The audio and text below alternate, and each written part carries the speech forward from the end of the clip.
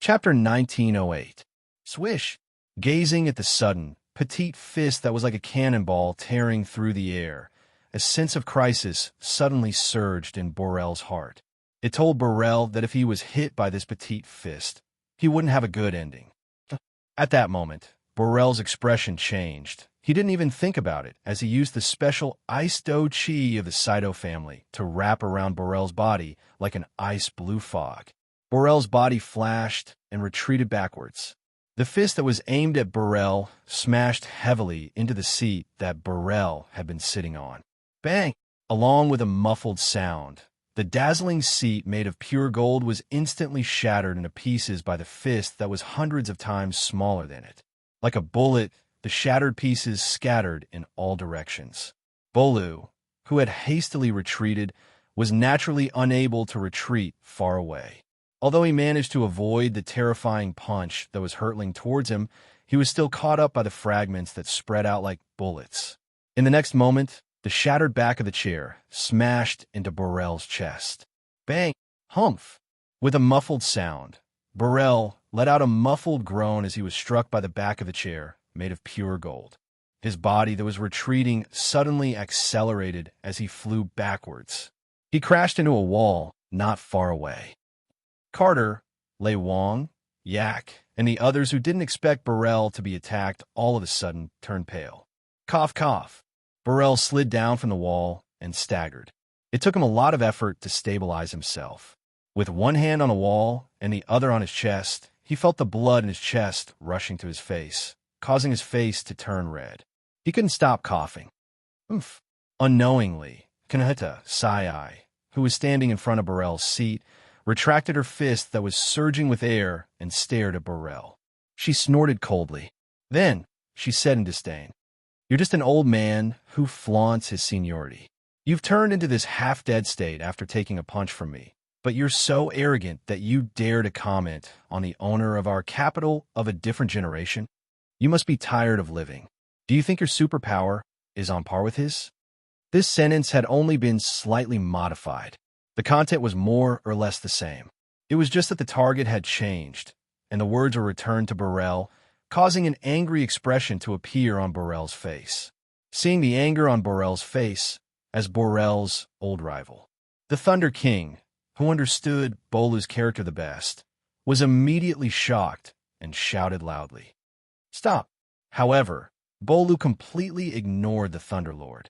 The frost Ochi that was rolling around his body a moment ago was like steam violently surging out from his body. With a single step, his body turned into a black shadow as he charged towards Kinuhita Sai. But that was the end of it. Buzz! Just as Borel was about to kill this arrogant little girl with his palm, a strange ripple suddenly appeared in front of him and swept across Borel's body. Under the reverberation of that bizarre ripple, Bolu felt as though he was trapped in a swamp. His charging body came to a halt, and he froze in front of Kinuhita Sai. And all of this was out of Borel's control. Such a strange situation caused Borel's expression to change again and again. He could only raise his head with difficulty and look in the direction where the strange ripples came from. Then, what entered Borel's eyes was Shokuho Misaki's elegant smile, but there was no trace of a smile in her beautiful eyes. Instead, there was a trace of coldness and a strange glint. Without a doubt, this was all Shokuho Misaki's doing. But how is this possible? He was a rank 9 powerhouse. How could he be suppressed by a little girl who just graduated from the academy? What kind of method did she use? It was a pity that before Borel could figure it out, the petite fist that was wrapped in chaotic energy swung out once more. This time, it landed heavily on Borel's abdomen. Pong! Poochie! As though he was struck by a heavy hammer, Borel spat out a mouthful of blood, and his body was sent flying like a broken kite, crashing into the ground. The entire place was silent. Seeing Borel lying on the ground, his face pale and blood flowing out his mouth, struggling to get up, everyone was speechless.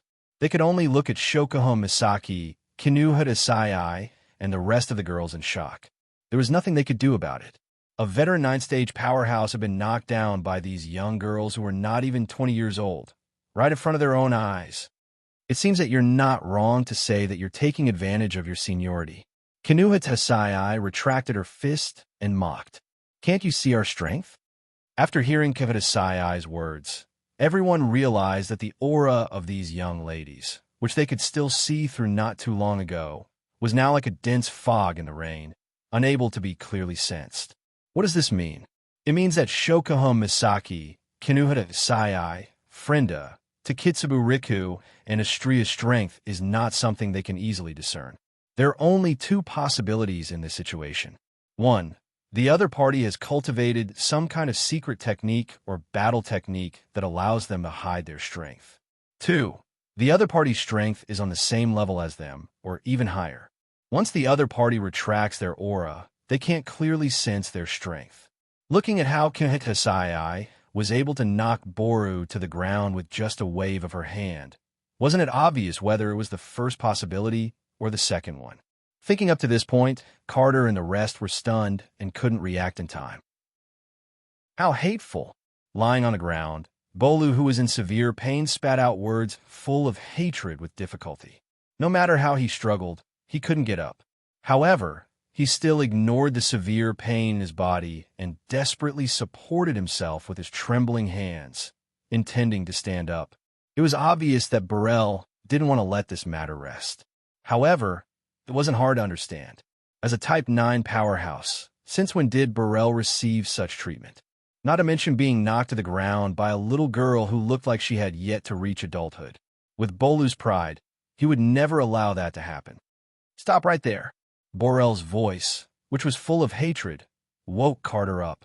Seeing that Burrell still wanted to attack, his face immediately sank, and his sharp eyes fell on Burrell.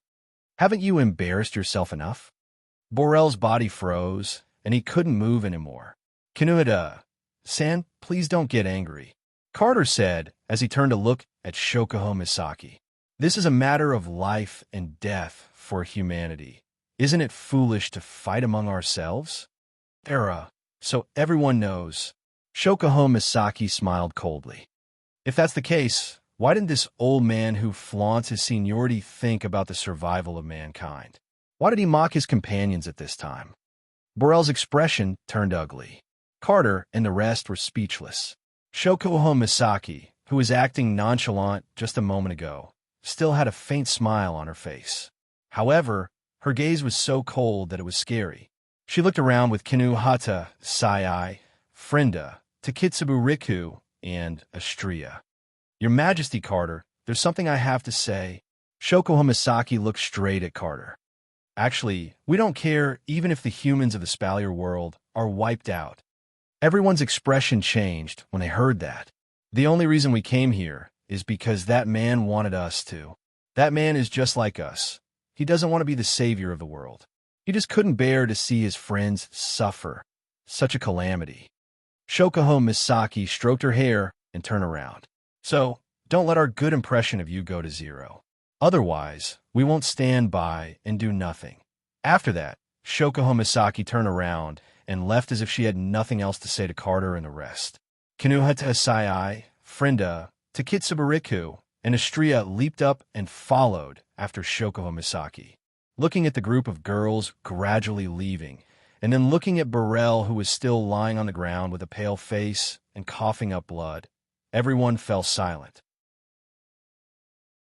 Chapter 1909.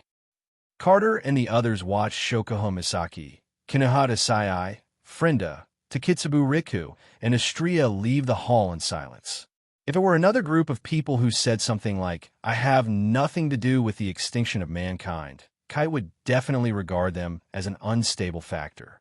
He would either lock them in a jail cell or push them out of the city to feed the magical beast to prevent any complications from happening. However, if it was Shokuho Misaki and the others, Carter wouldn't dare to do anything to them, even if he was dissatisfied. Ignoring the fact that they are all Tier 9 combatants, the fact that they have Yakumo Yukari as their backer, and the fact that the 5 demigods from the Spalier world are still in their territory strengthening the Beast King's seal, Carter couldn't do anything to them. Furthermore, it wasn't Shokuho Misaki and the others' fault to begin with. It was Bolu's fault for bringing up the most important person in the hearts of these beautiful roses. Given how casual these people were, they were already giving Carter a lot of face by not killing Bolu on the spot. Carter couldn't help but smile bitterly at this. It seems like we have crossed their bottom line. Yeah. The Beast King also smiled bitterly. That little fellow is really lucky, Your Majesty. Only Yak looked at Burrell, who was spitting blood and struggling on the ground, with a gloomy expression. Bolu is the pillar of Ailu Empire's second house. Are you going to watch him get beaten up like this? Just like Bolu, Yak's second in command, Andrew, also died at the hands of Wu Yan. Andrew wasn't Yak's son, so they weren't close. Yak didn't hate Wu Yan like Bola did, but he didn't have a good impression of Wu Yan either. That's why Yak wanted to help Bolu vent his anger. However, just as Yak finished speaking, a cold gaze swept over him, causing his body to stiffen. Syl stood up from her seat and walked towards Burrell, who was struggling on the ground. She looked down at Burrell and said, "Don't worry, Burrell. Don't worry, Burrell. Don't worry. Don't worry. Sylph will remember that you have offended my fiancé." Sylph turned around and walked towards the entrance, ignoring Burrell, who was getting paler and paler. "It's over," Kite muttered. His voice was filled with shock and jealousy. "Even Sylph is angry because of that brat." Lei Wang sighed. He knew how much Carter doted on his daughter. He turned to Fei Fei. "Fei Fei, you have a good relationship with those girls. Why don't you go take a look?" Fei Fei nodded her head without hesitation and ran out. The remaining people all looked at Burrell, whose old eyes were filled with anger and haze as he laid on the ground, no longer struggling. Their hearts were filled with complex emotions. On the other hand, Fei Fei managed to catch up to Shokuho Misaki, Kinuhita Sai, Frenda, Takitsubu Riku, and Astria, who weren't in a hurry to leave. When Fei Fei caught up to Shokuho Misaki and the others, she was surprised to see Sylph there as well. Fei Fei. Astria, who was close to Fei Fei, wanted to greet Fei Fei, but she remembered what happened in the hall. She humphed coldly and turned away. It was obvious Astria was angry. She thought Fei Fei was on Bolu's side, so she got angry at Fei Fei too. Fei Fei found it funny. "Shokuho, it's our fault for what happened just now. I apologize on behalf of His Majesty and the others." Fei Fei looked at Shokuho Misaki with sincerity.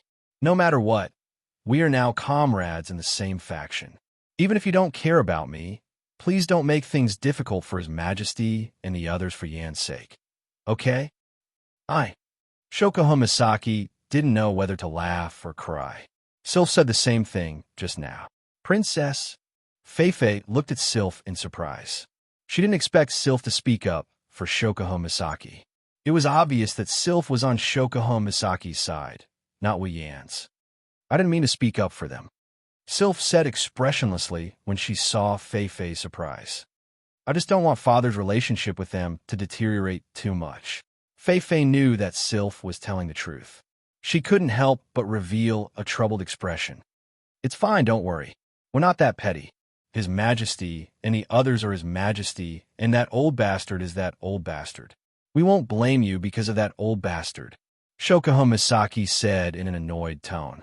"Seriously, you always use Lil Yan to pressure us. You know we have no choice but to compromise when we hear that name.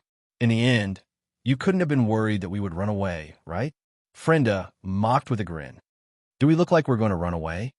"Yes, in hopes that we can help you." Takitsubu Riku shook her head. "That's why we will stay. Don't worry." Both Sylph and Fei Fei heaved a sigh of relief in their hearts. Even though Sylph and Fei Fei are on Wu Yan's side, the Ailu Empire is their home. They don't want to see Shokuho Misaki's relationship with the Ailu Empire strained. "You mentioned that he's trying to find a way to deal with a demigod beast king, right?" Sylph raised her head and looked at Shokuho Misaki with her icy blue eyes. "Does he really have a way to deal with a demigod beast king? Don't tell me you don't trust your own fiancé." Kinuhita Sai grumbled in dissatisfaction. "Or are you just like that old bastard? Do you really think your fiancé can't participate in a decision of that level?"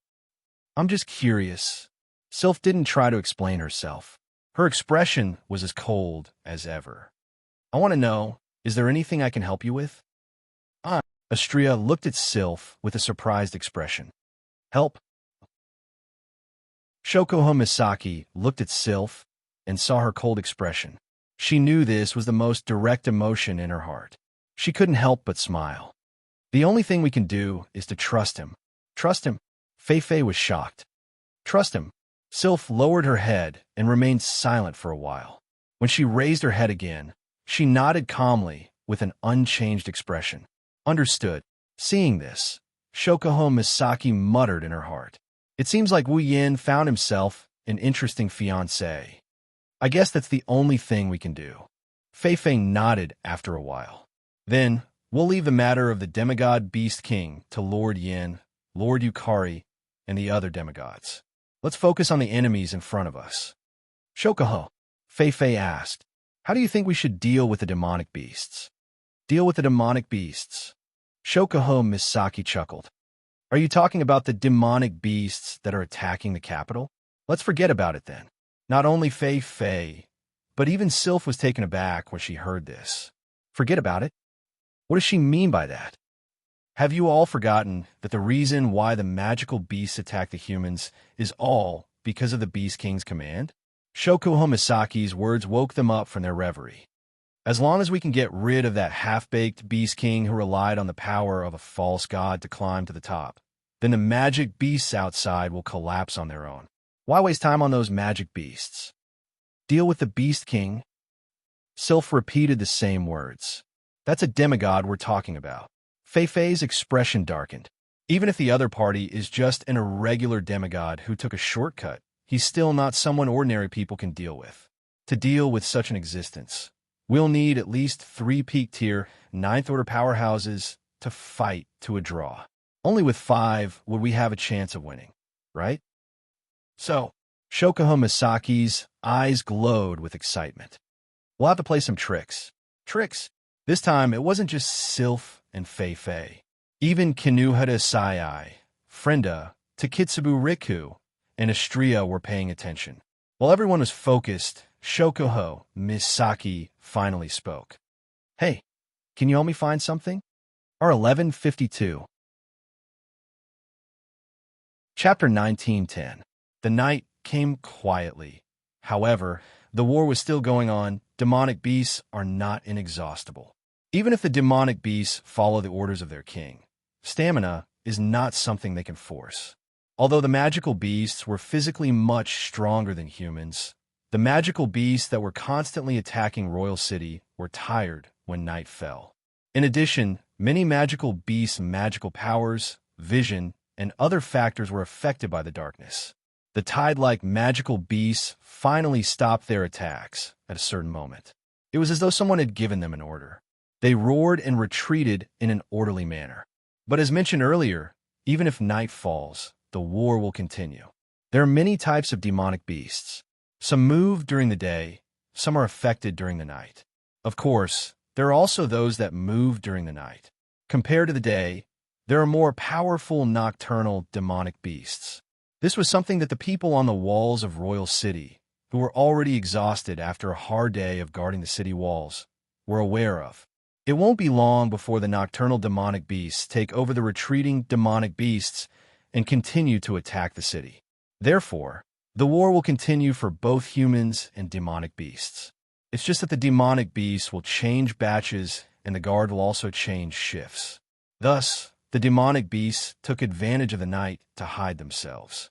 As they gradually retreated into the surrounding mountains, the exhausted city guards who had been guarding the city for an entire day began to slowly relax their vigilance and began to change shifts. At night, the city guards climbed up the city walls one after another. On the other hand, the guards were guarding the city during the day dispersed into Monarch City with tired faces. In an instant, the entire Monarch City became extremely noisy, as though it was a market. They decided to give up on the other cities and concentrate all the fighting forces in Ailu Empire to defend the city. When they decided to use the city as a base to fight against the demonic beasts, all the civilians in Ailu Empire were evacuated. In order to prevent the civilians from being dragged into the war, Qin Yun has already arranged for them.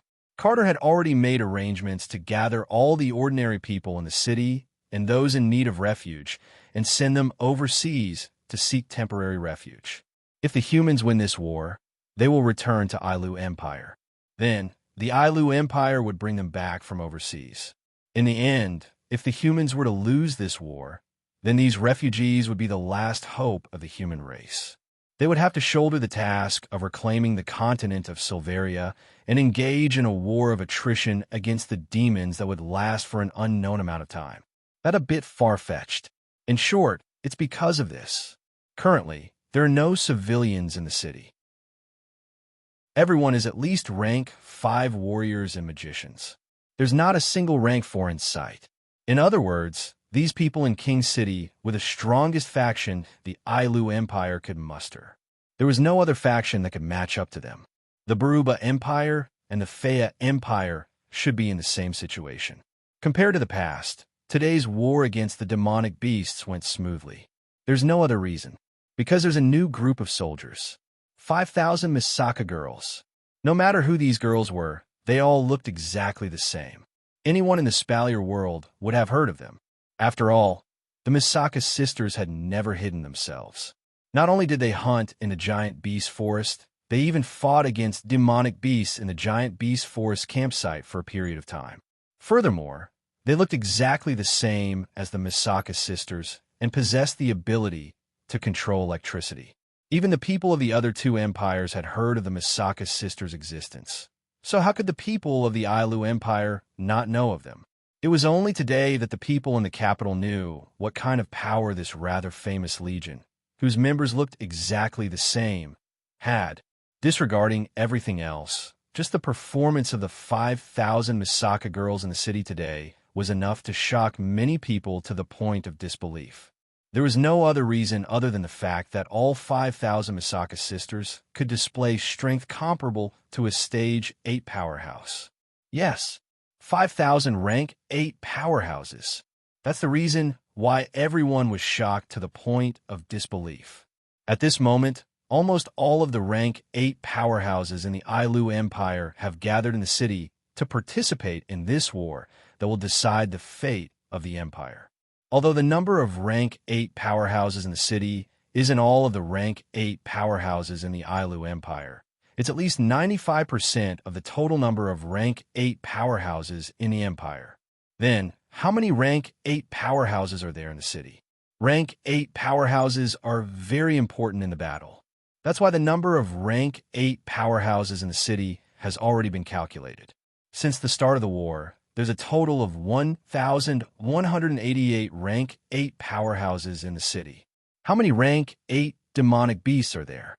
Humans haven't calculated this point. However, based on the number of rank 8 demonic beasts that attacked the city during the day, there were at least a few hundred rank 8 demonic beasts in each direction.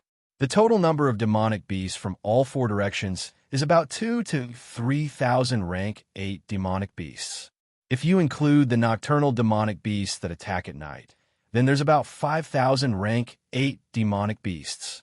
In terms of rank 8, the Misaka sisters are more than enough to fight against the demonic beasts that attacked the Ailu Empire. In other words, the demonic beast numbers in every rank are higher than the humans. But with the arrival of the Misaka sisters, the situation has been completely reversed. Of course, numbers aren't everything. The Misaka sisters might be able to display rank 8 battle prowess, but that's only between the beginner and intermediate rank 8. On the other hand, the demonic beasts and Ailu Empire's rank 8 demonic beasts were mostly at the peak of rank 8. Any one of them could easily take on 2 or 3 Misaka sisters. Even so, the presence of these 5,000 Misaka sisters is enough to affect the outcome of the war. At this rate, as long as the rank 9 demonic beasts and pseudo-beast kings don't show up, it's only a matter of time before the humans defeat the demonic beasts. Carter and Lei Wang couldn't help but feel relieved that Shokuho Misaki didn't back out because of the conflict during the day. If she did, they would have lost their only hope of victory. Even Burrell and Yak, who hated Shokuho Misaki and the rest, shut their mouths, not daring to say anything else. However, is it possible that the rank 9 demonic beasts and pseudo-beast kings won't show up? Of course, that's impossible. Thus, Shokuho Misaki made a decision that shocked Sylph and Fei Fei after they parted on bad terms in the morning. The terrain of Royal City was actually similar to a basin. Although it wasn't as high as the surrounding area and as low as the center, King City was surrounded by an irregular circular mountain range. The irregular circular mountain range that surrounded the capital was the habitat of the demonic beasts that attacked the capital. As the night grew darker, the magical beasts retreated into the mountain range. About 1.5 hours later, the nocturnal magical beasts began to move in the mountain range. They stepped on the flattened roads and growled as they descended the mountain and headed in the direction of Royal City. On the path of one of the groups of Class 7 magical beasts, there was a small mound not too far away. At a certain moment, several black silhouettes passed by and silently landed on the ground. The black figures tried their best to suppress their breathing as they quietly hid on the ground. Their auras, which were more obvious compared to the magical beasts, were also suppressed to the minimum. It was not easy for them to hide from the sharp senses and smell of the magical beasts. These silhouettes are all beautiful young women. They are Shokuho Misaki, Kinuhita Sai, Frenda, Takitsubu Riku, and Astria, who were supposed to be in King City. Not only Shokuho Misaki, Kinuhita Sai, Frenda, Takitsubu Riku, and Astria, but even Sylph and Fei Fei are hiding here. However, Sylph and Fei Fei looked more serious than Shokuho Misaki and Astria. Are you sure you want to do this? Even Sylph couldn't maintain her usual cold tone. Her voice was laced with disapproval. I think it's too dangerous. Since we're already here, even if you try to persuade me, I won't retreat. Shokuho Misaki purposely said this sentence in a playful manner, but her next sentence was laced with a sense of nervousness. Tonight, we will assassinate the half-baked Beast King hiding behind the scenes. Chapter 1911. Tonight, we will assassinate that half-baked Beast King hiding behind the scenes. When these words came out of Shokuho Misaki's mouth and entered everyone's ears, an indescribable pressure pressed down on everyone's heart, causing the atmosphere to become heavy. Assassinate a fake Beast King. In other words, Shokuho Misaki was planning to assassinate the closest person to demigod rank. This was undoubtedly a very crazy and suicidal thing to do. If there was a peak type 9 expert who specialized in concealment, they might be able to give it a try. However, Shokuho Misaki and the rest did not have a single peak type 9 expert. Aside from Astria, Shokuho Misaki, Kinuhita, Sai, Frenda, and Takitsubu Riku were only at the beginning of Tier 9. Compared to a peak Tier 9 expert, the difference was huge. As for Sylph and Fei Fei, they weren't even at the peak of Tier 9. This team of 7, with the strongest being at the early stage of the 9th stage and barely reaching the mid-stage of the 9th stage, and 2 of them being at the 8th stage, could even assassinate a peak 9th stage powerhouse, let alone a pseudo-semi-god powerhouse. Of course, Astria has Pandora mode. Once she enters Pandora mode, her strength will increase by leaps and bounds. She might even reach the peak of rank 9. Even so, the success rate of an assassination attempt is pitifully low. No matter what, although he was a dabbler, he still had 1 foot over the demigod barrier and could not be compared to a real demigod powerhouse. Even so, he was still much stronger than a peak Tier 9 expert. That was why Shokuho Misaki's words sounded like crazy, courting death, and audacious to others. But even in such a dangerous situation, Shokuho Misaki still had that elegant smile on her face. It made people wonder if Shokuho Misaki really knew how to assassinate a fake Beast King. If Shokuho Misaki could really assassinate a fake Beast King, then the Ailu Empire's crisis would be resolved. When they thought of this, Sylph and Fei Fei felt a trace of hope in their hearts. However, they still didn't have high hopes for Shokuho Misaki. Are you sure about this? Fei Fei sounded hesitant. If we fail, you should know what the consequences are, right? How about this? How about this? Shokuho Misaki glanced at Sylph and Fei Fei. Let's maintain the current situation. Once that half-baked Beast King makes his move, you should know what the consequences are, right? Sylph and Fei Fei choked at the same time. That's right. If the current situation continues, Ailu Empire will be annihilated once the fake Beast King makes his move. This was because without the help of a demigod, no one would be able to deal with a fake Beast King. Even if all the experts in King City, including Tier 9 experts, were to make a move. In other words, if they don't take care of the fake Beast King, the Ailu Empire's fate will not be good. Now, the demonic beasts have yet to send out their Class 9 demonic beasts, while the Ailu Empire's Tier 9 experts are still waiting. Both sides are holding each other back. Let's see who will make the first move and break the stalemate, Shokuho Misaki said as she looked ahead. But that is only temporary. The one who will decide the outcome of this war is the real deal. It's none other than that half-baked Beast King hiding behind the scenes. As long as he makes a move, Ailu Empire will be destroyed without a doubt. Once he dies, Ailu Empire's victory will be decided. Shokuho Misaki sighed. The reason why the half-baked Beast King didn't make a move now is because it thinks the Ailu Empire's guardian deity is still in King City. That's why the half-baked Beast King doesn't dare to act rashly. Once it finds out that the guardian deity has left King City, it will be able to act without restraint. When that happens, Shokuho Misaki didn't finish her sentence. Everyone knew what she was going to say next. Do you understand now? Shokuho Misaki said with a half-smile when she saw Sylph and Fei's expressions darkening. Now is not the time to decide if we should make a move or not. If we don't make a move, we won't have a chance of winning. Sylph and Fei were speechless. I feel that even if we were to make a move, it's not like we have a chance of winning. Kinuhita Asai lowered her body and grumbled. Our opponent is stronger than a peak Tier 9. To be honest, Kinuhita, I'm really nervous. If I were to express my opinion, I would say the same thing. Even Kinuhita Asai admitted that she was nervous. Frenda, who was the most timid among them, laughed awkwardly. By the way, aren't we supposed to stall for time? Yukari told everyone to buy as much time as possible. As long as they can buy enough time for Wu Yan to return from his mission, the pseudo-god Beast King and the 3 pseudo-Beast Kings won't be able to do anything to them. Was that what Frenda was trying to say? Before Shokuho Misaki could say anything, Takitsubu Riku shook her head. Shokuho isn't the kind of person who would choose to defend passively. Instead of waiting in fear in King City, Shokuho prefers to eliminate the fear factor and then easily solve the problem. Takitsubu knows me best. Shokuho Misaki smiled. She blinked her starry eyes. It's better to eliminate the threat first. If we fail, we can just run away. Everyone nodded helplessly at Shokuho Misaki's mischievous smile. Then Shokuho-sen. Astria asked carefully, "Do you want me to make a move?" "Listen to my instructions," Shokuho Misaki said.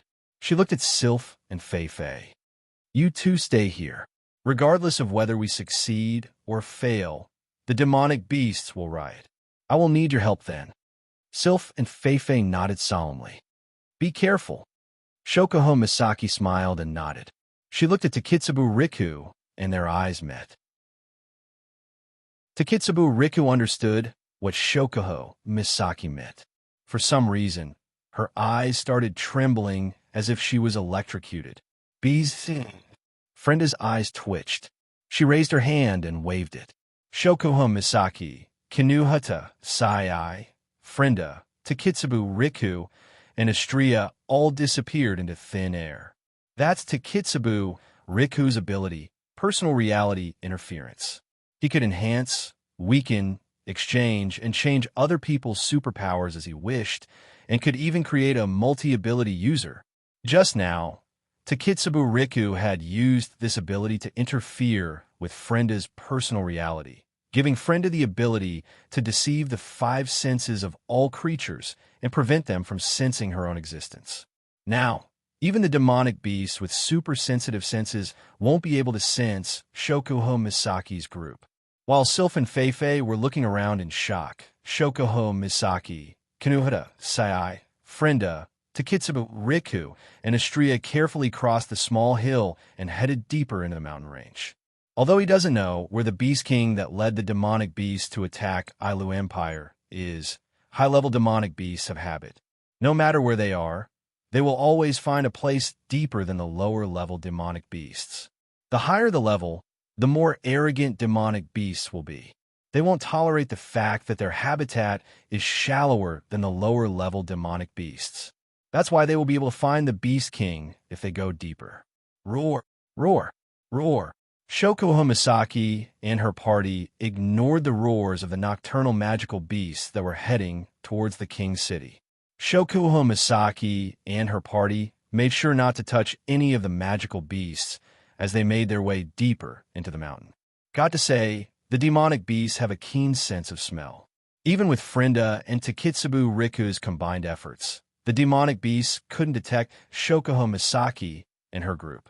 However, when Shokuho Misaki and her group got within a certain distance, the demonic beasts would turn around and look in their direction. Shokuho Misaki and her group had no choice but to keep a certain distance from the demonic beasts. Under such circumstances, after an unknown amount of time, a light appeared in front of them. Chapter 1912. Shokuho Misaki, Xianxia, Frenda, Takitsubu Riku, and Istria were hiding behind a few trees. They peeked their heads out and looked ahead. What appeared in front of the group of girls was an extremely peculiar scene. It was a vast woodland surrounded by aged trees. Unlike the other places in the mountain range, this forest was lit up even in the middle of the night. Even though it wasn't fully lit up, it wasn't affected by the darkness of the night. In the forest, numerous large magical beasts that faintly gave off a ferocious and dangerous aura were patrolling the area. These magical beasts were clearly Class 8 at the very least. Flying magical beasts constantly flew past in the air, taking in the entire scene below.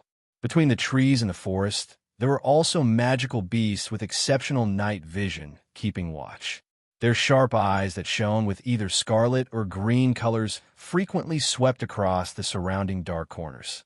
Their vigilant appearance made one involuntarily think of the word strict when looking at them. Compared to this solemn scene, not a single magical beast made a single sound in the forest. Not to mention the inherent roars, there wasn't even the slightest bit of noise. In such a situation, the slightest movement in the surroundings would be noticed. They would all be noticed by the Class 8 magical beasts patrolling the forest, scanning the trees, and hovering in the sky. At that time, all the magical beasts in the forest would rush over as long as one magical beast cried out, right? Unfortunately, the demonic beasts didn't know that. Even though they were patrolling the forest, they still couldn't prevent others from invading. At this moment, the 5 intruders who were hiding behind the trees turned their gazes to a certain direction in the forest. There were many demonic beasts patrolling the area. In the middle of the forest, surrounded by trees, a very out-of-place tent stood there for a long time. The tent was about the size of an ordinary house. The source of light in the forest was the flames burning on top of the 8 wooden stakes around the tent. Upon closer inspection, one could see that the magical beasts in the forest were patrolling around the only tent, and within the tent, there was a faint silhouette swaying along with the flames. There was no doubt about it. A person who could be protected by a large group of demonic beasts. That person must have shed his beast form. A beast king in human form. The group of girls stared at the tent at the same time. Then, they looked at each other and nodded. In the darkness, a few blurry shadows flashed from behind the trees. They nimbly went around the trees and kept a safe distance from the patrolling demonic beasts. They charged towards the tent. Although the forest was heavily guarded, and the closer they got to the tent, the higher the level of the demonic beasts guarding it. However, these demonic beasts were at most at the peak of the 8th level. They couldn't see through the girls' tricks. As long as there weren't any 9th level demonic beasts guarding it, it wouldn't have much of an effect. Therefore, the patrolling demonic beasts, as well as the demonic beasts on the trees and in the air, didn't notice that the black shadows that represented death were rapidly approaching the center of the forest. They were flying towards the tent.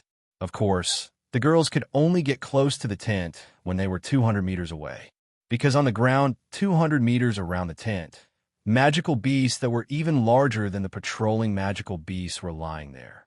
Their auras were even more powerful, and their appearances were incomparably sinister. Their scarlet eyes were wide open as they scanned the surroundings. They were the 9th-level demonic beasts that hadn't appeared before.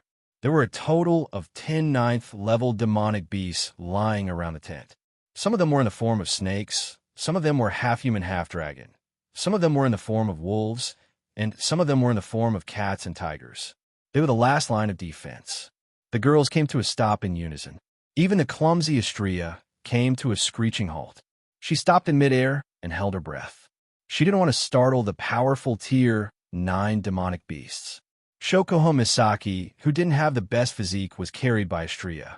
She looked at the powerful demonic beasts in front of her and nodded to Takitsubu Riku.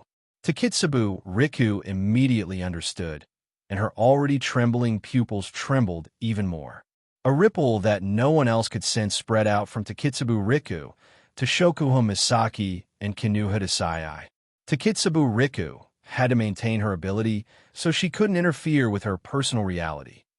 However, if she wanted to interfere with someone's personal reality, no matter how many demonic beasts there were, as long as they were within Takitsubu Riku's line of sight, she would be able to interfere with their personal reality.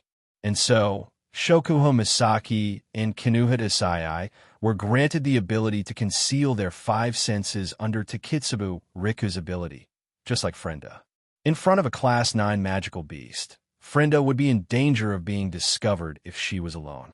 But if Frenda couldn't do it alone, then Shokuho Misaki and Kinuhata Sai should be able to do it. The concealment ability of the 3 of them came into effect.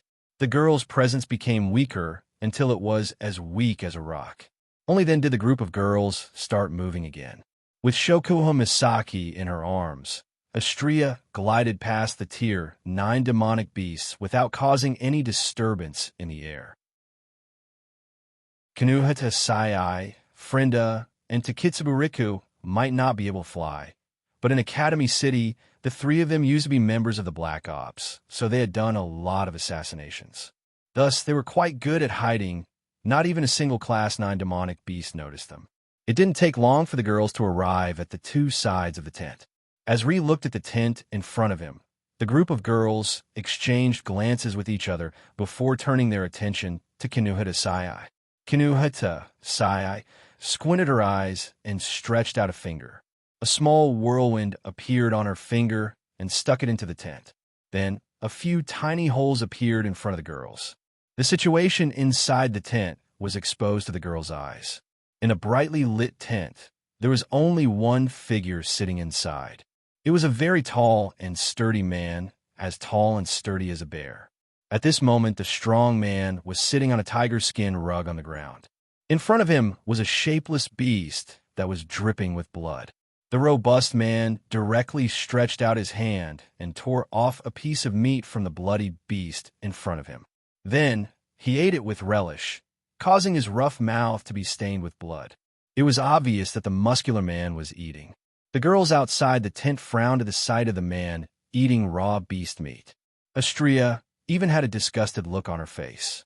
For Xianxia, who loved to eat, this was the most disgusting, boorish, and wasteful behavior she had ever seen. Forget Xianxia. Even Kinuhata Sai, Frenda, and Takitsubu Riku, who had been in the Black Ops for so many years, had never seen such a gory scene of raw meat being eaten. They couldn't help but avert their gazes for a moment. Shokuho Misaki was the only one who didn't frown. She took in everything inside the tent, and her gaze stopped on a porcelain pot beside the muscular man. The porcelain pot was filled with water. Shokuho Misaki rolled her eyes and came up with a plan. She used her mind control ability to communicate with Kinuhata Sai, Frenda, Takitsubu Riku, and Xianxia telepathically. Xianxia-chan, fly to the top of the tent and do what Kinuhata did. Dig a hole on the top of the tent. Remember, don't get caught. Got it. Xianxia nodded obediently. She flapped her white wings and flew to the top of the tent. Shokuhun Misaki said to Takitsubu Riku, "Takitsubu, give Frenda the ability to control water vapor. We're going." Chapter 19:13. Phew. In the tent, the robust man who had eaten his fill exhaled a long breath. He did not mind the blood in his mouth and treated it like soup. He wiped it all over his face. As he wiped it, he muttered to himself in a coarse voice, "Even though the portion is sufficient, it's still the meat of a normal beast. It's tasteless. It can't even be compared to the trash outside. Human meat is still better." The robust man grinned as he spoke, as if he was reminiscing about something. Come to think of it, after the invasion of Ailu Empire, he must have enjoyed the flesh of many unlucky people who fell into the tiger's mouth. But it was only a few days ago that the muscular man was able to enjoy a good meal. Ever since Ailu Empire transferred all the resources and manpower from the cities, the muscular man didn't manage to catch a single human. There are so many humans in that broken city, yet I can't even enjoy a good meal. How annoying. The muscular man didn't look as cold as the Beast King. His personality was a little rough. He cursed and swore. After staying here for so many days, I really don't know when I'll be able to destroy that city. Humans are too stubborn. Can't they just be obedient and become food? How dare they resist? They don't know what's good for them. Might as well just crush that city. Of course, that's what he said. But the muscular man didn't dare to do so. The muscular man clearly remembered when the beast god bestowed him with the power of a false god, allowing him to be reborn and lead the demonic beast army to attack Ailu Empire. Before he arrived, the beast god had solemnly warned him not to act rashly and provoke the humans' capital. That's because there's a demigod guardian god residing in each of the 3 capital cities of the 3 empires. The muscular man knew that with his current strength, he wouldn't be able to do anything. He wouldn't be able to fight against the guardians of Ailu Empire. He didn't know how long the beast god had ascended to demigod rank.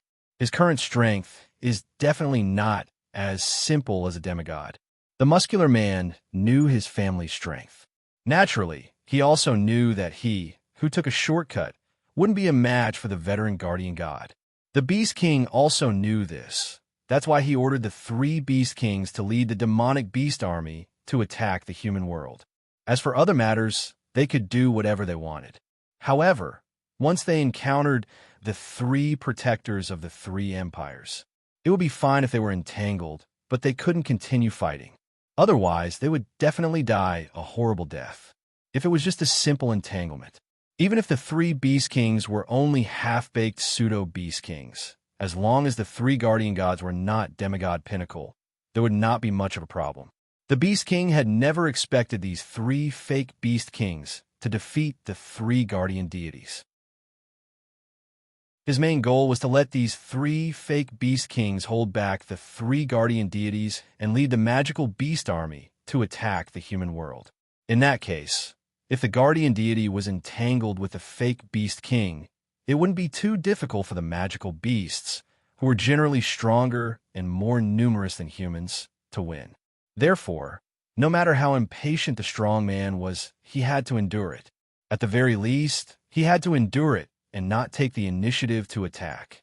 Of course, that was because the strong man did not know that the protectors of the 3 empires were no longer in Monarch City. Otherwise, he would not have been able to stop himself from attacking and destroying the entire Monarch City. If only those trash of the same race could take down that broken city by themselves. The robust man snorted coldly. Otherwise, if those 2 fellows beat me to it, I would definitely be laughed at. The magical beasts were not truly united. It was a relationship between the hunter and the hunted. If they were not of the same species, who would part on good terms. This time, the 3 pseudo-beast kings that the Beast King bestowed with the power of the false gods were all different kinds of magical beasts. Moreover, before they obtained the power of the false gods and shed their beast bodies, they were still magical beasts at the peak of the 9th rank. The 3 pseudo-beast kings had fought more than once over food, territory, and other issues.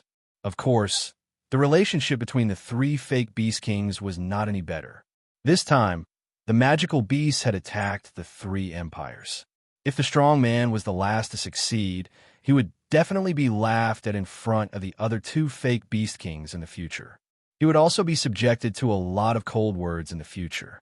He might even lose the trust of the beast god in his heart. That was something the strong man would never allow. Thinking of this, the strong man narrowed his eyes. A dark light that represented negative emotions flashed across his beastly eyes. One must know that the power of the fake god would not only turn the user into a monster, it would also affect the user's mental state to a certain extent.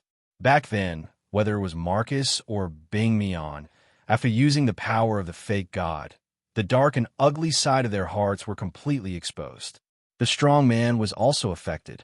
Even the Beast King was not immune. Otherwise, with the Beast King's cold personality, he would not have been so angry when he was sealed. However, magical beasts were originally much more bloodthirsty and cruel than humans. Therefore, in their opinion, this effect was probably not an effect at all. Right? I must speed up the process. The dark emotions in the strong man's eyes subsided. He reached out his hand, wanting to take the porcelain pot filled with water that was placed beside him. However, he suddenly felt a cold sensation on his head. The strong man's eyes immediately became alert. He abruptly raised his head and looked up. In the next moment, a few drops of cold water fell on the strong man's face, startling him slightly. It was only then that the strong man discovered that there were a few medium-sized holes on the top of his tent. Outside the holes, drops of water continued to drip in. There was also a whoosh sound outside the tent, causing the strong man to frown. Rain? It was indeed rain. The whoosh sound was the sound of the rain. The drops of water that caused the strong man's vigilance were naturally the rainwater that leaked into the tent. Human things are really useless. The strong man shifted his position with an unhappy expression. He reached out to grab the porcelain pot again. If I had known this would happen, I would have just found a cave to rest in. Why would I use a human tent? However, the strong man did not notice that a lot of the water that leaked in from outside the tent spilled into the porcelain pot. No, the strong man actually noticed this, but he did not pay it any mind. After all, rainwater could also be drunk, right? What the strong man did not notice was that among the rainwater that spilled into the porcelain pot, there was a drop of water with a different color that also dripped into the pot.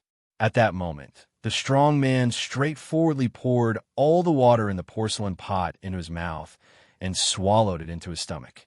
In the next moment, the strong man felt an indescribable pain in his stomach. The robust man's complexion changed drastically. Without the slightest hesitation, he swung his hand heavily, and the porcelain pot in his hand flew away. Bang!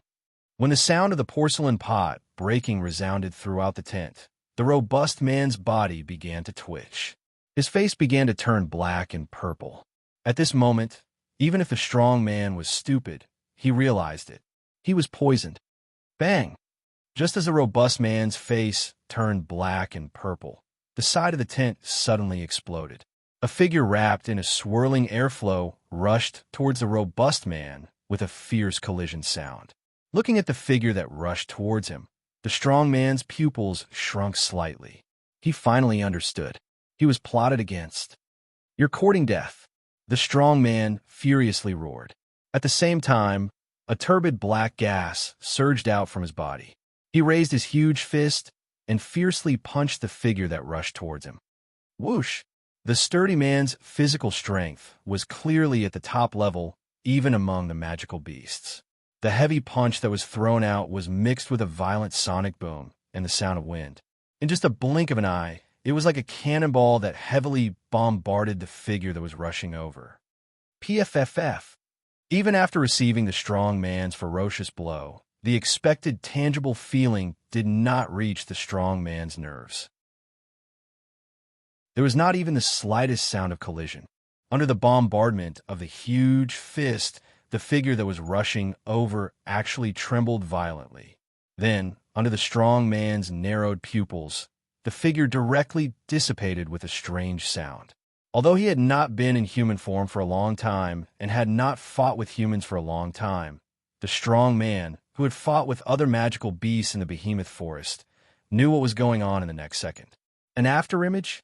Just as his voice fell, another figure that was exactly the same as before, covered in a whirlwind like a ghost, flashed behind the strong man. Chapter 19:14. Boom! In the forest in the middle of the night, a loud and violent sound suddenly resounded, frightening the patrolling magical beasts in the forest. Then, all of them roared angrily. That's because the explosion came from the only tent they were guarding. Boom! However, before the group of magical beasts could gather in the direction of the tent that was the size of a normal house suddenly exploded, turning into pieces of cloth that scattered in all directions with traces of smoke. Within the tent that had exploded, two figures faced each other at an extremely fast speed, as if repelling each other, and flew away. Boom, boom, boom, with a series of muffled stomping sounds. One of the two figures that flew backward continuously stomped on the ground with his thick feet. While stomping on the ground, the figure that flew backward gradually stabilized. When he completely stabilized his body, a burly man like a bear raised his head, revealing a greenish-black face that was filled with rage. Whoosh! Before the other figure could land on the ground, a figure with pure white wings descended from the sky and caught him in his arms. Then, he circled and landed beside the other three figures who had appeared out of nowhere. Needless to say, they were Shokuho Misaki, Kinuhata Sayai, Takitsubu Riku, Frenda, and Astria. After the man was poisoned, the one who ambushed him was Kinuhata Sayai, and it was Kinuhata Sayai who was strengthened by Takitsubu Riku's ability. The afterimage that appeared before Kinuhata Sayai's ambush was Shokuho Misaki's doing. To be precise, it wasn't an afterimage. It was just an illusion created by Shokuho Misaki's mind control. But even with Takitsubu Riku's buff and Shokuho Misaki's camouflage, Kinuhata Sayai's ambush was noticed by the man, and he managed to counterattack. While facing the man's counterattack, Kinuhata Sayai was no match for him.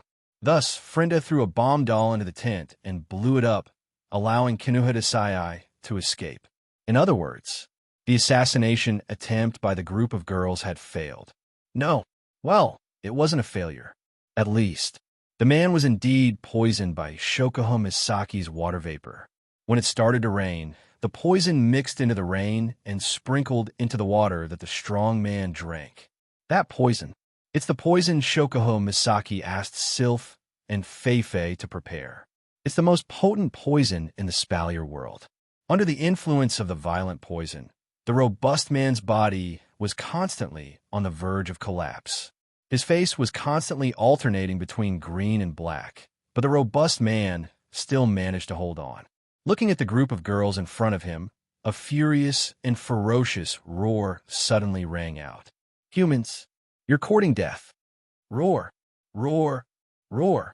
At this moment, the magical beasts in the forest were all roaring and rushing over in a frenzy.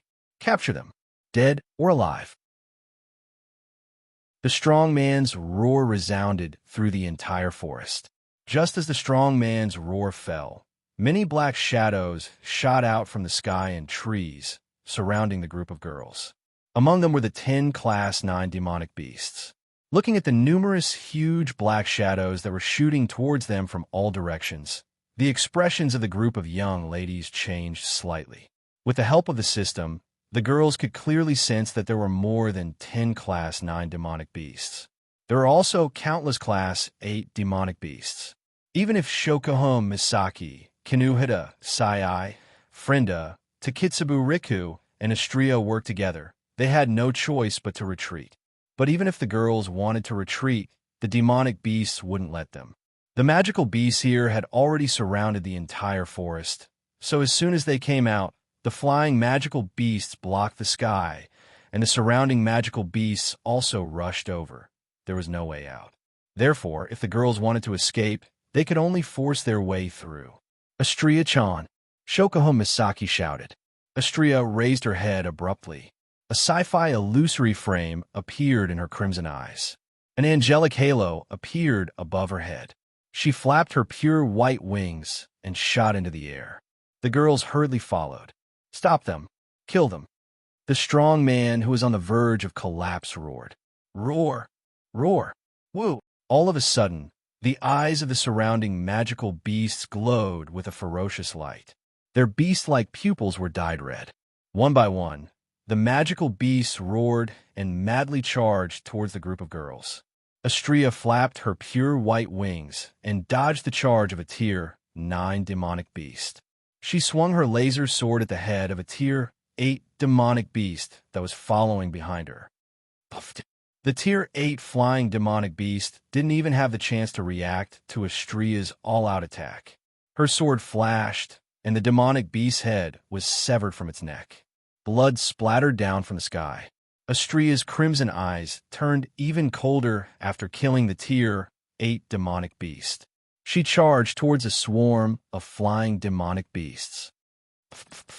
Laser swords and laser swords sliced through the bodies of the demonic beasts like they were dried twigs. Blood splattered everywhere, and severed limbs fell to the ground like garbage.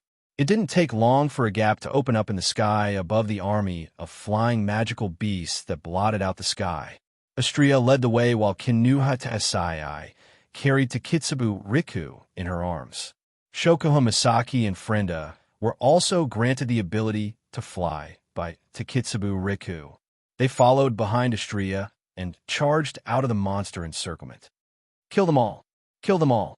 Unable to accept the fact that he had been tricked by a few human girls, the robust man's furious roar continued. Roar! While the rank 8 demonic beast was unable to stop Xianxia, a rank 9 demonic beast with the ability to fly charged out.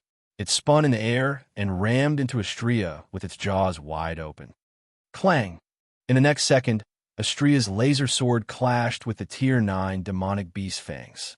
A violent shockwave erupted between the two. Xianxia was unaffected by the impact, but she only trembled a little. On the other hand, the Tier 9 demonic beast was sent flying as though it was struck by a heavy blow. If an outsider were to see this scene, they would definitely be so terrified that they would not be able to control themselves. A demonic beast was competing with a human in terms of physical strength. It was a competition of physical strength against a human of the same rank and level. Yet it was sent flying in just one round. Of course, even though Xianxia managed to send the Tier 9 demonic beast flying, she was stopped by the demonic beast for a brief moment. The brawny man who had been glaring at Xianxia suddenly stood up. He raised his fist like an arrow leaving the bowstring. Black energy swirled around his fist and transformed into a ferocious beast paw that covered his fist. Human, die. The muscular man's speed was fast. At the very least, the muscular man caught up with Xianxia in an instant. It took Xianxia quite a bit of time to open up some distance between them. Feeling the danger coming from behind them, the faces of the group of girls turned grave. "Let me do it." Kinuha Tesai threw Takitsubu Riku to Frenda. She dove down and raised her fist as well. A circle of air condensed around her fist. In the next moment, the black beast's palm collided with the petite fist that was surrounded by the atmosphere. Boom! The loud explosion was like a clap of thunder, reverberating in the sky above the forest. Roar! Roar! Roar! A violent gust of wind spread out at an extremely fast speed, blowing away all the surrounding magical beasts for a short distance. The battle continued. Chapter 1915. Boom! Amidst the shockingly loud noise, the turbulent shockwave was like a surging wave. With a rumbling sound, it surged out crazily like a tidal wave and spread out in all directions.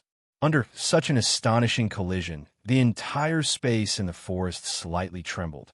Some of the trees that were closer to the collision were even blown apart by the wind and waves. Cracks appeared on the tree trunks, emitting a kacha-kacha sound that made one's scalp tingle. The shockwaves continued to reverberate, endlessly spreading outwards. The speed at which they spread was extremely quick. Within a few breaths, They had devoured the magical beasts that had just surrounded them as if they were food. Pucci, in the next moment, many of the magical beasts that were affected were sent flying as if they had been hit by a heavy blow, leaving a trail of blood behind them. They heavily smashed into the ground, either breaking trees or brushing past the ground as they flew backwards, leaving streaks of blood behind. It was a ghastly sight. Roar, roar, roar. The shockwave almost affected the entire forest, causing the demonic beasts that were lucky enough not to be affected to let out roars of fear. Not for any other reason, but because of this collision, the demonic beasts felt a fear that spread from the depths of their souls. That was the fear of death. It was just a ripple effect. The demonic beasts smelled the scent of death. Even the 10th ranked demonic beasts couldn't help but retreat, not daring to be affected by the shockwave. In an instant, the sky that was filled with flying demonic beasts a second ago was emptied out. On the other side, Xianxia and the robust man, who had made the right move and caused this scene, weren't in a good state either. Xianxia could only feel an extremely violent force, so violent that it was almost impossible to resist, assaulting her from the fist that she had swung out. It viciously slammed into her body, causing her to let out a muffled groan. Her petite figure quickly retreated. Compared to Xianxia, who shot out like a bullet, the robust man only took a few steps back. Drops of blood dripped down from his thick fist. On his rugged face, the green and black hue deepened. Obviously, this was a head-on collision. Not only did he force Xianxia back, the poison in the robust man's body spread even more. His body that was floating in the air shook violently as if he was being blown by a gust of wind. However, looking at the robust man, other than Xianxia, who went to catch Xianxia, the rest of the girls were shocked. The poison that the robust man consumed was the most potent poison in the world. According to Sylph and Fei, it was the most potent poison in Silveria. It could even kill a Tier 9 powerhouse in an instant. It has been 3 minutes since the robust man was poisoned. Yet the robust man didn't die from the poison. Instead, he seized the opportunity to charge forward and almost checkmated the girls. Even though demonic beasts were much more resistant to poison than humans, a poison that could kill a Tier 9 powerhouse might not be able to kill a demigod beast king. Shoko Misaki did not expect to be able to kill a strong man with her poison. She didn't expect the robust man to still have the energy to attack. A demigod beast king was already this terrifying. Then, how strong would a demigod beast king be? Of course, while she was shocked, Shoko Misaki also became more certain. If she didn't get rid of the robust man, the Ailu Empire would be destroyed if he found out that the guardian deity wasn't here. Shoko Misaki gritted her teeth. Tiny stars lit up in her eyes, and a strange ripple appeared around her body. Under the effect of this circle of ripples, the surrounding magical beasts that had once again surrounded him froze. Their beastly eyes were completely replaced by starry eyes. Immediately after, they turned their heads and, with a ferocious expression, pounced on the strong man who was floating in midair and was on the verge of collapse due to the poison. What? Even the robust man didn't expect that a fellow member of his race, whom he regarded as trash, would actually disobey the order of a beast king and attack him instead. This caused the robust man to be slightly stunned. When the robust man reacted, a terrifying anger and murderous aura emerged on his face. How dare you? Along with the roar of the strong man, a burst of thick black fog burst out from his body, and with a spiral, it turned into a pitch-black ring and fiercely shook the surroundings. The pitch-black ring was like the sharpest blade in the world. As it spread in all directions, it swept past the ferocious magical beasts. Immediately after, the magical beasts were all cut in half at the waist. Their bodies fell to the ground with blood filling the sky. Shoko Misaki knew that controlling the demonic beasts that even Xianxia couldn't handle to attack the robust man wouldn't work. Her glowing eyes flickered, and she revealed a determined expression. Kinuhita, Frenda, Takitsubu, Xianxia-chan. Using her mind control ability, Shoko Misaki kept the demonic beasts at bay while transmitting her words into the minds of Kinuhata Sai, Frenda, Takitsubu Riku, and Astria. I will restrain the demonic beasts around here. You guys take advantage of the fact that the guardian deity king is poisoned to kill him. Kinuhata Sai, Frenda, Takitsubu Riku, and Astria's heart skipped a beat, but they didn't hesitate. Astria, who was slaughtering the demonic beasts around her, immediately turned around and charged at the robust man. Kinuhata Sai clenched her fists tightly as a chaotic and majestic air current shuttled back and forth in her hands. Then, with a slight movement of her delicate body, she charged towards the muscular man. Seeing Astria and Kinuhata Sai charging towards him, the muscular man, who was in pain due to the poison, laughed angrily. Instead of retreating, he charged towards them with a gait that could shake the ground and shake the mountains. Relying on his bulky body, he charged towards them as well. A pair of hands that were harder than hammers and bigger than earthenware pots emitted dense black energy. The muscular man swung his fist at Astria, who was the first to arrive in front of him. Clang! It was a laser lightsaber that met the fist of the robust man, which was surrounded by black gas. In the crisp sound of metal clashing, Astria's laser lightsaber and the robust man's fist collided. Sparks flew everywhere. Shing! At the same time, Kinuhata Sai's petite body shot towards the muscular man like spring. A blurry shadow appeared in front of the muscular man, and a pair of petite fists smashed towards the muscular man, causing the atmosphere to tremble violently. Just like the muscular man from before, Kinuhata Sai's fists smashed towards the muscular man. Unable to catch his breath in time, the muscular man could only endure the intense pain in his body. His face alternated between green and black as he raised his other fist, which was shrouded in black gas, and met Kinuhata Sai's terrifying attack head-on. Bam! This time, there wasn't the crisp sound of metal clashing, nor were there any sparks. There was only a muffled sound that resonated in everyone's heart. A violent shockwave spread out between Astria, Kinuhata Sai, and the robust man. Astria, Kinuhata Sai, and the muscular man retreated back to their respective directions. However, Astria relied on her excellent mobility and wings to stabilize her body. Kinuhata Sai also threw 2 punches in the opposite direction of her. She managed to stabilize her body by creating a shockwave.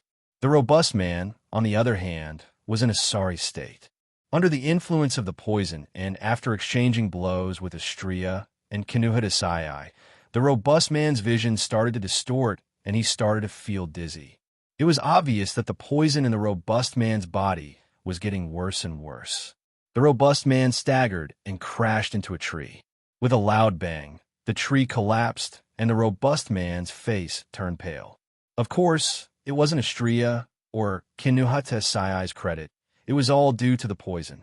If this continues, even if the robust man doesn't die from the poison, he will be killed by Astria and Kinuhata Sai due to the poison's influence. Chapter 1916. The muscular man was furious. Although he was only a half-baked demigod, he still had 1 foot in the door of the demigod rank. Although he couldn't be considered a real demigod rank, he had surpassed the 9th stage and was in the middle position. Therefore, even if he wasn't a true demigod, as long as his opponent was still a Tier 9 fighter, it wouldn't be hard for him to deal with them. And this was under the condition that his opponent was a peak Tier 9 fighter. On the other hand, if his opponents were just a bunch of Tier 9 or Tier 9 beginner Tier 9 fellows with the strength of a half-step demigod, he could easily finish them off in a matter of minutes. However, now, the strong man had been poisoned and was severely affected. Under such an effect, he had no choice but to deal with a group of opponents who he thought could be defeated in a matter of minutes. Moreover, he had been reduced to such a sorry state by the opponents. How could the strong man not be mad with hatred? In addition, the strong man was not the type of person who was good at enduring, and with the influence of the false god's power on his mind, the strong man's hatred grew even stronger. I want you all dead. Driven by this hatred, the robust man almost recklessly ignored the condition of his body. He didn't even have the thought of retreating. Enduring the pain in his body and the dizziness in his head, he fiercely shook his body. His figure disappeared from spot. The moment the muscular man disappeared, the illusory frame in Astria's crimson eyes turned slightly. She flapped her wings and retreated swiftly. TSK. Just as Astria retreated, a palm shrouded in black mist slammed down on her. Black mist billowed everywhere the palm passed, and a fishy stench filled the air. The attack missed. Only then did the muscular man's figure appear beside Astria. His gaze was gloomy and his expression was ugly. He didn't make a sound. Swoosh! A black shadow flashed out like a lightning bolt. In a flash, the shadow lashed out at Astria's waist. It was the muscular man's leg.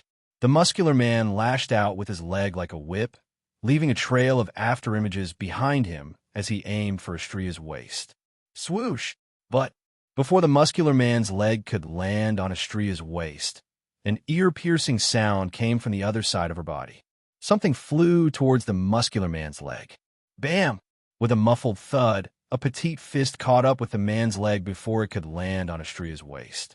The fist landed on the man's leg with all its might.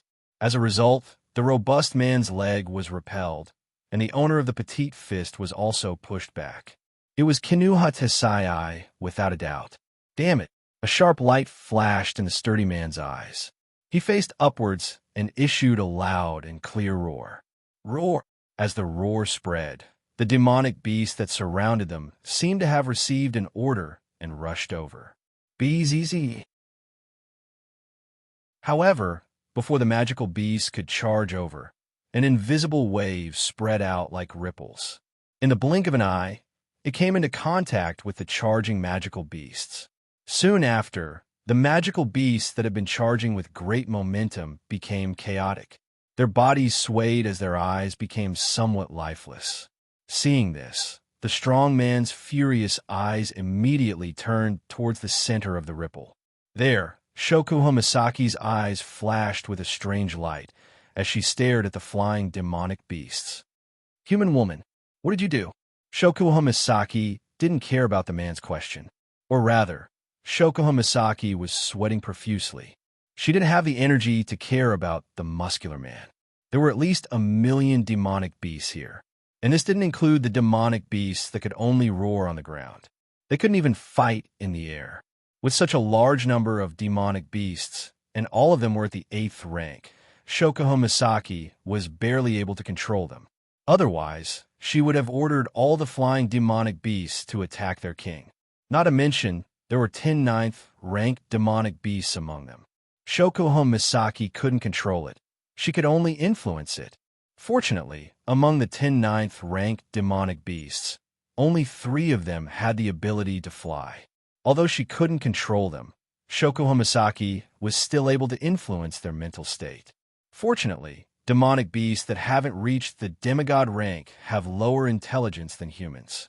Otherwise, Shokuha Misaki wouldn't be able to control millions of 8th-ranked demonic beasts. Of course, this was all thanks to Takitsubu Riku's ability. Thus, the demonic beasts that were under the combined efforts of Shokuha Misaki and Takitsubu Riku started to sway in the air as if they were drunk. For a moment, they couldn't obey the muscular man's command. This made the strong man's face, which was extremely ugly because of the poison, become even more gloomy and angry. Now is not the time to be distracted. While the strong man was fuming with rage, a giggle suddenly sounded from behind him. Then, a fist that contained a majestic chi landed solidly on the strong man's back. Bam! Pucci, after suffering such a heavy blow, in addition to the effects of the poison, a mouthful of blood that had been suppressed for a long time finally spurted out from the robust man's mouth. Towards this, Kinuha Desai was unfazed. She raised her other fist and unrestrainedly threw another terrifying punch at the muscular man's back. Bastard! The robust man's eyes were already bloodshot. He abruptly turned his head to look at Kinuha Desai. Behind him, a thick black gas suddenly surged up like steam, turning into a huge spear that was dozens of meters long. It violently pierced towards Kinuhatasai, who was punching towards him. Kinuhatasai's expression didn't change. She maintained her posture and ignored the black spear that pierced through space. It was as if she was willing to risk her life to land a punch on the muscular man. But in fact, she was just being supported by another person. With a tearing sound, a laser lightsaber slashed down from above, directly cutting the huge black spear in half. Just as the sound of something tearing apart ended, Kinuhatasai had already arrived in front of the muscular man. Her fist, which was imbued with boundless energy, landed on the muscular man's eyes without any hesitation. Bam! At the same time, a smear of blood and a blood-curdling scream sounded from the sky. The muscular man, with blood flowing out of his eye, fell from the sky and landed heavily on the ground. Bam! Immediately, smoke and dust rose in all directions. The ground seemed to tremble at this moment, as if there was an earthquake. Cracks as thick as an arm extended from the burly man's bear-like body, smashing a huge deep hole in the ground. In the deep pit, the muscular man's body was in pain, his head was dizzy, and one of his eyes had been completely blasted off. He was constantly screaming in pain. Fresh blood flowed out from his broken eye socket, as if it was free of charge. At the same time, the resentment in the muscular man's heart was successfully ignited. "I will tear you into pieces," the muscular man roared at the sky like a madman. His voice was filled with unparalleled killing intent and anger. Without a doubt, this was the most miserable day the muscular man had ever lived. It was also the most furious day he had ever been. As the roar fell, the robust man's body seemed to erupt like a volcano. Dense black gas boiled and condensed, and black bubbles appeared one after another. In just a moment, the black gas turned into a huge pitch-black sphere. The sphere contained a terrifying power that caused the surrounding space to fluctuate. Bam! In the next moment, the sphere suddenly exploded, and a pitch-black light beam streaked across the sky like a stream of light soaring into the sky. Xianxia and Kinuhatasai felt the terrifying power of the pitch-black pillar of light. Their faces turned grave. The fake Beast King had gone completely mad. It didn't care about its body that was being tormented by the poison and attacked with all its might. No matter who it was that was hit by an attack of this level, they would definitely be dead without a doubt. Chapter 1917. Xianxia and Kinuhatasai knew how dangerous the black beam of light was, and they quickly dodged it. Xianxia and Kinuhatasai were both highly mobile and agile. Even though the black beam of light possessed terrifying destructive power, due to the poison in the man's eye and the poison in his eyes, he couldn't control it accurately.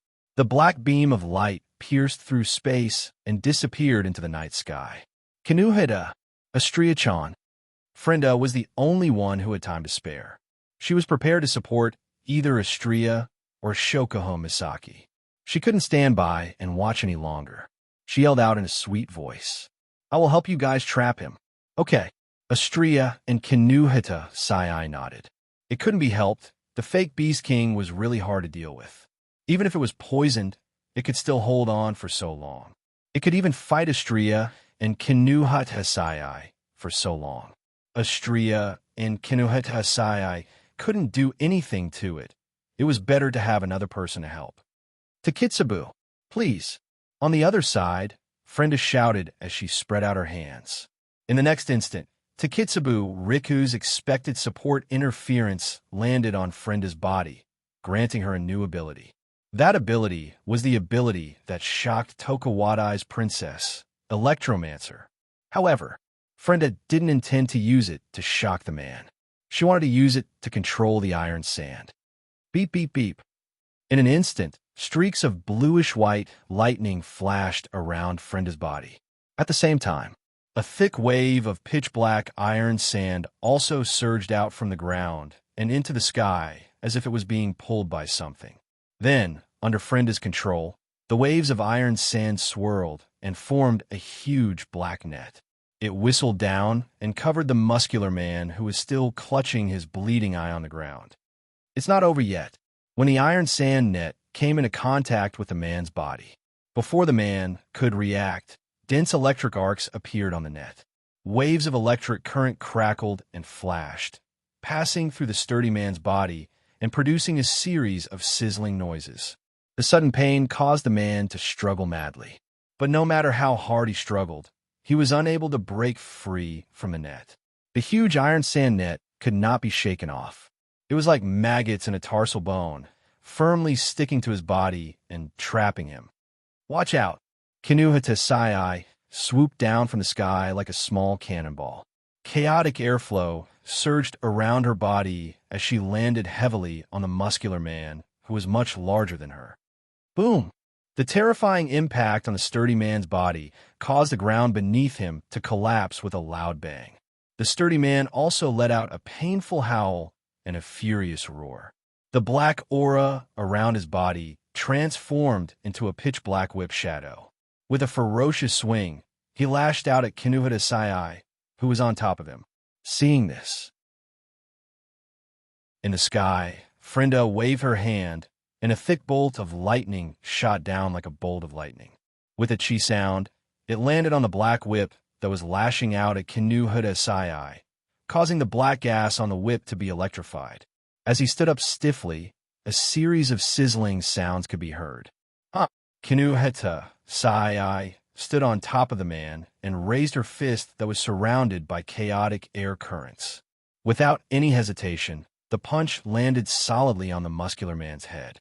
Bang! Xianxia was already known for her close combat ability. With the LVL-5 Asphyxia armor and a level of 80, even if she didn't have any combat chi or mana, Xianxia's attack and defense were much scarier than a monster.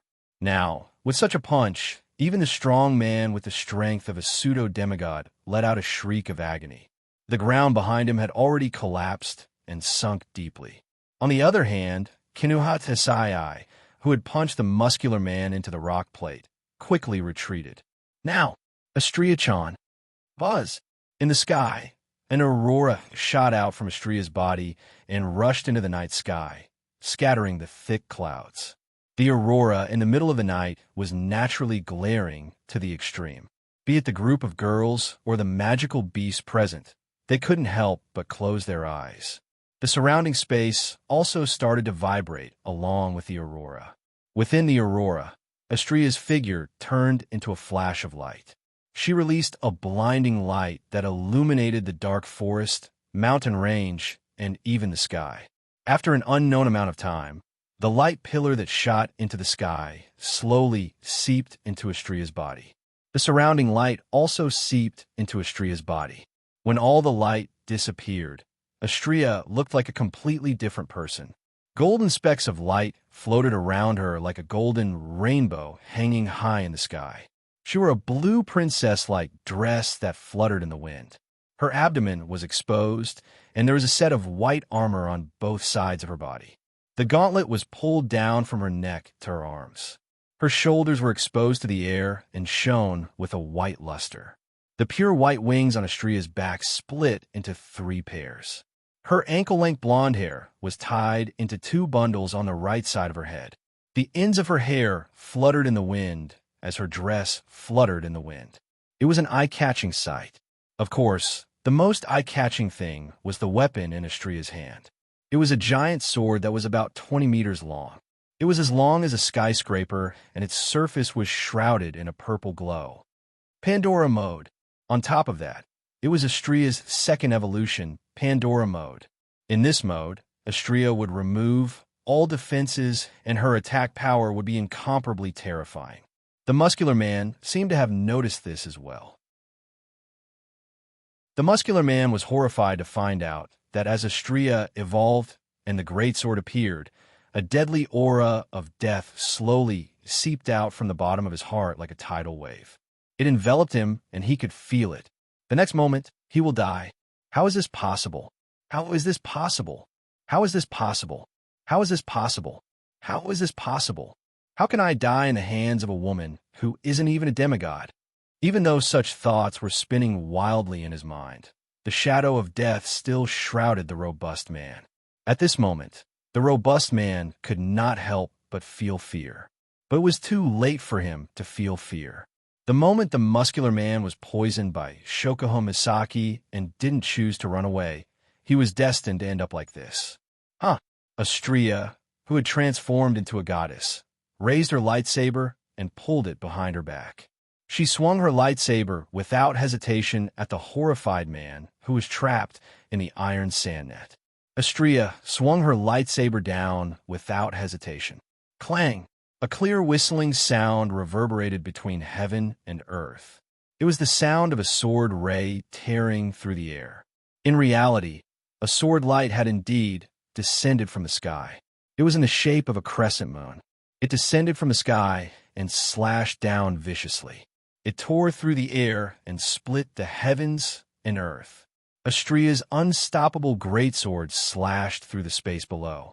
It tore through the atmosphere and sliced open space, leaving a trail of sword energy behind it. When the crescent-shaped sword light fell and gradually disappeared from this space, all the air between heaven and earth seemed to have frozen. Embedded in the rock plate, the strong man who was bound by the iron sand net had stopped struggling. He lay there motionless, like a statue, and no longer made any movements. No, he didn't stop moving. The muscular man's body was moving at an extremely slow speed. If one were to observe carefully, they would discover that this extremely slow movement was actually the robust man's body, with the space between his eyebrows as the boundary.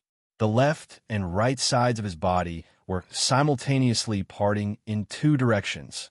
Pucci, fresh blood splattered into the sky. Chapter 1918. Splat. An extremely crisp, tearing sound rang out, and a burst of dense crimson blood sprayed into the sky like a fountain. The muscular man's body was torn apart symmetrically in two different directions. Along with it, the thick and heavy earth parted. Rumble. Amidst the loud noise, the ground that was swept by the sword light was neatly cut into two halves along with the strong man. It was as if the ground was being split apart during an earthquake. Amidst the tremors, accompanied by the earth-shattering aura and the explosion of crushed stones, the ground became two completely unconnected plains. If one were to look at the mountain range from afar, they would be able to see it clearly. The mountain range was split into two. The muscular man was also split into two. At this point, the demigod Beast King who led an army of magical beasts to attack the Ailu Empire, who brought unparalleled despair to the people of the Ailu Empire, died. Rumble. The earth was still split into two due to the previous attack. Roar! Roar! Whoa! The group of magical beasts erupted into waves of terrified roars. Some are like birds that were startled by the twang of a bow, fleeing for their lives with their tails between their legs. Some were unable to dodge in time and were swallowed by the huge crack that split open from the ground, falling into an endless abyss. The flying demonic beasts were panicking. The demonic beasts on the ground were running for their lives. The mountain range was cracking and the world was shaking. For a moment, rocks were flying everywhere and the ground was trembling. Huge magical beasts were roaring in panic as they ran around in all directions. It was a scene straight out of hell. Perhaps the demonic beasts sensed the death of their leader, but the demonic beasts that were under Shokuho Misaki and Takitsubu Riku's control no longer charged at them. At least, none of the demonic beasts were too far away. As for the magical beasts that were closer, they were still roaring. They charged toward the girls. Even without their leader, the demonic beasts were no longer in charge. The demonic beasts had lost their ability to form an army and not attack each other. However, the demonic beasts saw humans as food. Naturally, the demonic beasts that were closer to them all charged towards the girls. Among them, the 3-rank 9 demonic beasts were among them. At the level of the 9th rank, the intelligence of magical beasts was not weak. They still had the ability to distinguish who was the enemy. The three demonic beasts that suffered a loss at the hands of the girls weren't going to let them go so easily. But without the presence of a pseudo-beast king, which demonic beast here can match up to Xianxia, who is close to the peak of Tier 9 after her second evolution? Xianxia raised the 20-meter-long greatsword in her hand again. She swung the greatsword as if it was weightless. The greatsword drew a crescent-shaped arc in the air and slashed forward like an aurora. In an instant, a series of giant swords danced in the air. Streaks of sword light sliced through the bodies of the flying magical beast army, led by the 3 9th-grade magical beasts. In an instant, dark red blood blossomed in the air, and the severed limbs of the magical beasts kept falling to the ground. Among them were the 3 rank 9 demonic beasts. Xianxia's attack killed the 3 demonic beasts that were higher in rank than her in the blink of an eye.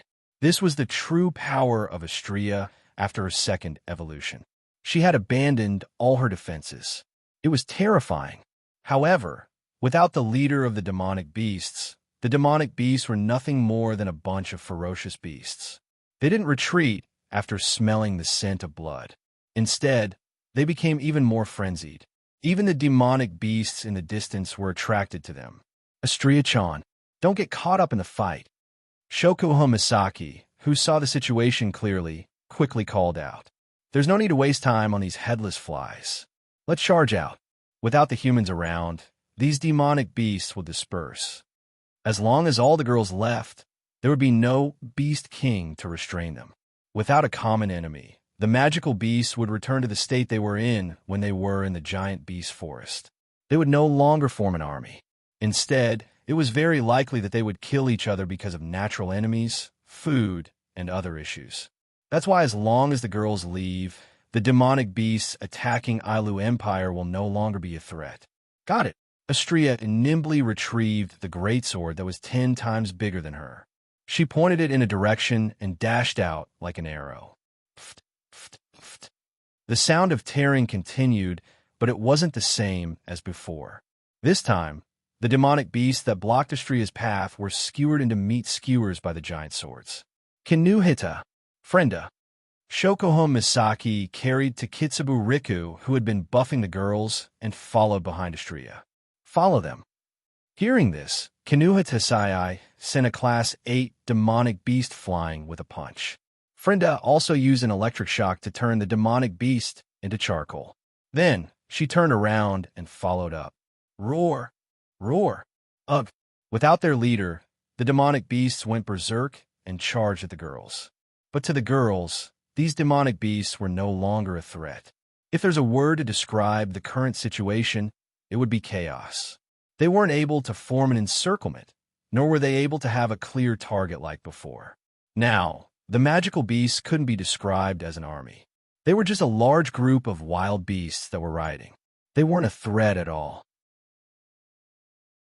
In fact, some of the magical beasts that panicked and didn't know where to go had even collided with each other and started fighting furiously. Chaos! Chaos! Chaos! Everything was in chaos. Roar! Roar! Roar! Under the girls' assault, blood splattered everywhere. The demonic beasts were like sharks that smelled blood as they charged at the girls with bloodshot eyes. Blade rays flashed in midair, and every time a demonic beast flashed, it would fall into an eternal slumber and become one of the dismembered corpses on the ground. However, the magical beasts that were not restrained were crazy. They did not consider the consequences at all. They only cared about rushing towards the food in their eyes. They were densely packed like a swarm of locusts. Coupled with those chaotic noises, it was enough to make one's hair stand on end. Xianxia's greatsword was drenched in blood, and its speed started to slow down as the demonic beasts charged at her without regard for their lives. Roar! Roar! Roar! The annoying, chaotic roars continued. At this moment, the line of girls' vision was completely filled with magical beasts, causing them to feel a chill in their hearts. Ugh! Xianxia started to pant. No! Shokuho Misaki bit her lips as she looked at the demonic beasts in front of her. If this goes on, even if the magical beasts don't form an encirclement, We will be blocked by the rioting magical beasts in this beast tide. What should we do now? Xianxia repeatedly swung her fists, sending the approaching demonic beasts flying away with a series of bangs. There are too many of them. In the end, it's time for me to step up. Frenda jumped up and landed in front of Xianxia. She took out a few dolls that didn't look like much. Watch me blow you all up. Perhaps Takitsubu Riku guessed Frenda's intention. She interfered with Frenda's personal reality and granted Frenda the ability to teleport. In the next instant, in the tide of flying magical beasts that filled the girl's vision, dolls that didn't look good suddenly appeared and swelled up. Boom, boom, boom. Not long after, intense flames and explosions burst out from the beast tide in front of them. Magic beasts with smoke or fire all over their bodies fell from the flames. At the same time, a path opened up in the middle of the demonic beast horde. Shokuho Misaki, Kinuhata Sai, Frenda, Takitsubu Riku, and Xianxia were overjoyed. They didn't think twice before rushing towards the tunnel that was opened up by the explosion.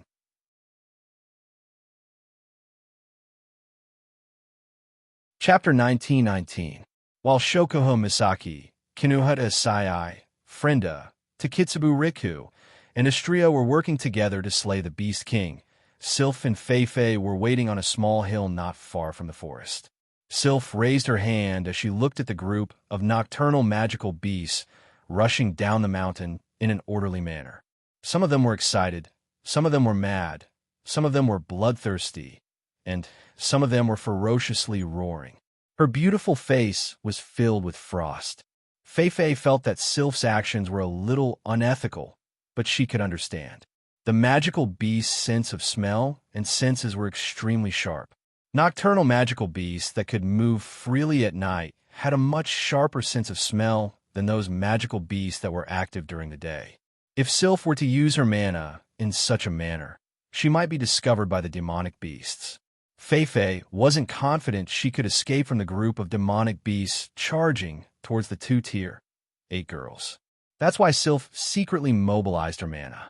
It was dangerous and reckless.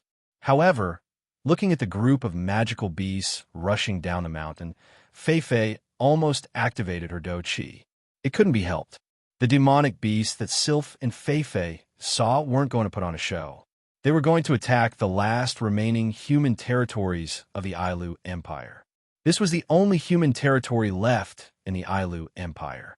It wasn't just the Ailu Empire's imperial city. Sylph and Feifei's family were also there.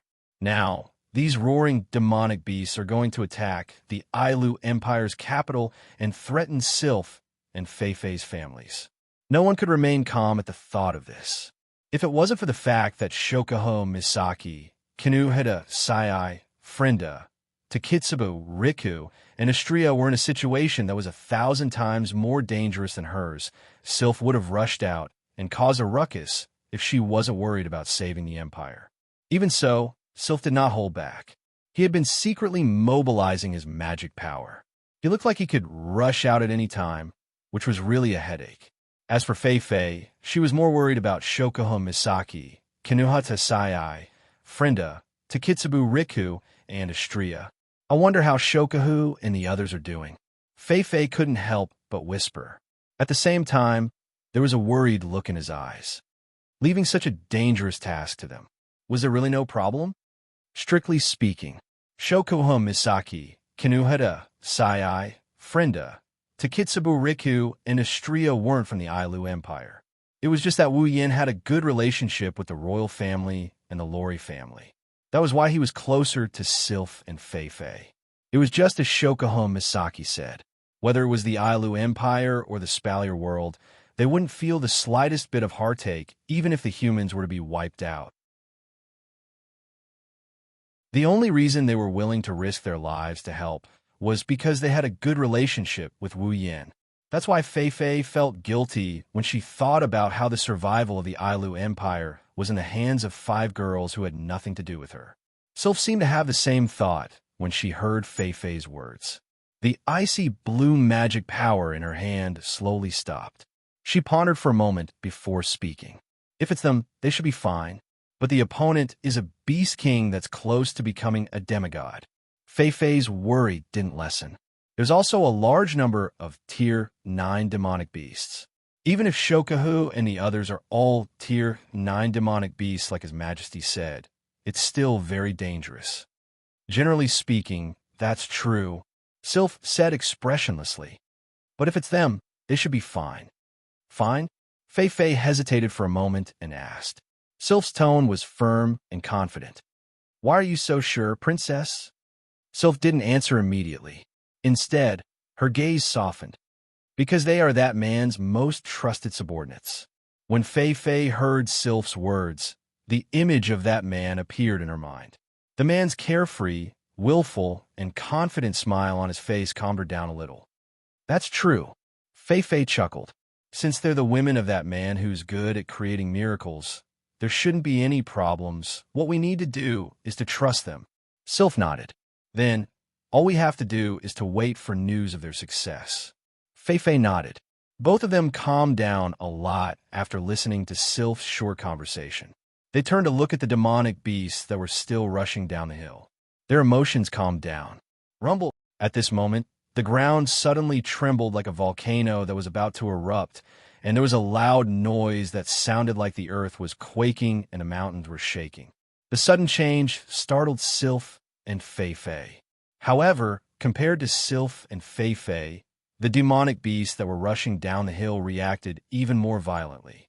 Roar! Roar! Roar! The magical beast army, which had been marching down the mountain in an orderly manner, suddenly let out roars that were filled with grief, fear, anger, and panic. The entire army was thrown into chaos, and they started running in all directions like a group of prisoners who had been under guard but had now been freed. No, instead of saying that they were running, it would be more accurate to say that they were running around like headless flies. Some even started biting each other, as if they were fighting. Sylph and Fei Fei were taken aback by the sudden change. But shortly after, their thoughts were interrupted by the violent tremors under their feet. They leaped backward and retreated swiftly. What presented themselves before the two young ladies was an extremely chaotic scene. The ground shook violently. Gravel flew everywhere. The demonic beasts tore at each other. Chaotic roars echoed in the air. Chaos. Total chaos. What's wrong? Fei Fei looked at the chaotic scene in astonishment. What happened? What happened?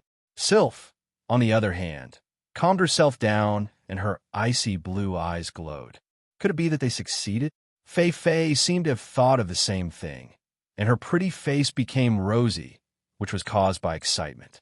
As everyone knew, the reason why the demonic beasts abandoned their habits of living together and didn't invade each other's territory and even formed armies to attack the humans collectively was because of the Beast King's orders. If the one who gave the orders was gone, the demonic beasts wouldn't get along with each other. If the fake Beast King who gave the orders to the magical beasts was already dead, then the chaos in front of them could be explained. Roar! Roar! Roar! All of a sudden, the demonic beast's roars in the sky and in the surroundings became even more chaotic, attracting Sylph and Fei Fei's attention.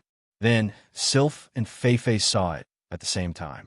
On the ground, countless magical beasts were running out of the mountains, as if they were chasing something or fleeing for their lives. They were in a panic and did not know where to go. It was the same scene in the sky. Flying magical beasts flew around randomly, without considering the direction at all. They were like birds that were being aimed at by a shotgun, roaring in horror as they ran around randomly. A few figures flew out from these flying magical beasts, followed by a large group of flying magical beasts of even greater number and variety. It was as if they were being chased, and they were flying at high speed. Sylph and Fei Fei shouted at the same time when they saw the group of figures flying out. Over here! Shokoho Misaki, Kinuhata Sai, Takitsubu Riku, Frenda, and Astria also saw Sylph and Fei Fei. Apart from Astria, who acted as the vanguard, and Shokoho Misaki, who carried Takitsubu Riku, Kinuhata Sai, and Frenda swooped down and carried Sylph and Fei Fei in their arms. Let's go. In an instant, The group of 7 young ladies shuttled through a large expanse of chaotic magical beasts and flashed explosively towards the horizon. Chapter 19:20. Roar, roar, roar. Along with the roar that anyone would be sick of hearing, the flying magical beasts in the mountain range that had been split into two flew into the sky like frightened birds, scattering in all directions. Not only the flying beasts, but even the ground beasts that couldn't fly seemed to have lost their target. They scattered in fear and trepidation, no longer heading towards the center of the city. On the city walls, the city guards who were preparing to engage in another battle with the nocturnal magical beasts looked at the scene of the magical beasts fleeing in all directions. Their faces were filled with bewilderment, and the sounds of whispers began to spread on the city walls. Not long after, even Carter and the others who were in the palace were alerted. They all went to the top of the palace and looked at the mountain range in the distance. When Carter and the others saw the mountain range that looked like it was cut in half, they looked at each other in confusion. "What the hell is going on?" Borel asked. His face was still a little pale. "It seems like he hasn't recovered from the injuries inflicted by Kinuhida Sai. Why is the mountain range broken?" "Yes, that's right." Yak also cried out in surprise. "It was fine just a moment ago." "That's not the point." Lei Wang frowned. "The point is, the beasts are also in a strange state." Kite nodded and looked at the densely packed beasts fleeing like ants outside Royal City. The flying beasts in the sky also flew in all directions. No one knew where they were going. He mumbled as if he was in a dream. "The beasts' army scattered?" Behind Carter, the head of the Ailu Empire's #1 family, the head of the Lori family, the head of the 2nd family, the head of the Saito family, Sato, and the head of the 3rd family, the head of the Ladine family, Harlow, were also looking at each other in confusion. Only Bing Ling and Baishi noticed that something was amiss. "Where are Shokuho Misaki and the others?" The ice spirit scanned her surroundings. "There's such a huge change in the situation. There's no way they don't know, right?" "No, not just Shokuho Misaki and the others." Bishi narrowed his eyes. "Princess Sylph and Miss Fei Fei are also missing." Carter and the others only reacted after hearing Bing Ling and Baishi's words. They all began a search. However, before they could search for long, several figures that had turned into flowing lights flew over at an extremely fast speed. It was imprinted in the eyes of Carter's group. "They're Shokuho Misaki, Kanetasa Frenda, Takitsuba Riku, Astria, Sylph, and Fei Fei, who rushed back from the mountain range." The Thunder Emperor was slightly taken aback. Why did they come back from outside? The outside here naturally referred to the outside of Monarch City's boundary. Just now, the Thunder Sovereign had seen with his own eyes that an extremely small opening had opened up in the Royal City's barrier. The group of girls had entered through that opening. The Royal City's barrier was personally set up by the Ailu Empire's royal family members. It was the strongest barrier in the empire. Just how sturdy this barrier was could be seen from the fact that the magical beast army had been attacking the royal city for several days without stopping, and that it had taken hundreds of level 8 magical beasts to attack at the same time to break through. Only the Ailu Empire's royal family knew how to control the barrier. Outsiders had no way of knowing, not even the 3 great families. However, Sylph was the most respected princess of the Ailu Empire's royal family. Naturally, she knew how to control the barrier. That was why Shokuho Misaki and the girls brought Sylph along. Fei Fei also made use of the opportunity to tag along. Carter and the others didn't have much time to ponder over the matter. The group of girls landed at the top of the royal city and stopped in front of Carter and the others. Thud! They landed on the ground. Takitsubu Riku, who was in Shokuho Misaki's embrace, fell to her knees. The pair of eyes that had been trembling all this time had already returned to normal. However, it seemed as if it had done some extremely intense exercise, as it began to pant heavily. Takitsubu, Sister Riku, Shokuho Misaki, Kinuhita, Sai, Frenda, and Astria cried out at the same time. They quickly went to support Takitsubu Riku. "Are you all right?" "I'm fine." Takitsubu Riku didn't bother to hide the exhaustion in her eyes. "I'm just a little tired." At first glance, Takitsubu Riku didn't seem to have made a single move in this expedition to the mountain range where the demonic beast resided. However, if one were to point out who contributed the most in slaying the demonic beast king, it would be none other than Takitsubu Riku. From the fact that the girls needed to shield their five senses to hide their whereabouts, to avoid the detection of demons and strong men, to having Frenda control the water vapor and poison the strong men's water, whether it was the ability to shield their five senses or the ability to control the water vapor, it was all given to them by Takitsubu Riku. Not only that, Takitsubu Riku also granted Shokuha Misaki, Kinuhata Sai, and Frenda the ability to fly during the battle with the muscular man. Takitsubu Riku also enhanced Kinuhata Sai's flying ability throughout the battle. Takitsubu Riku also enhanced Shokuha Misaki's ability to control the demonic beasts. Takitsubu Riku also enhanced Frenda's ability to trap the muscular man and kill him with a single blow from a Xianxia. Takitsubu Riku also granted Frenda the ability to trap the muscular man.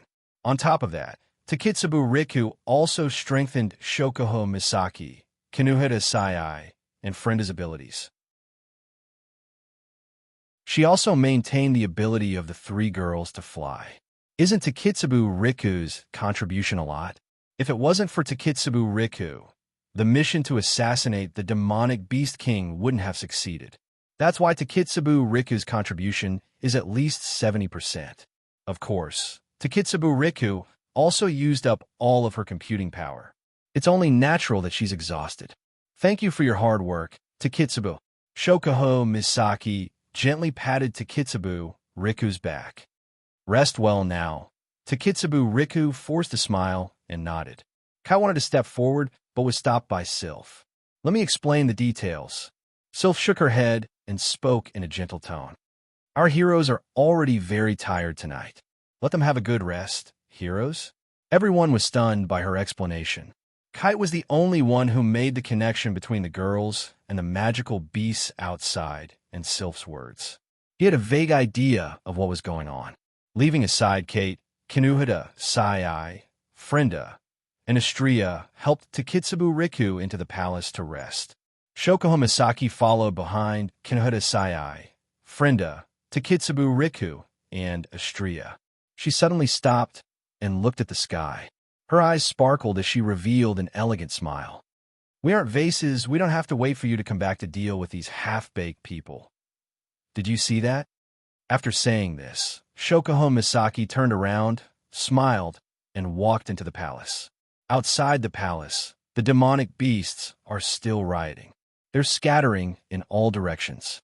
As for where the demonic beasts are going, that's no longer a concern. At the very least, not now. However, no one noticed that a strange black light suddenly shot out from the mountain range that was split in half, shooting towards the horizon. However, before the strange black light could travel far, a pitch-black spatial crack that was filled with ferocious eyeballs suddenly appeared in its path.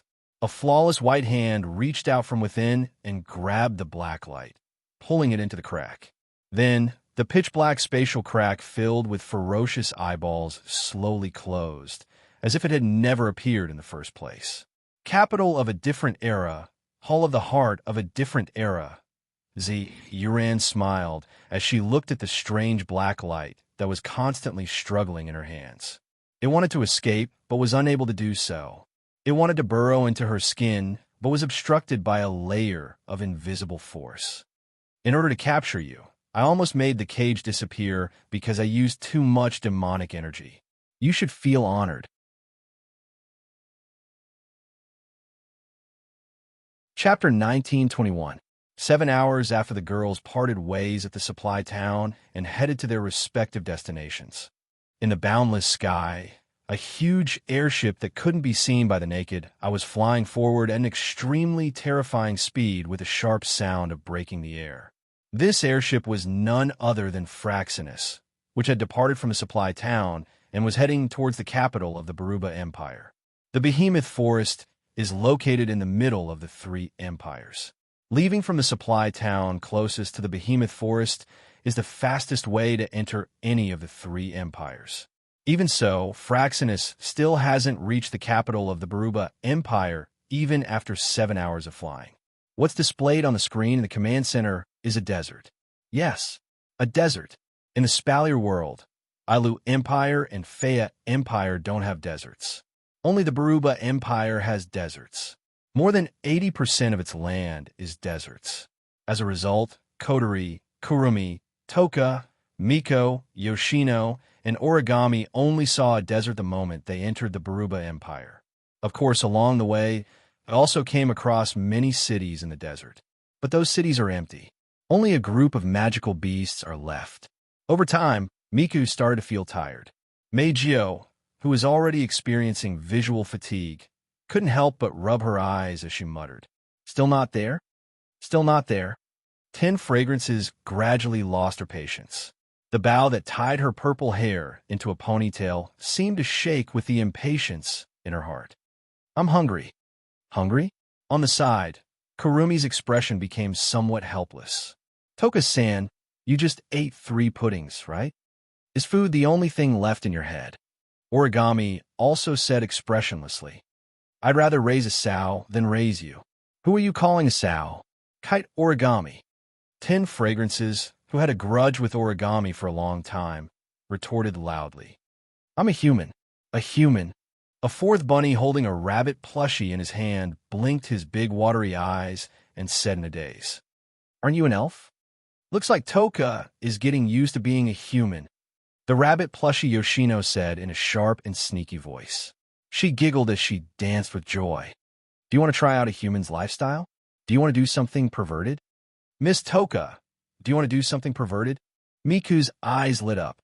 With a bright smile that was obviously not suitable for this moment, she slightly moved towards 10 Fragrances. "Actually, I'm very interested in that, a la..." Kurumi covered her mouth. Only her beautiful eyes were exposed as she smiled. Her every move had an indescribable charm to it. "What a coincidence. I'm also very interested in it, especially when I'm researching it with my husband." "With my dear?" The bright smile on Meijio's face immediately disappeared. She pouted her lips like a child.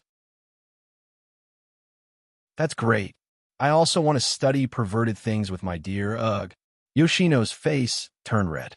She lowered her head like an ostrich. Her head almost reached her chest. Origami, on the other hand, only came to this world. His expression changed for the first time.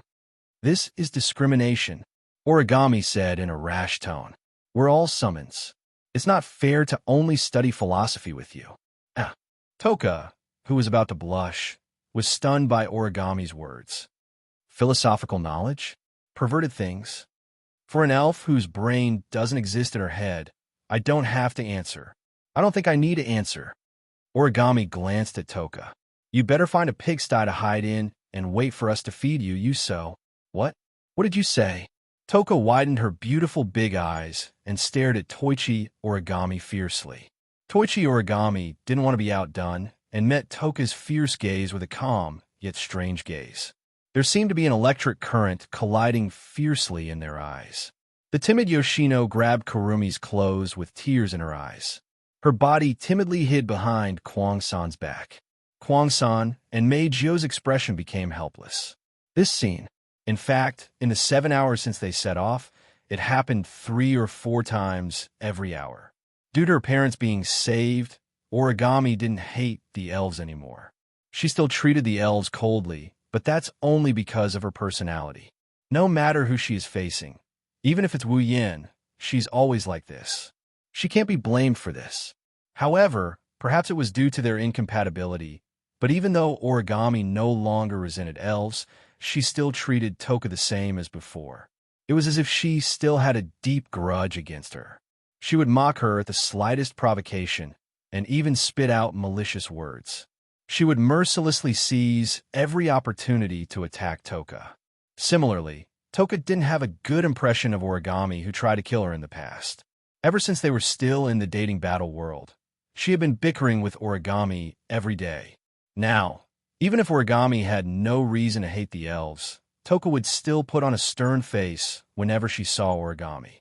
And so, this quarrelsome pair stayed. They never stopped quarreling. Now, it was just a daily quarrel. When this scene fell into the eyes of others, it had a different flavor. Ha! Mika chuckled. They have such a good relationship. Yeah. Kurumi agreed. It's like a replica of Misaki-san and Shoko-san.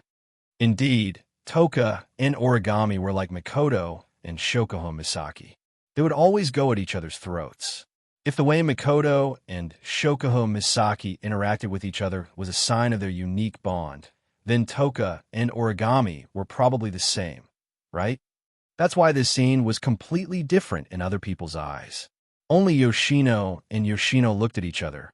They didn't seem to understand what was going on. Let's end the quarrel here. Kotori, who was sitting on the commander's seat with a lollipop in her mouth, suddenly said, "According to the map, we will arrive at the capital of the Baruba Empire in half an hour. If there's anything you need to prepare, you'd better hurry. Once we're there won't be any time for you to bond." Who's getting to know each other? Toka and Origami said at the same time. They looked at each other. One snorted and looked away. The other was still expressionless. Kotori opened her mouth. She wanted to say something, but the moment she opened her mouth, Misaka's sister, who was sitting on the left and right of the commander's seat, spoke up. Reporting.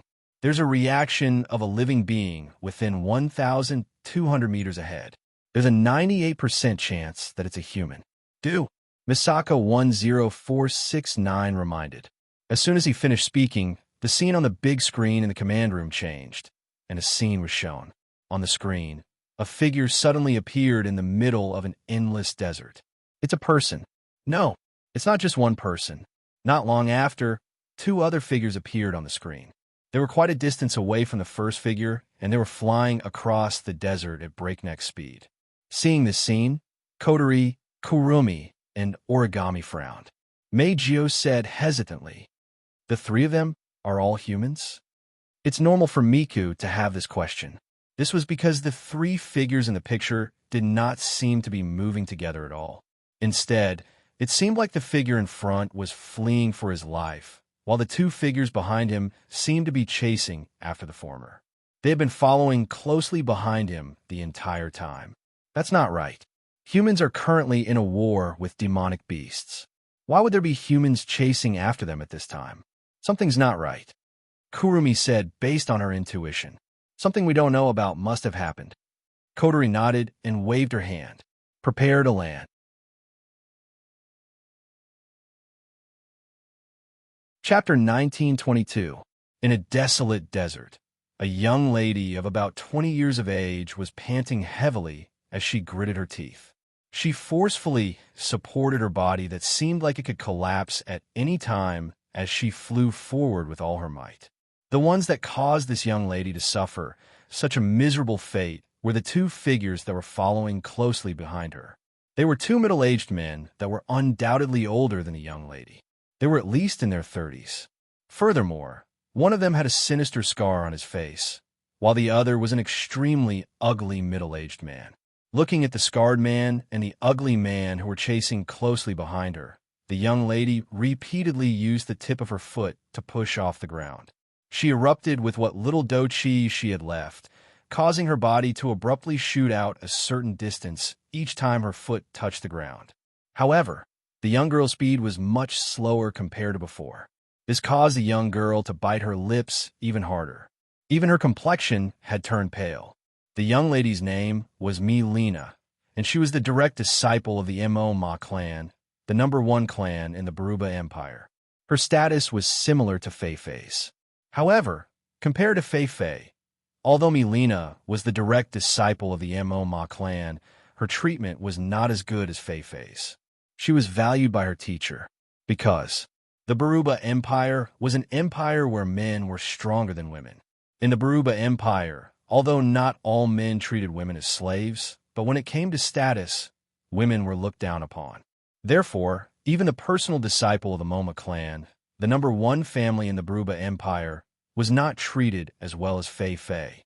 Of course, even if her treatment was not as good as Fei-Fei's, Milena was not inferior to Fei Fei in terms of talent or strength. Relying on her own efforts, Milena had successfully advanced to a Type 8 powerhouse not long ago. She had finally obtained the recognition of her teacher. He was sent by his teacher from the Mo Ma family to a city managed by the Mo Ma family to act as the manager of that city. And with Milena's strength of the 8th step and her excellent management skills, the city under her management was thriving day by day. It could not be said that it was developing vigorously, but it was still much better than before. It was quite well received by the people of the Mo Ma family. However, all of this was destroyed when the demonic beasts attacked the Baruba Empire. But it was still all right. There weren't many casualties in the city under Milena's management. Under the orders of the Baruba Emperor, they began to gather their forces in the capital.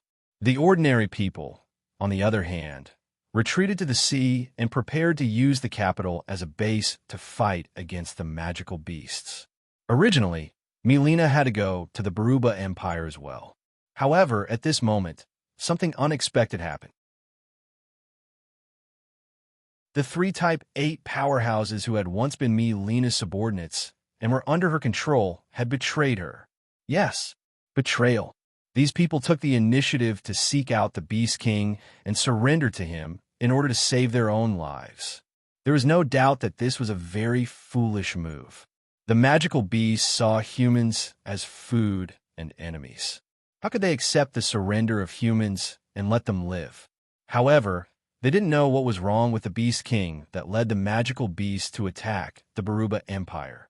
It accepted their surrender and gave them an order. He ordered these 3 Type 8 powerhouses to gather in the city under Milena's management and kill all the powerhouses who were preparing to go to the capital to participate in the war. Milena hadn't expected this, and neither had the experts in the city that Milena was in charge of. Thus, without knowing anything, they still acted together with these 3 traitors. The result was obvious. First, they had fallen for the trap of the 3 Type 8 powerhouses, and the experts that Milena had gathered were all killed. The remaining Milena had risked her life to kill one of the Type 8 powerhouses before escaping with great difficulty. Naturally, this caused the other 2 Type 8 powerhouses to be enraged. They persevered and chased after her. From the looks of it, they wouldn't give up until they caught up. That was why the scene before them had occurred. If it wasn't for the fact that Milena had managed to find out from one of the Type 8 powerhouses about the fate of the Baruba Empire, Michigan Lena would definitely not have fled. She would have risked her life to kill these 2 traitors. The Scarred Man and the Ugly Man knew that if this piece of information was leaked, the 2 of them would die a horrible death. Thus, they gave chase with all their might. As time passed, the Scarred Man and the Ugly Man, who had been unable to catch up for a long time, couldn't help but feel a little anxious. Damn it! The Scarred Man's eyes were fixed on the barely discernible figure that was fleeing in a sorry state not too far away. A gloomy look appeared in his eyes. Damned woman, don't let me catch you. Otherwise, I'll torture you to death. Ha. The Ugly Man's eyes revealed a perverted expression as he laughed coldly. I wonder how the direct disciple of the Mo Ma clan's patriarch would taste. Would she be like the other women and reveal an expression of despair and cry for help? In front, Milena seemed to have heard the conversation between the 2. Her face became even paler. Clenching her teeth, she tried her best to circulate the Do Chi in her body in an attempt to escape the pursuit of the 2. However, after an entire day of fleeing, in addition to the injury she received while risking her life to kill one of the traitors, how could Milena's body endure such a huge burden? Not long after, the Do Chi flowing around Milena's body became much dimmer. Her entire body became soft, and she lost all her strength, falling into the desert. Seeing the scene of Milena falling down, the Scarred Man and the Ugly Man were overjoyed. Their figures suddenly sped up a lot, flashed over, and then surrounded Milena from the front and the back. Ha! The Scarred Man laughed wildly. Run. Continue to run. I want to see where you can run to. Milena raised her head in an unyielding manner. She used her pale face to coldly stare at the Scarred Man in front of her. I really regret that the person I killed earlier was not you. The scarred man's wild laughter came to an abrupt halt. His face became dark and solemn. I want to see if you will still be so unyielding in a while. Saying this, the scarred man suddenly raised his hand. The dou qi on his body surged out and agglomerated into an illusionary image of a ferocious beast behind him. Similar to the scarred man, the illusionary image of a ferocious beast raised its hand and emitted a clear beast roar. A palm violently slammed toward Melina's body. Immediately, the huge beast paw, which was comparable to a meter-tall rock, heavily smashed down towards Melina with an extremely fierce shockwave. Looking at the enormous beast palm that was violently slamming toward her, Melina's eyes flashed with unwillingness. However, she did not cower. Recalling the important information in her hands, she clenched her silver teeth and crazily mobilized the dou qi in her body that had been squeezed to the limit. She extended her hand and waved it. A scorpion-like beast shadow with a tail appeared behind her. In the next moment, the beast shadow swung its body. The tail behind it turned into a black shadow and rashly met the illusionary beast palm that was smashing toward her. Bang! When the two came into contact, a muffled sound resounded. The air wave that was generated from the impact lifted the heavy sand in the desert and filled the air like smoke and dust. At the center of the collision, the beast shadow behind Melina dissipated at a speed that was visible to the naked eye due to the lack of dou qi. The illusionary beast palm once again carried a sharp wind and smashed toward Melina's head. The last trace of dou qi in her body was exhausted. No matter how unwilling Melina was, she could only let out a miserable laugh. Now, Melina no longer had the slightest ability to resist. Just as Melina was about to go all out and drag one of them down with her, in the sky, the sound of something breaking through the air suddenly resounded without any warning. A stream of light suddenly flashed in front of Melina. Facing the huge, illusory beast palm, a sword light flashed through the air. Puchi! The sword light slashed through the beast palm without any hindrance. The beast palm that was purely made up of dou qi was directly cut into two halves. Then, the slash turned into a slap. As if swatting a fly, the sword light heavily slapped the scarred man's chest. Bang! Ah! The scarred man screamed. His body flew backward and heavily smashed into the desert not far away. He spat out a mouthful of blood.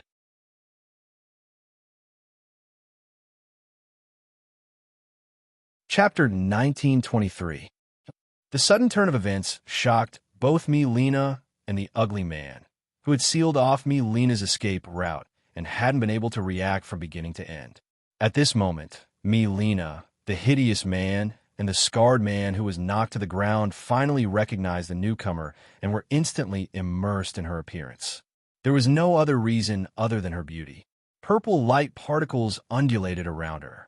She wore a purple light armor that looked like a formal dress. Every part of her body was covered in a transparent gauze. She held a huge spike-shaped sword in her hand. The girl appeared without any warning and captured the three of them with her beautiful aura without warning. It was a young girl with a purple ponytail that was tied up with a butterfly knot. She was Toka. At the same time, in the sky, several other air-piercing sounds could be heard. Kotori, Kurumi, Miku, and Yukino, who were still in casual clothes, landed on the ground with Mordred's origami. They stood around Toka without any pattern. The ugly man couldn't help but take a step back. He didn't know if it was because he suddenly saw so many beautiful girls and felt inferior about his appearance, or if he was really shocked by the girls that fell from the sky. Who are you people? Melina gazed at the group of young ladies in astonishment, as though she were bewildered by the fact that she was rescued by a group of young ladies who were younger than her. But for some unknown reason, Melina had a feeling that she had seen 3 or 4 of these girls somewhere before. For example, the petite young lady with twin ponytails who had a nonchalant expression and sucked on a lollipop. For example, the charming young lady with beautiful, long, black hair, long bangs covering one of her eyes, and an elegant, sweet smile. Also, the young lady with long, purple hair who saved her and the adorable doll-like young lady with a bunny plushie seemed familiar, but Milena couldn't recall where she had seen them before. Milena couldn't recall who they were, and could only ask with a vigilant expression, "Who are you?" Coterie revealed a mischievous smile at Milena's vigilant expression. "Just passers-by."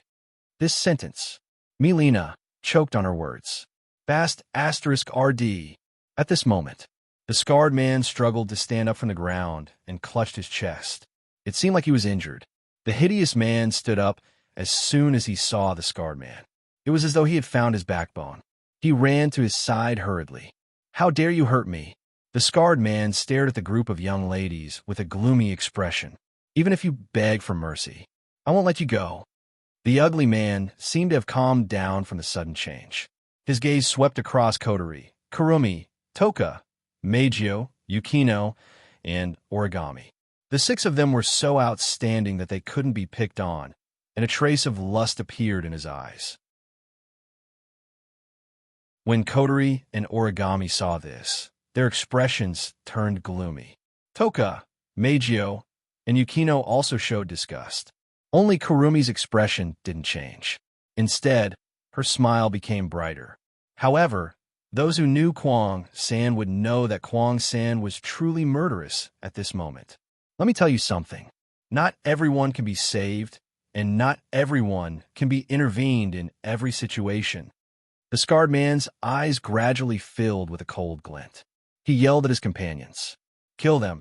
Kill!" The hideous man laughed sinisterly. "That's a pity." The scarred man woke up from his rage and understood the hideous man's intention. He began to pay attention to the group of young ladies and sneered. "That's right, that's a pity. Capture them and let them have a taste of what it's like to be dead." This time, the ugly man straightforwardly nodded his head in agreement. The 2 of them let out a loud cry in unison as a rich dough chi current erupted from their bodies. 2 illusionary beast shadows appeared behind them as they roared towards the sky. Roar! The beast-like roars shook the air and stirred up a violent shockwave. It was mixed with thick gravel that spread in all directions like a tornado. "Be careful!" Milena's expression changed. "They're both rank 8 powerhouses." In Milena's opinion, Toka was only able to save her from the scarred man because of her sneak attack. It wasn't because of her strength. After all, the group of young ladies hadn't started fighting yet. Apart from Toka, the other young ladies hadn't even put on their spiritual equipment. Their aura couldn't be detected by those weaker than them. As for Origami, although she could erupt with strength that wasn't weaker than the other young ladies, she was just an ordinary young lady. Her strength was obtained by controlling Mordred on her body. She didn't have the aura of a powerhouse to speak of. This way, everyone would judge the strength of the young ladies based on their first impression. In other words, they judged based on their age. Therefore, who would find a group of young ladies who weren't even 20 years old difficult to deal with? Not to mention Milena, even the scarred man and the ugly man felt the same way. "I'll stop them." Milena struggled to get up and yelled at the group of young ladies. "Help me bring an important message to the Baruba Empire's capital." Hearing this, the scarred man and the ugly man couldn't sit still anymore. The reason why they were so desperate to kill Milena wasn't just because they suffered a huge loss in her hands. Not only did she kill one of their companions, but she also managed to escape from their trap. More importantly, it was because of the news that Milena had. If that news really spread to Monarch City, the 2 of them would definitely die no matter what. "Be a good boy and surrender." The scarred man and the ugly man immediately leaped up, creating a distance between each other. Then, their figures flew out as if they were drawing a circle together, drawing 2 semicircular arcs, attacking Milena at the same time. It seemed that the 2 of them were planning to silence her first. Since there were already 6 young ladies here who were many times more beautiful than Milena, the 2 of them were no longer interested in her. This caused Milena to be shocked. Just as she was about to shout something, Coterie looked at the 2 ugly freaks with an expressionless face and pursed her lips. 2 Type 8 powerhouses? Such trash, not to mention now that they hadn't undergone a transformation with the mystical pond water, even before any of the young ladies here could deal with them in a matter of minutes. Let me do it. Without waiting for the rest of the young ladies to speak, and before Lena could speak, Meijio stepped forward with an unhappy expression. A bunch of filthy men, even standing in the same place as them and breathing the same air, makes one feel uncomfortable. As expected, other than my dear, the rest of the men are all disgusting worms. Upon hearing her words, the group of young ladies who knew that Meijio hated men other than Wu Yin nodded indifferently. On the other hand, Lena's expression froze. On the other hand, the scarred man and the ugly man's expressions turned sluggish. Their eyes were filled with chilling anger. Shortly after, their speed increased abruptly. The beast shadows behind them lifted their enormous claws and emitted an intimidating aura under the illumination of their battle aura. As the scarred man and the ugly man drew closer, the disgust on Meijio's face intensified, as though she had eaten something unpleasant. She took in a deep breath. In the next moment, a high-pitched voice sounded from Meijio's mouth. At the same time, a circular formless and colorless ripple suddenly spread out with Meijio at the center. In the blink of an eye, it violently collided with the scarred man and the ugly man. Boom! In an instant, a loud, muffled sound echoed in the desert. Pucci, the scarred man, and the ugly man who were hit by the invisible ripples spat out mouthfuls of blood as though they had been hit by a truck. They flew backward in an extremely miserable posture and smashed into the desert, stirring up a few meters of sand and dust. With just a single strike, the 2-tier 8 powerhouses were defeated once again. Lena's expression was completely frozen. The scarred man and the ugly man who struggled to lift their heads in the sand and looked at Meijio with disgust in their eyes. Their eyes were filled with disbelief as they cried out involuntarily. Type 9 powerhouse.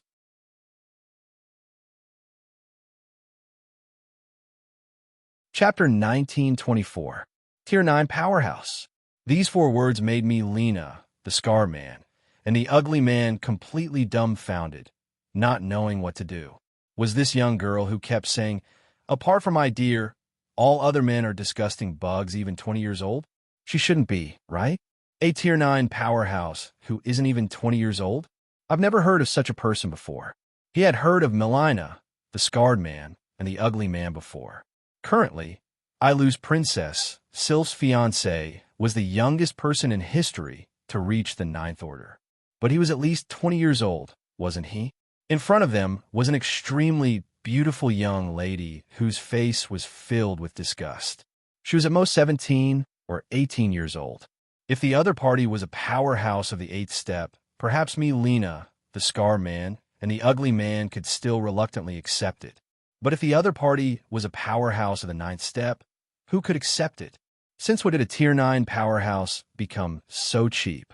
However, no matter how much Lena, the scarred man, and the ugly man rejected this fact in their hearts, and whether or not the other party was a powerhouse of the 9th stage, this young girl in front of them was indeed an existence that could casually defeat 2 powerhouses of the 8th stage with a single move, making them unable to stand up. Therefore, it was impossible for the scarred man and the ugly man to be a match for this terrifying young woman, not to mention the disgust on Meijio's face. The scarred man and the ugly man could foresee that if they were to fall into her hands, then their chances of survival would be 0. Not to mention, the 2 of them have joined the demonic beast camp. They're traitors to the human world. This, TSK. Thinking of this, the scarred man and the ugly man didn't even have the intention to exchange glances with each other. Almost at the same time, they forcefully propped up their heavily injured bodies, disregarding the continuous spurting of blood from their injuries, and jumped up as if they had gone crazy. They fled into the distance. Chase them. Seeing the 2 shameless, ugly people running away without even thinking, Lena, who was still in a daze, immediately came back to her senses. Don't let those 2 traitors get away. However, hearing Lena's shout, Meijio didn't do as she was told. Instead, she pouted unhappily and turned around. He walked back towards them.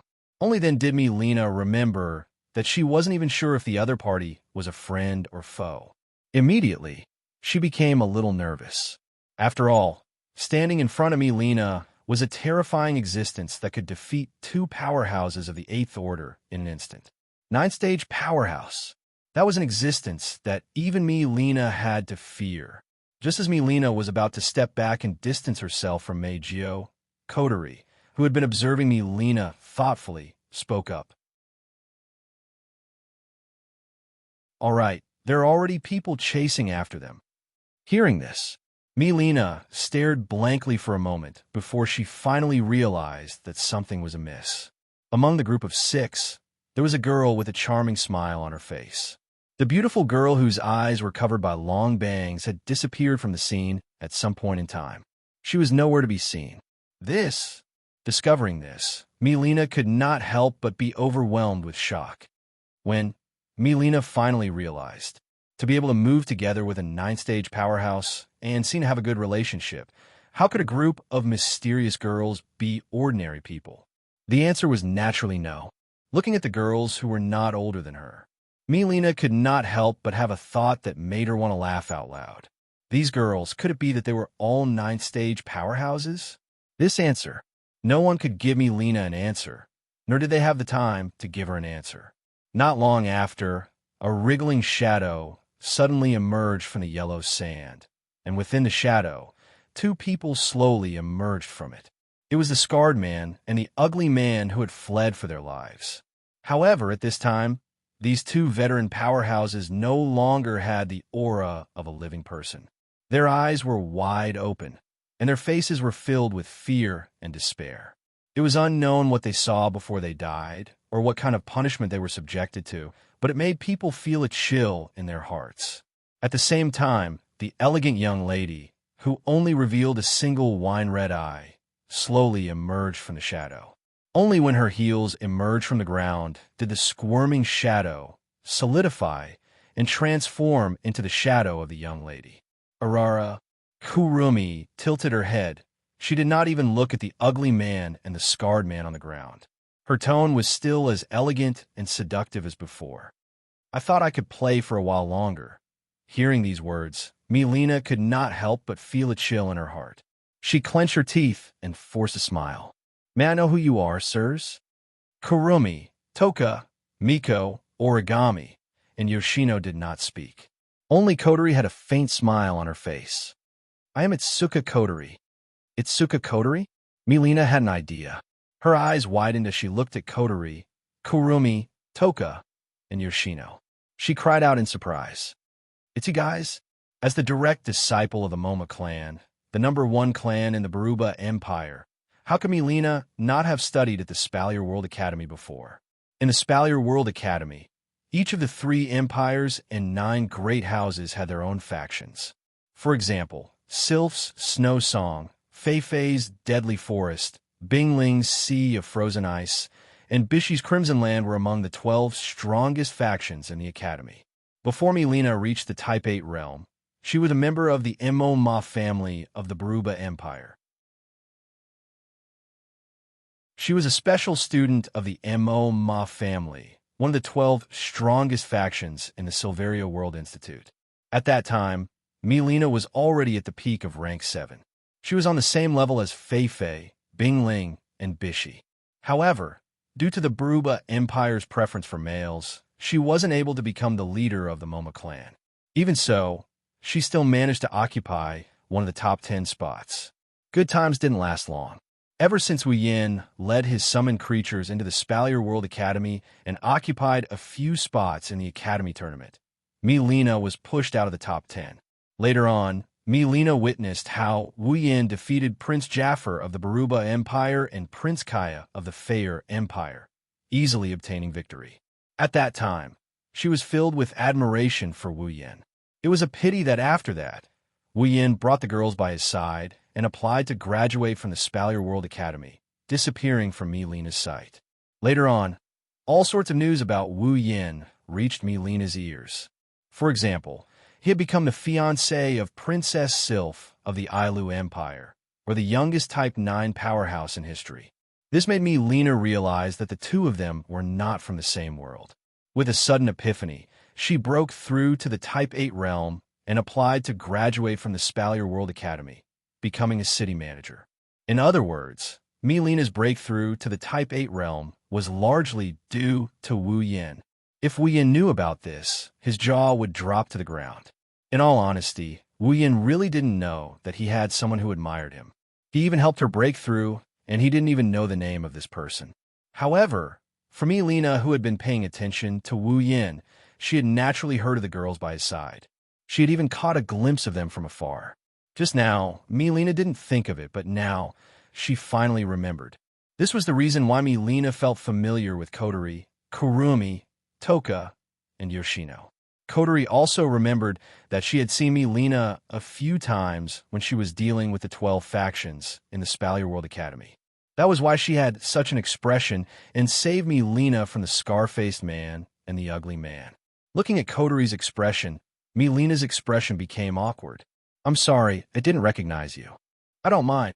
Kotori looked straight at Mileena. "Compared to that, I'm more interested in why you're being chased. We've been betrayed." Mileena's expression changed as she bit her lips. "No, I should say that the Baruba Empire is about to be betrayed."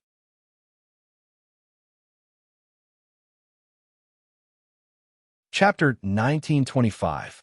The Baruba Empire is about to be betrayed? Kotori, Kumi, Toka, Meijio, Origami, Yoshino, and the other girls were all stunned. Looking at the group of girls in front of her, Mileena was a little hesitant. She didn't know if she should trust them and leak the information that she had obtained with great difficulty. After all, even though 4 of the girls were from the same school as Mileena, they didn't interact much in the Spalier World Academy. Even if they did, they would only meet a few times when they represented their respective factions. Forget about being familiar with them. It would be a stretch to call them strangers. With such a group of girls, it was hard to guarantee that they were trustworthy, wasn't it? But on second thought, Mileena felt that if she kept this information to herself, there might be a chance that no one would know about it. At that time, the only thing waiting for the Baruba Empire would be destruction. Furthermore, if these girls wanted to do something to her with the strength that Kurumi and Meijio displayed, Mileena wouldn't be able to resist. Thinking of this, Mileena gritted her teeth and revealed the information she got from one of the traders after falling into their trap. It turns out that the trader had secretly found the Beast King and surrendered to him. It wasn't only the Tier 8 powerhouses in the city that Mileena was in charge of. There were traders in other cities as well. Due to the fact that 80% of the Baruba Empire's territory was desert, the connection between the cities was even weaker than the Ailu and Feyat empires. Under such circumstances, the Baruba Empire was different from the Ailu and Feyat empires. All the cities in the Baruba Empire were unified by the royal family and assigned to the 3 great clans to manage. Through this method, communication between cities was strengthened. The first clan was the Mama clan. The second clan was the Vance clan. The third clan was the Mama clan. Every city manager in the Baruba Empire was someone from these 3 great clans. It was because of this system that Mileena was able to become a Tier 8 powerhouse. She was entrusted by the patriarch of the Mama clan to manage a city. Manage it. Situations like Mileena's were very common in the Baruba Empire. Basically, even the direct descendants of the family would have to break through to rank 8 to reach rank 8. They would be entrusted with the management of a city. It could also be considered a form of training. However, but now, this system had become a true crisis for the Baruba Empire. The reason was simple. Other than Mileena's city, there were other traders in other cities. In that case, the chances of these traders being from the 3 great clans were very high. There was a trader among the 3 great families of the empire. Was this not a crisis? The 3 great clans were the true leaders of the Baruba Empire. Since there were traders in the upper echelons of the empire, the effect they could have was absolutely fatal. For example, as long as there were traders who knew the method to remove the barrier around the Baruba Empire's capital city, they would remove the barrier when the demonic beasts attacked the capital city. When the flying demonic beasts charged into the capital city, the casualties would be disastrous. Another example would be if some of the traders put poison in the food of the city guards, or even the food of the Baruba Empire's royal family and the three great clans. Then the Baruba Empire would be finished. But now, no matter if it's Ailu, Baruba, or Fea Empire, they all gave the same order to gather all their forces in one of their cities. They gave up on the other cities to fight against the demonic beasts. This made it easier for the traders to sneak into their cities. This was no longer a matter that could be solved with a joke. Milena even suspected that the Beast King had given the other traders an order to wipe out all the experts gathered in the other cities, leaving only the traders to sneak into the capital city. This way, not only would the capital city's forces be greatly reduced, it might even be filled with traders. This way, there would be no need for a war at all. Just let the traders and humans kill each other and engage in internal strife. In the end, the traders would openly open the city gates and let the magical beasts swagger into the city to wreak havoc. The Baruba Empire was truly standing on the border of destruction. The royal family and the three great clans have yet to discover that there were so many traders among the humans. This is the most dangerous thing. Therefore, after listening to Lena's explanation, except for Toka, Yoshino, and Miku, Kotori, Kurumi, and Origami, who were still confused, Kotori, Kurumi, and Origami frowned. This is troublesome. That was the first thing Kotori said after listening to Lena's explanation. I didn't think this half-baked Beast King who used the power of false god would actually use humans to plot against us. It seems like we have underestimated demonic beasts. Although there had never been a saying, in the hearts of humans, magical beasts were just a group of powerful wild beasts. They had nothing to do with strategies, plans, or stratagems. It was hard to imagine that a group of beasts would make use of the strengths of humans. Kotori and the other girls are no exception. It's because of this subconscious impression that the Baruba Empire's royal family and three great clans never thought that there would be traitors among their own people. That's why they gathered their forces so recklessly. From this point of view, the situation in the Ailu Empire is undoubtedly much better. At the very least, the muscular man who led the demonic beast to attack the Ailu Empire is not a strategist. He only knows how to attack recklessly. On the other hand, the Beast King who led the demonic beast to attack the Baruba Empire isn't as reckless as the muscular man. Humans are truly hopeless creatures. Huang San sighed. They are demonic beasts who view humans as food. They even want to turn the entire Spalier world into a hunting ground for humans. They won't accept humans. Even if they surrender, they won't be able to escape death when the Spalier world is transformed into a world of demonic beasts. Why would they choose to surrender? You can't expect every human to be a righteous person. You can't expect all humans to be unafraid of death. Origami said coldly. In order to survive, humans will use all sorts of methods. Betrayal is one of them, even if they know they will be despised. Origami's words silenced all the girls in the room. In order to survive, it's a cruel and realistic reason. Even if this reason seemed to be a group of foolish humans who couldn't see the situation clearly and didn't hesitate to betray the entire human world for this reason, it couldn't be denied that the vast majority of humans were existences who would sell everything for their own survival. This isn't just limited to humans. Isn't it the same among demonic beasts? The only difference is that humans will use all sorts of methods to survive, while demonic beasts will use their teeth and claws to survive. In this world where the strong preyed on the weak, they will use their flesh and blood to build a space for survival. Perhaps the demonic beasts in charge of invading the Baruba Empire saw the similarities and differences between humans and demonic beasts. That's why they used their survival instincts to force humans to destroy themselves. No matter what, I have to get to the capital before the demonic beasts attack again. Milena shook her head. She didn't want to talk about this uncomfortable topic. Right now, most of the powerhouses in the cities are gathered in the capital. There must be traitors everywhere in the capital. I have to bring this news back. Due to the Baruba Empire being a desert, demonic beasts are very adaptable to the environment. However, There are also demonic beasts that are very picky about their environment. Due to the terrain restrictions, the Baruba Empire's magic beasts had a much harder time than the other two empires. Every time they attacked, they would have to expend a lot of energy. So far, the Baruba Empire's capital had only been attacked 2 or 3 times in the past few days. This could be considered an advantage. However, it also gave the traders more chances to sneak into the capital.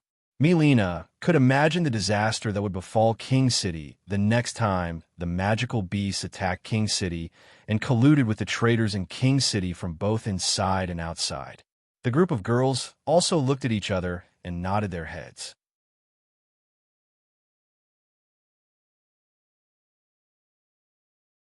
Chapter 1926.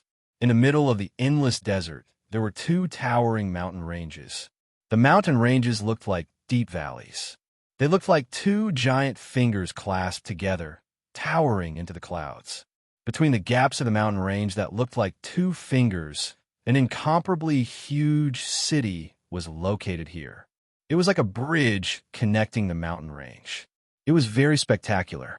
This was the most important city in the Baruba Empire. It was located between 2 gigantic mountain ranges.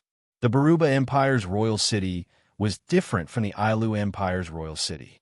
The Baruba Empire's royal city was more like a fortress than a city. Not only was the surface area huge, but the entire body of the city wall was also made of pitch-black underground rocks, just like the barbed rock walls in the abyss. Not only did it have an abnormally terrifying defensive power, if something were to be placed on the barbs on the city wall, the result would definitely be flesh lacerated. This kind of wall was like a hedgehog. Just looking at it gave people goosebumps, not to mention that there were still a lot of city guards stationed on top of the wall at this time. If one looked closely, they would notice that on top of the walls, soldiers were armed with bows and arrows. Behind them were groups of magicians with staffs in hand. They looked like they were ready to attack at any moment. This kind of arrangement was similar to the one in the Ailu Empire's city. In addition, there was the terrifying city wall and the faintly discernible barrier that rippled like water.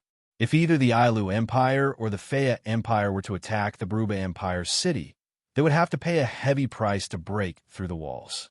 It was a pity that this time, it wasn't the Empire that was attacking this fortress, but the real magical beast army. With the magical beast's fearless attacks, the porcupine walls didn't have any effect at all. It might even provoke the magical beast's bloodlust. Flying magical beasts didn't even need to care about the walls. They only needed to attack from the sky.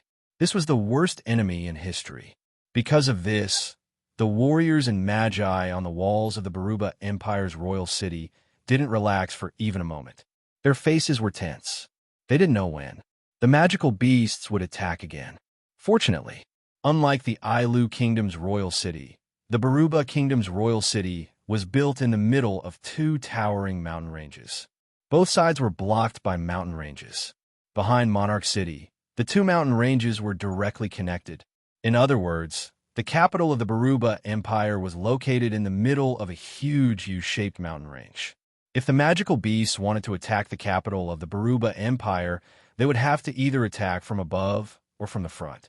Hence, the city guards didn't need to be on guard against the magical beast army coming from all directions like the Ailu Empire. All they needed to do was to keep an eye on the sky. Compared to the Ailu Empire, the city guards were much more relaxed. Moreover, the desert was also an extremely advantageous terrain. It was very difficult for the magical beasts to charge through the yellow sand. The flying magical beasts would also be attacked by the sand from time to time. Whether it was their condition, vision, or breathing, it was very difficult for them. As a result, the magical beasts had not gained any benefits from their attacks so far. They could only make 2 or 3 symbolic attacks, which did not cause any pain or itch at all. Therefore, the Baruba Empire city had a huge advantage in terms of terrain. The citizens were also very used to fighting in the desert. Their people were also very good at fighting in the desert. Based on the current situation, the Baruba Empire might be the only one who could defend King's City from being invaded by the magical beasts.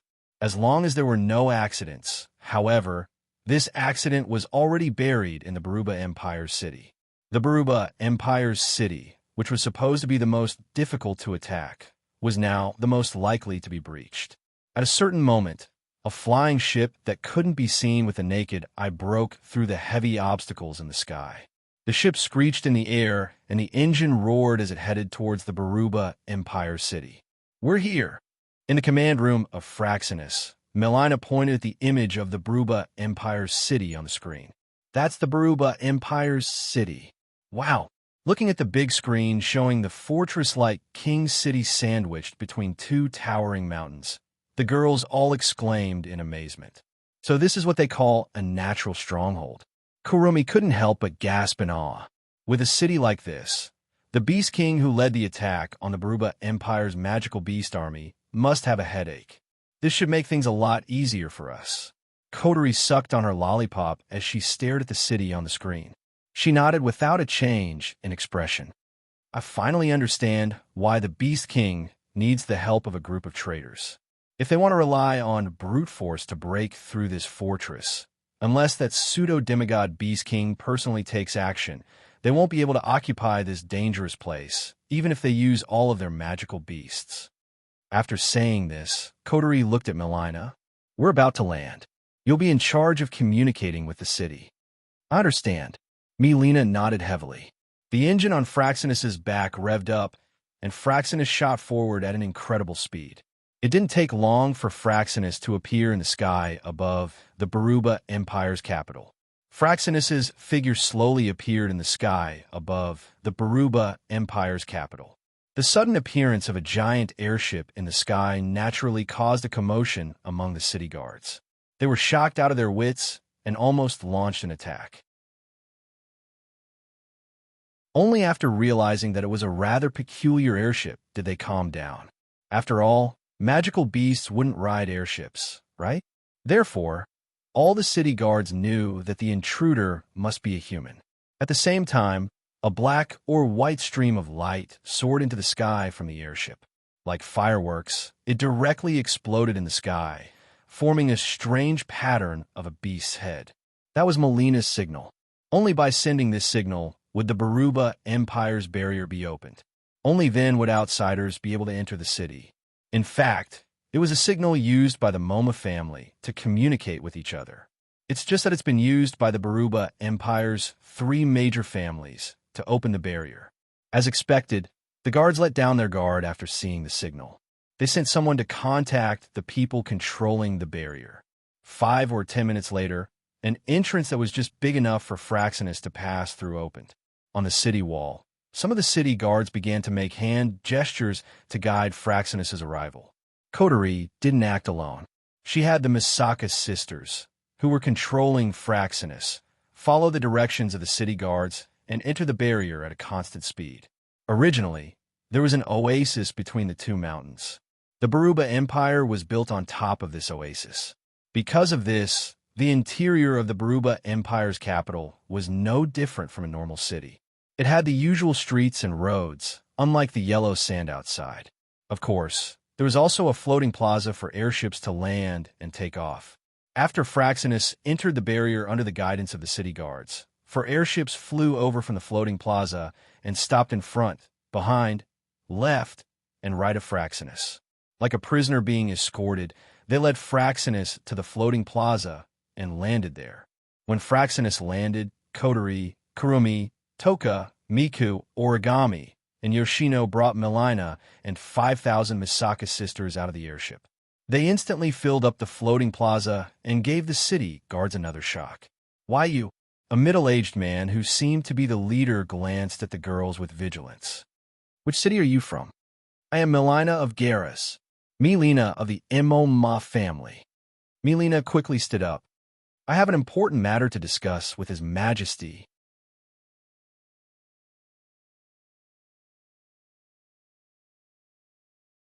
Chapter 1927. The Baruba Empire's Royal Palace. In the central hall of the palace, the most prestigious figures of the Baruba Empire were all gathered here. It was said that all of the influential figures in the Baruba Empire were gathered here, but there were also some young people in their teens and 20s. They were all direct descendants of the Baruba Empire's royal family and the three great clans. Those who could stand here were all destined to become leaders of the royal family and the three great clans. At this moment, these people were lined up neatly in 2 rows, surrounding a round table in the middle and standing at the corner of the hall. The people sitting at the round table were the ones with the most authority in the Baruba Empire. The leader was the emperor of the Baruba Empire, Gada. Sitting next to him was the most prestigious prince of the Baruba Empire, the one who was supposed to be the next emperor, Jaffer. Other than these two, there were 3 other old men in their 50s and 60s. They sat on the 2 seats to Gada's left and the one next to Jaffer. Sitting first to Gada's left was an old man with a face full of wrinkles and long black hair that reached his waist. He was the head of the Baruba Empire's #1 clan, the Morma family, and a rank 9 powerhouse of the council, Kulin. Sitting second to Gada's left, next to Kulin, was another old man with a frown on his face. He seemed to be dissatisfied with something. He was the head of the Vance family, the 2nd clan of the Baruba Empire, and a rank 9 powerhouse of the council, Will. Sitting next to Jaffer, who was the last seat at the round table, was an elder who had his head lowered and seemed to be deep in thought. He was the head of the Mani family, the 3rd clan of the Baruba Empire, and a rank 9 powerhouse of the council, Gobai. These 5, including Jaffer, who was still developing, were the most respected figures in the Baruba Empire, second only to the emperor. Apart from these 5 people, like the current heads of the 3 great clans, they didn't have the right to sit, so they obediently joined the 2 rows at the side of the hall and stood at the front. They looked like they were waiting for orders. From this, one could see the difference between the Baruba Empire and the Ailu Empire. First of all, among the people who were allowed to enter this hall, there were almost no women, and even if there were only 2 or 3 people bustling about. One could only imagine how strict the Baruba Empire's preference for males was. Second, status, class, and so on were also clearly distinguished. Those with status and the right to speak could sit in the 5 seats at the round table. Those with lower status could only obediently stand in the 2 rows. Moreover, the order of the rows was also very particular. The higher the status, the closer to the round table. Those with lower status were directly at the back. The people of the Baruba Empire didn't seem surprised by the fact that there was a clear hierarchy that favored males. However, Kotori, Kurumi, Toka, Mikoto, Origami, and Yoshino, who were standing in the center of the hall, didn't seem to think much of it. Therefore, the group of young ladies did not behave like Milena, who was explaining in fear and trepidation. They kept their backs slightly bent and even straightened their legs. Instead, they stood in scattered groups and behaved as they did in the past. Although they were talking about the past, only Kotori kept sucking on her lollipop with a nonchalant look on her face. Kurumi kept standing there with her head tilted to one side with a faint smile. As usual, she had an enchanting yet mysterious look on her face. As for Origami, she still had an expressionless face. Toka, on the other hand, was standing there uncomfortably with a dissatisfied look on her face. Yoshino, on the other hand, was cowering behind Toka, holding her hand tightly. Obviously, he was still affected. However, Toka and Yoshino were fine. At least they weren't used to it. Miko, on the other hand, was frowning. Her beautiful eyes flashed with anger from time to time. The Baruba Empire favored males over females. Therefore, those who could obtain higher status were mostly men. Naturally, those who could enter this hall were all men. Unfortunately, Miko hated men the most. Therefore, with Meijio's scrupulous personality, it was already very fortunate that she was able to hold back from flipping out when she was being sized up, scrutinized, amazed, and brazenly scanned her body from head to toe. With Melina's explanation, time passed bit by bit. Everyone present was already very surprised when they heard that Melina had led the experts from the city she was in charge to set up an ambush. When they heard that there were traitors among them, their faces were filled with rage. However, when they heard that there were other traitors in the capital, even Gada could not help but be moved, let alone the people around him. He almost stood up. Is what you said true? Gutta looked at Milena with a sharp gaze. You should know that if you lie, it will be a serious crime, right? Please, please, please believe me, your majesty. Milena endured Gutta's sharp gaze, gritted her teeth, and bent down again. These lords were there at the time. They witnessed everything with their own eyes.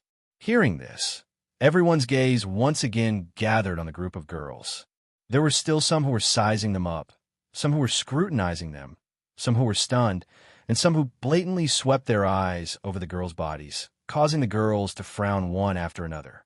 Other than Jaffer, who had some interaction with Wu Yin in the Spalier World Academy, everyone, including Gutta, couldn't help but have a look of suspicion on their faces.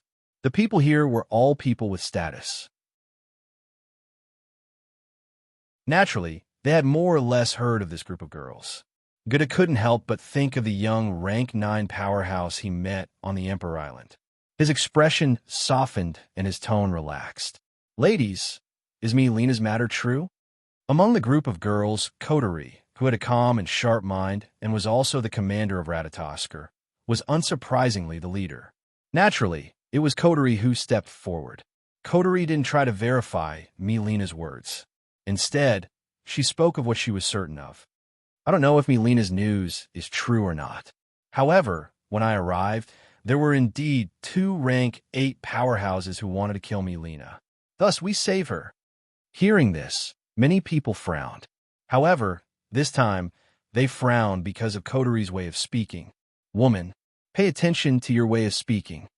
Then, someone's voice rang out. The one asking you is the Emperor of the Baruba Empire. It's already a great favor that we don't ask outsiders to bow to us. Don't think you have the right to be rude. As soon as these words came out, the atmosphere of the whole place changed. If the atmosphere before was heavy, then the atmosphere now was tense. The kind that could explode at any moment. It was as if everyone agreed with that voice, as if it was a matter of course. They began to look down on the group of young girls with a gaze that they thought was a matter of course. It was obvious that they were the masters of this place. Of course, in the eyes and hearts of the group of young ladies, such an action was nothing more than pure idiocy. Coterie couldn't help but sneer and turn her head away. Meijio scoffed in disgust. A bunch of gorillas who only know how to train their muscles want to learn etiquette from humans? Everyone's expression changed. Even Gutta puckered his brows.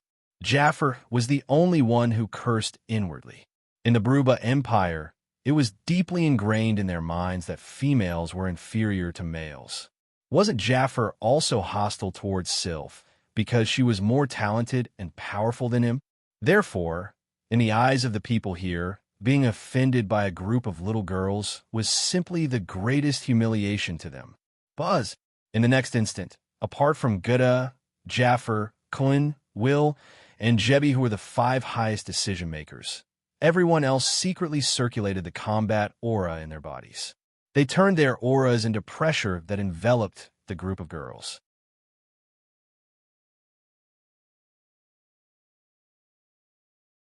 Chapter 1928. BZE. The high-ranking officials of the Baruba Empire unleashed their combat aura and turned it into a pressure that pressed down on the group of young ladies. The entire palace began to tremble. Compared to the Ailu and Fea empires, the Baruba Empire wasn't only different from the Baruba Empire. It was also different from the Baruba Empire's beast battle techniques. Its purpose was to mimic the attacks of dire beasts and their ferocious fighting style. It was truly unique in terms of attack power, defense, specificity, uniqueness, and so on. It was far superior to all the other combat techniques that belonged to the Baruba Empire. The beast battle techniques didn't refer to a specific battle technique, but rather a whole system of battle techniques. Just like how all spells that use fire to attack were called fire spells, in the Baruba Empire, battle techniques that mimic the attacks of vicious beasts and their fighting styles were called beast battle techniques. Naturally, there were good and bad beast battle techniques. For example, Milena's beast battle technique that allowed her to summon the shadow of a scorpion was a high-level beast battle technique. Jaffer's beast battle technique that allowed him to summon the shadow of a blood-colored beast was one of the top beast battle techniques in the Baruba Empire. As for Magnubi's beast battle technique that contained the power of lightning, it was definitely one of the top beast battle techniques in the Baruba Empire. It could even be said that it was Magnubi's beast battle technique. The reason why he explained so much was because he wanted to make things clear. Not only were there good and bad beast battle techniques, but they were also the most popular battle techniques in the Baruba Empire. Because of this, mages needed to cultivate more than warriors. In the same rank and level, mages were generally stronger than warriors. Logically speaking, mages should be more important than warriors. But because of the beast battle techniques, the Baruba Empire valued warriors more. Therefore, other than the fact that men were superior to women, the Baruba Empire also respected warriors. Under such circumstances, one could only imagine, the number of warriors in the Baruba Empire was much more than mages. Therefore, the Baruba Empire officials in the palace were all powerful beast battle skills, and the beast battle skills they practiced were all high-level beast battle skills. Therefore, the Baruba Empire officials in the palace were all powerful beast battle skills, and they were all high-level beast battle skills. The only thing that filled the hall of the palace was fighting spirit. There was no magic. Behind each of them, there was also a ferocious and huge beast shadow. There were almost all kinds of beast shadows. In this way, the palace hall looked like it was surrounded by roaring, ferocious beasts. At this very moment, these ferocious beasts were roaring towards the sky as they released a powerful pressure. It was as if they were carrying a heavy mountain as they ruthlessly pressed towards the center of the hall. Immediately, Milena, who was not far away from the group of girls, felt her shoulders sink and her face turn pale. With a pa sound, she directly knelt on the ground. The officials around her were all members of the royal family and the 3 great clans. The older ones were all powerhouses of the 8th step, while the younger ones were all talented geniuses of the 7th step at the very least. When these people released their pressure together, a mere 8th step powerhouse like Milena naturally couldn't bear it. However, in the face of such pressure, apart from the cowardly Yoshino who shrunk her neck slightly, the rest of the girls didn't even change their expressions and endured it. No, it wasn't that their expressions didn't change. At the very least, Toka and Mijio's faces showed traces of anger. Kotori, Kurumi, and Origami's eyes also turned cold. To be honest, the girls didn't think that they could rely on their group of 9th-step powerhouses and the 5,000 Misaka sisters who were all 8th-step powerhouses to show off their might in the Baruba Empire. From start to finish, their performance couldn't be said to be average, but there was absolutely nothing wrong with it. However, since he had used the excuse of women and lack of manners as a matter of course, but in fact, it was an extremely absurd reason to make the young ladies bow and scrape, then he was being shameless. Against such people, the girls strictly carried out the principles that Wu Yin had mentioned more than once. We don't provoke others, but if others provoke us, we will trample them under our feet. At that moment, no matter if it was Kotori, Kurumi, Toka, Mijio, or even the cowardly Yoshino, all of them channeled the spiritual powers that belonged to elves in their bodies and circulated them quickly. Even though Origami wasn't an elf, she also secretly activated Mordred's magical power generation device and circulated the generated magical power. A circle of faint radiance emanated from her body. Boom! Like a resounding drum, the air trembled abruptly. An aura that was more powerful, majestic, dense, and heavy than the ones released by the Baruba Empire's upper echelons erupted without any warning. Under this powerful pressure, the Baruba Empire's higher-ups were like a shoal of sharks. They were swallowed up one bite at a time, breaking free from their master's control and going on a rampage. Like Milena, the Baruba Empire's upper echelons turned pale as though they had suffered a heavy blow. Many of them groaned and took a heavy step back. The pupils of Gada, Kun, Will, and Jebi, who had been staying silent, suddenly shrank. Disbelief appeared on their faces when they saw the group of girls suddenly erupt with a terrifying pressure. Jaffer even had a look of shock on his face. This level of aura wasn't something that a powerful being in the 8th step could release. At the very least, the 5 highest decision-makers of the Baruba Empire, had never seen a powerful being in the 8th step who could release such an aura. In that case, it was obvious what level these young girls were at to be able to release such a level of pressure just by standing there. 9th step. 6 9th step powerhouses. None of them were older than 20 years old, and one of them didn't even look 15 years old. Impossible. Impossible.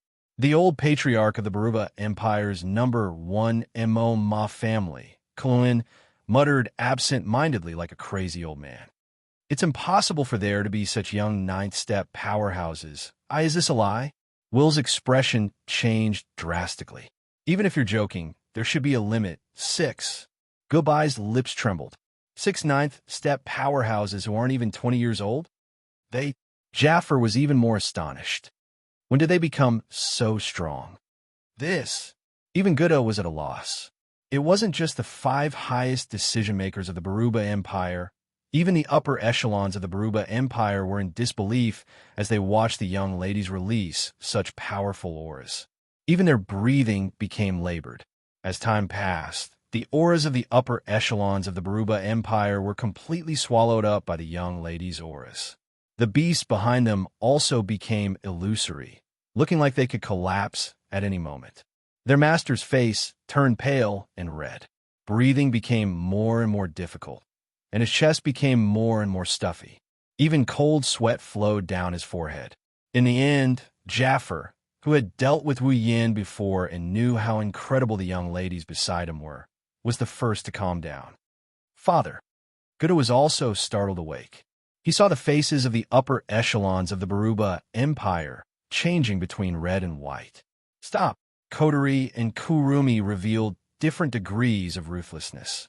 Toka, Mijio, Origami, and Yoshino lifted their heads in understanding. Not only did the group of young ladies not stop, but they also collectively raised their auras to a whole new level. Pucci, Pucci, Pucci, Pucci. In the next instant, all the upper echelons of the Baruba Empire in the hall spat out mouthfuls of blood. Amidst the howls of agony, some fell to their knees while others collapsed to the ground. Cohen Will, and Goodbye slammed the table and stood up. The emperor of the Baruba Empire had spoken out to stop them, but not only did they not listen, they even went from bad to worse. Just based on this point alone, Gooda could get the entire Baruba Empire to take down these 6 young ladies. The atmosphere in the hall turned heavy instantly.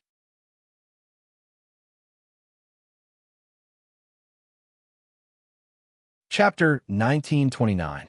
If anyone from the Baruba Empire was here, they would definitely be shocked by the scene in front of them. This was because, in terms of status, talent, strength, status, and background, these people who were more powerful than anyone else in the Baruba Empire were currently lying on the ground like they were terminally ill. There was even a pool of blood in front of them. As for the emperor and princes of the Baruba Empire, as well as the Type 9 powerhouses of the 3 great clans, all of them stood up, their faces filled with anger as they glared ahead. However, for the Type 9 powerhouses of the Baruba Empire to treat them so seriously and with such anger, it was actually 6 young girls who had not even reached adulthood yet. How could such a scene not be shocking? What was even more shocking was that the 2 sides clearly didn't seem to be comparable at all, but the air was filled with a heavy atmosphere of being evenly matched and confrontational, causing everyone to be puzzled even after thinking about it for a long time. Of course, only those who were not present would be confused. If they were present and saw the entire process of the upper echelons of the Baruba Empire coughing up blood, then it would be understandable. The reason was that those seemingly young girls were all experts who didn't reveal their true strength. Type 9 powerhouses. All of them. At this point, Kun, Will, and Gobai stared at Kotori, Kurumi, Toka, Miko, Origami, Yoshino, and the rest of the girls, their eyes filled with uncertainty. No matter how much these 4 powerhouses of the Baruba Empire did not want to believe that the power they had spent their entire lives to obtain was now in the hands of a group of girls who were not even 20 years old, they had no choice but to accept this fact. Right now, there were 6 Type 9 powerhouses standing in front of Gooda and the rest. This was the truth. If both sides were to clash, the Baruba Empire would definitely be at a disadvantage. After all, only Gouda had reached the mid-Type 9 realm, while the other 3 Type 9 powerhouses were all at the initial Type 9 realm. This way, even if these girls were all initial stage Type 9 powerhouses, they only needed to send 3 of them to deal with the 3 Type 9 powerhouses of the Baruba Empire. The other 3 ganged up on Gouda. At that time, even if Gouda was a mid-Type 9, he would not be able to take on 3 Type 9 powerhouses. Once Gouda was defeated, the other 3 Type 9 powerhouses would join in. It was only a matter of time before the other 3 Type 9 powerhouses from the Baruba Empire were defeated. In terms of numbers, the Baruba Empire no longer had the upper hand. As for those below the 9th stage, that would be even more of a joke, because that wouldn't be called taking action, but rather throwing away one's life. Even if they really did make a move, it would cause a large number of casualties. That was absolutely unwise. It was precisely because of this that Kalun, Will, and Jebi froze after slamming the table and standing up. A gloomy and hesitant expression also appeared in Gouda's eyes. Father, Jaffer, the only one who remained calm, looked at his father and shook his head. Everyone could tell what he meant. Gouda also calmed down and took a deep breath before speaking solemnly. What is the meaning of this? The moment he opened his mouth, he regretted it. Wasn't this a case of the guilty party complaining first? Shouldn't we be the ones saying that? As expected, Coteries' face revealed a mocking smile as she replied rudely. Your Majesty of the Baruba Empire, what is the meaning of this? It was obvious that the upper echelons of the Baruba Empire were the ones who made the first move. Coterie and the rest were just retaliating. We were just exercising our rights. While Gouda was at a loss for words, Kalun glared coldly at Coterie. At least he had some foresight to be able to tell that Coterie was the leader of the group. Do you really think that the Baruba Empire is some weakling that you can offend? Offend? Kurumi tilted her head and smiled sweetly. Then, can you explain in simple terms? How do we offend you? This time, even Kalun was at a loss for words. He couldn't possibly tell her that in the Baruba Empire, it was considered an offense if a woman didn't show her respect to a man. That was only effective when a man was stronger than a woman. Although the Baruba Empire had a culture where men were superior to women, they didn't treat women like slaves. At most, they subconsciously thought that women were weak. Otherwise, a woman like Melina wouldn't have been recognized and given a city to manage, even though she had a certain level of strength. Were the girls in front of him weak? It was because of this that the upper echelons of the Baruba Empire were forced to lie on the ground. Therefore, this reason was complete nonsense, at least to those who weren't from the Baruba Empire. Seeing that Gouda and Kalun were at a loss for words, were spoke up with a frown. If that purple-haired woman hadn't insulted us, this wouldn't have happened. Don't you want to admit it? That's right. Gobai chimed in and pointed at Meijio. That woman insulted us. That's the truth. Meijio was about to explode when she heard this, but she was interrupted by Origami's lukewarm words. If you want to pursue the matter, it seems like someone was the one who provoked us in the beginning, right?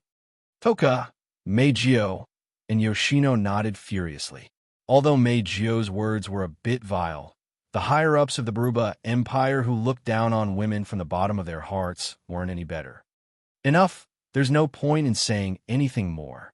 Seeing that Kalun, Weir, and Gobai still wanted to say something, Kurumi closed her eyes and smiled. You should know that the fault isn't with us. It's with the way the Baruba Empire thinks. You're only trying to suppress us because you don't want to embarrass the Baruba Empire, right? Kalun, Weir, and Gobai didn't know what to say. Their faces paled. Kurumi was right. If the people of the Baruba Empire want to look down on women, that's your business. We have no intention of standing up for women. Kotori looked straight into Gouda's eyes with a fiery glow. However, if this makes you think that we're the same as the women of the Baruba Empire, that we have to bow our heads to you, then we don't mind proving to you whether you have a right to make us do this. The faces of the 5 leaders of the Baruba Empire changed at the same time. How sad. Kurumi used a seductive tone to say the most hurtful words. An empire bound by the ideology of men being superior to women. If you think men should be superior to women, why don't you think about the principles of the Spalier world? The principles of the Spalier world? Gouda and the rest were stunned. Even the leaders of the Baruba Empire were stunned. Don't you understand? Coterie scanned the men around her and said word by word, "The strong are supreme." Everyone held their breaths. Their faces stiffened. They couldn't say a word. That's right. In the Spalier world, status wasn't decided by gender. It wasn't status, background, or wealth. It was strength. As long as one had absolute strength and became a powerhouse, what status, background, and wealth couldn't be obtained. In the eyes of a true powerhouse, an ordinary concept was completely useless. As long as one was a rank 7 powerhouse, he could easily resist an army of 10,000 rank 5 powerhouses, not to mention the rank 8, rank 9, and even the demigod level, as well as the divine level that had never appeared again. Otherwise, how could the creator of the 3 empires be a divine-ranked fighter? How could the creator of the 3 empires be a divine-ranked fighter? In the Spalier world, a powerhouse had the right to surpass any royalty. The strong are supreme. These 4 words summed up the principles of the Spalier world. It also showed how shallow the concept of men being superior to women was. The Baruba Empire's people were furious, but they couldn't find any words to retort. They could only hold it in. The atmosphere grew heavier. Coterie pursed her lips. For the time being, let me pass on the news that I should pass on to you.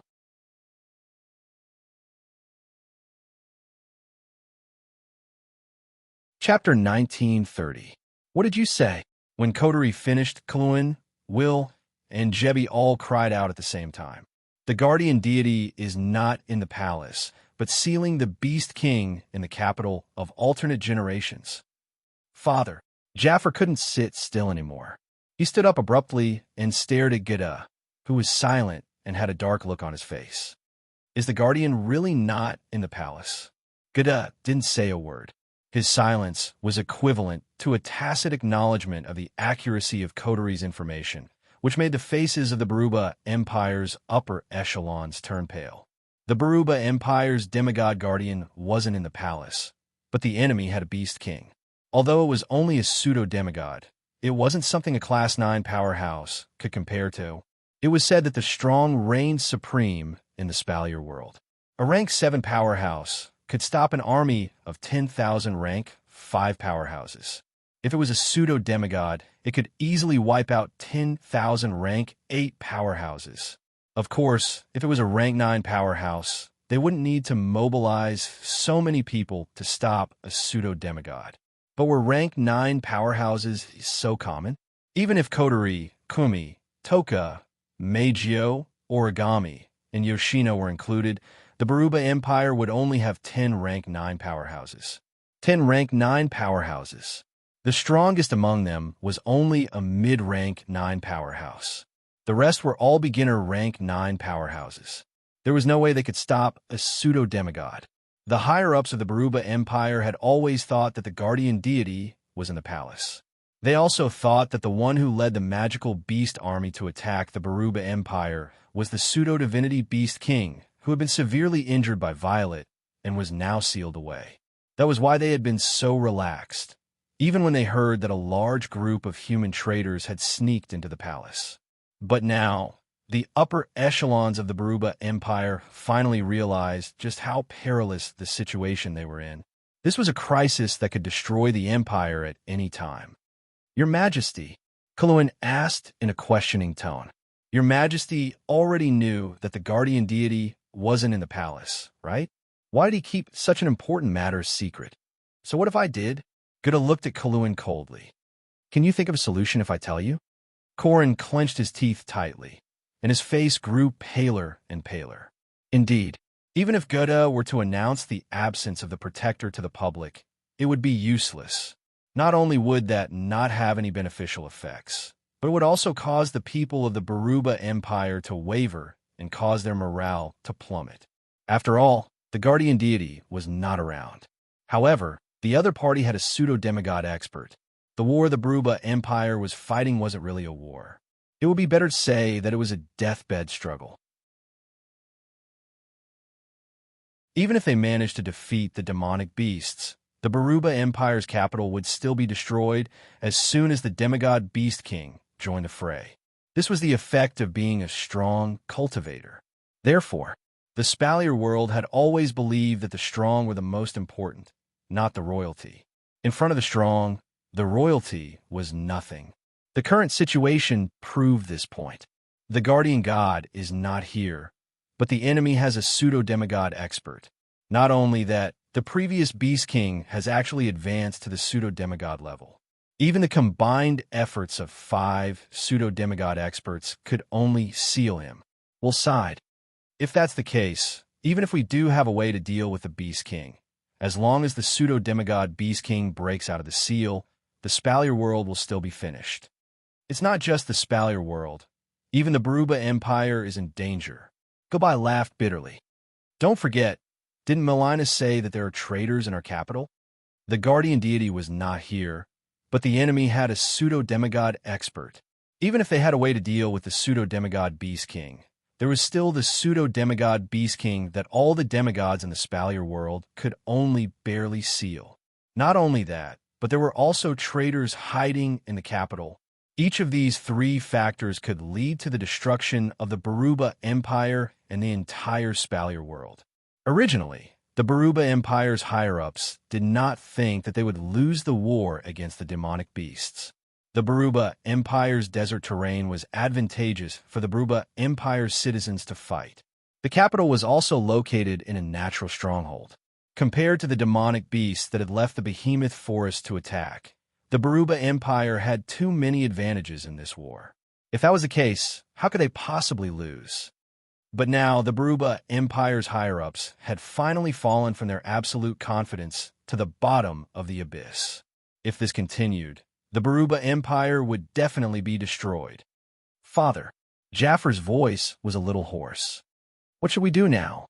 In the hall, all the upper echelons looked at Gouda in confusion, which made Gouda pull himself together. A demigod Beast King isn't something we can come into contact with or deal with. We can only place our hopes on the 5 demigods and Lady Purple from the capital of alternate generations. Now we must focus on the enemy before us. Gouda's calm voice rang in everyone's ears. No matter what, the news of the guardian deity not being in the capital cannot be leaked. Otherwise, if the guardian deity and his army of demonic beasts find out, they will come personally. We will not be able to stop them. The Baruba Empire's higher-ups nodded. Gouda took a deep breath, his eyes cold. Secondly, the traitors in the capital are a huge threat. We must find a way to drag them out.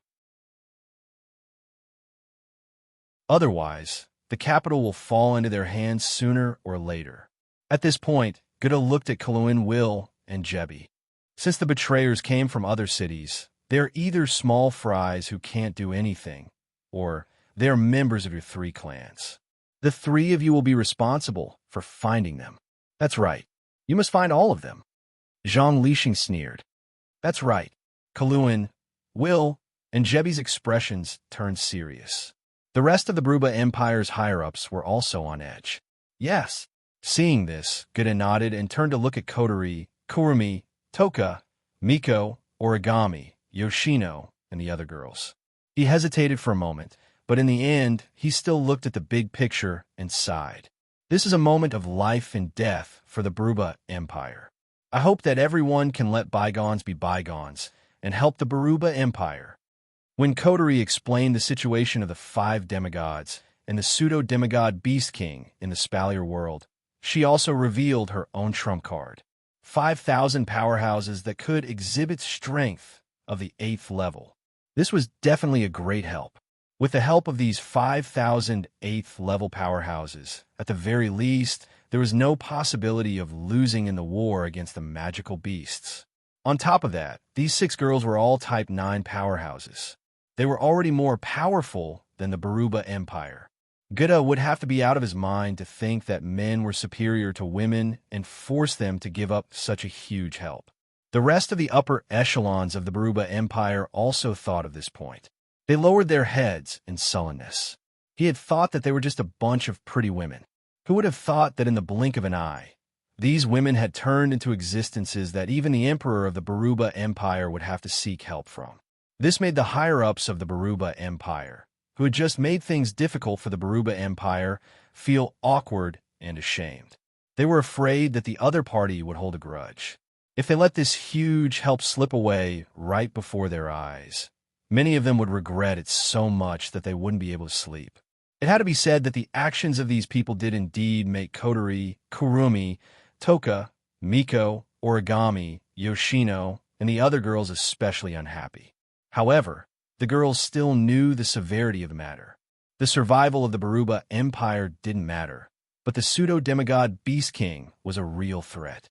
If they couldn't delay the other party and let them discover that the pseudo-demigod Beast King was sealed, they would definitely change their target and attack the capital to rescue the pseudo-demigod Beast King. That was what the girls were truly worried about.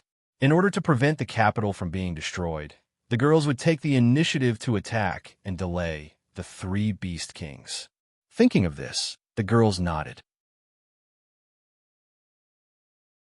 The upper echelons of the Baruba Empire let out a sigh of relief.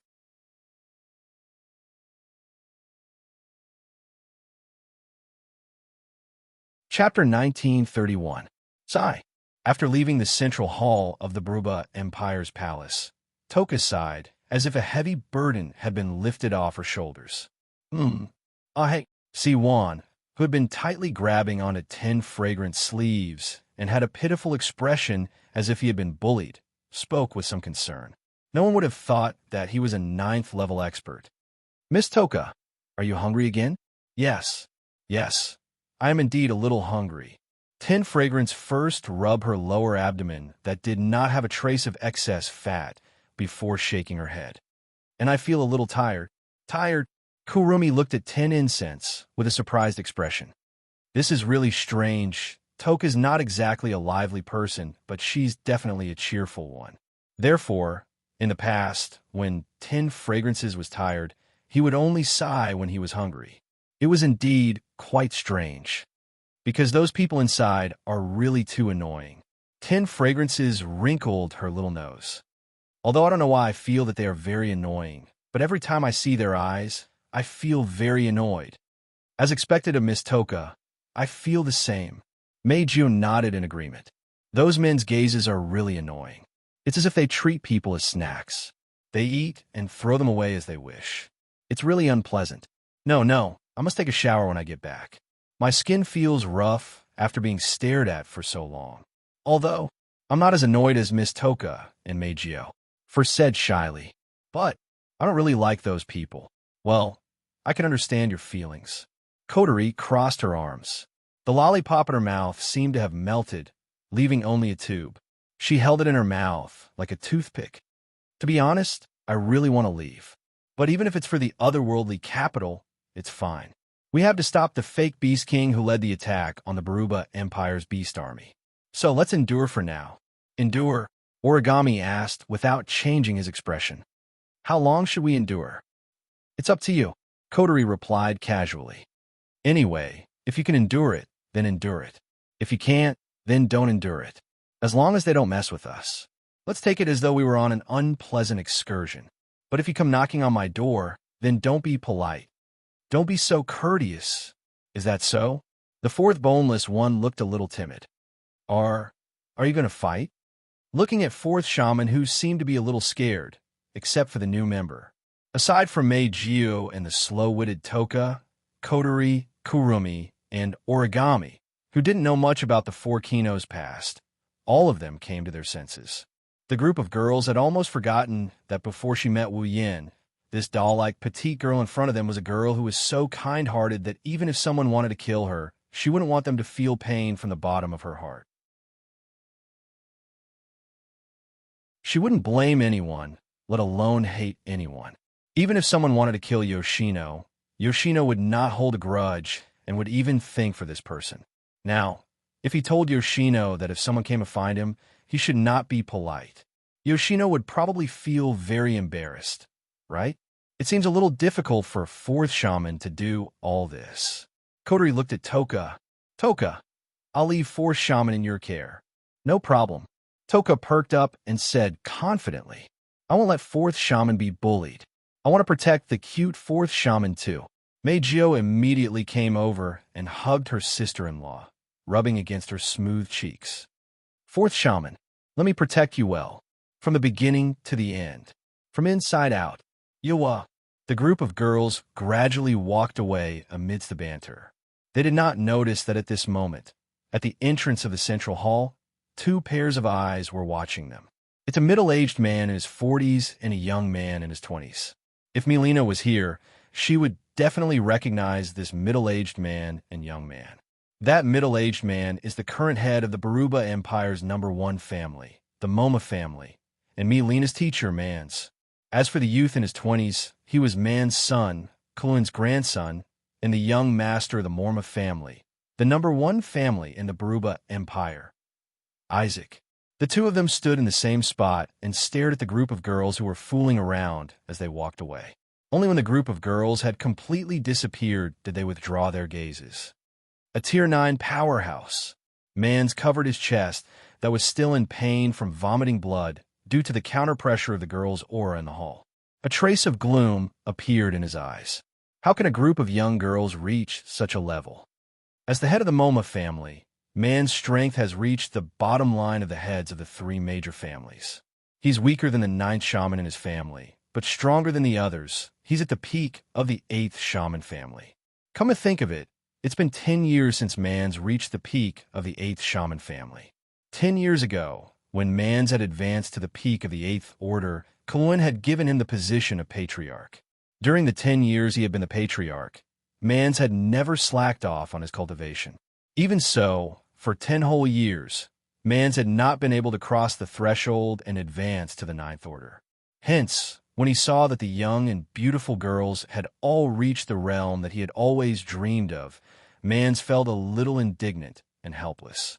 His tone was full of complicated emotions. Don't worry about it.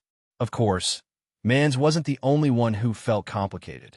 Isaac also looked in the direction the girls left, his eyes filled with uncertainty. They were only at the 8th shaman family when they were in the academy.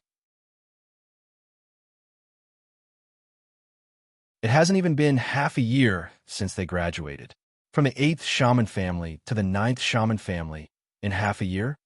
If they're at the peak of the 8th shaman family, then it's understandable.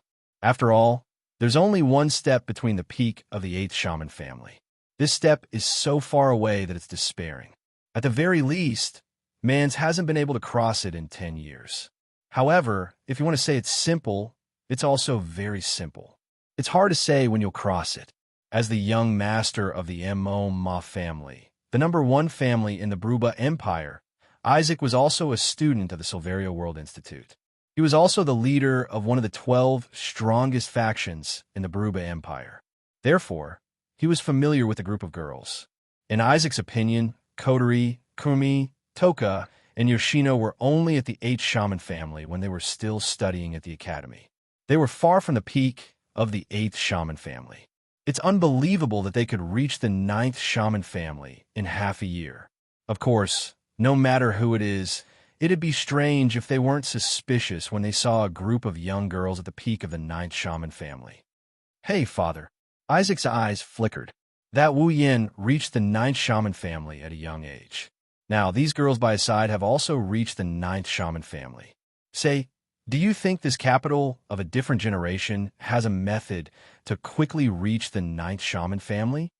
Hearing this, a glint flashed in Man's eyes. Obviously, he had the same idea.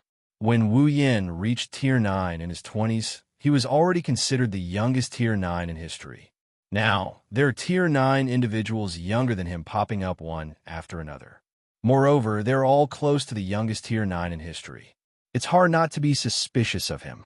Mans turned his head and looked at his son. When he saw that his son's eyes were filled with infatuation, greed, dominance, evil, and other possessiveness as he watched the group of girls leave, Mans smiled. Of course, Mans knew what his son's plan was, but he didn't object. In fact, he approved. As long as Isaac succeeds, it'll be a great benefit to both the Moma family and himself. Mans patted Isaac's shoulder. Do what you want. With his father's support, Isaac's eyes immediately lit up, and he nodded excitedly. His gaze became sharper as he looked in the direction where the group of young ladies had left. It was like he was looking at something that belonged to him.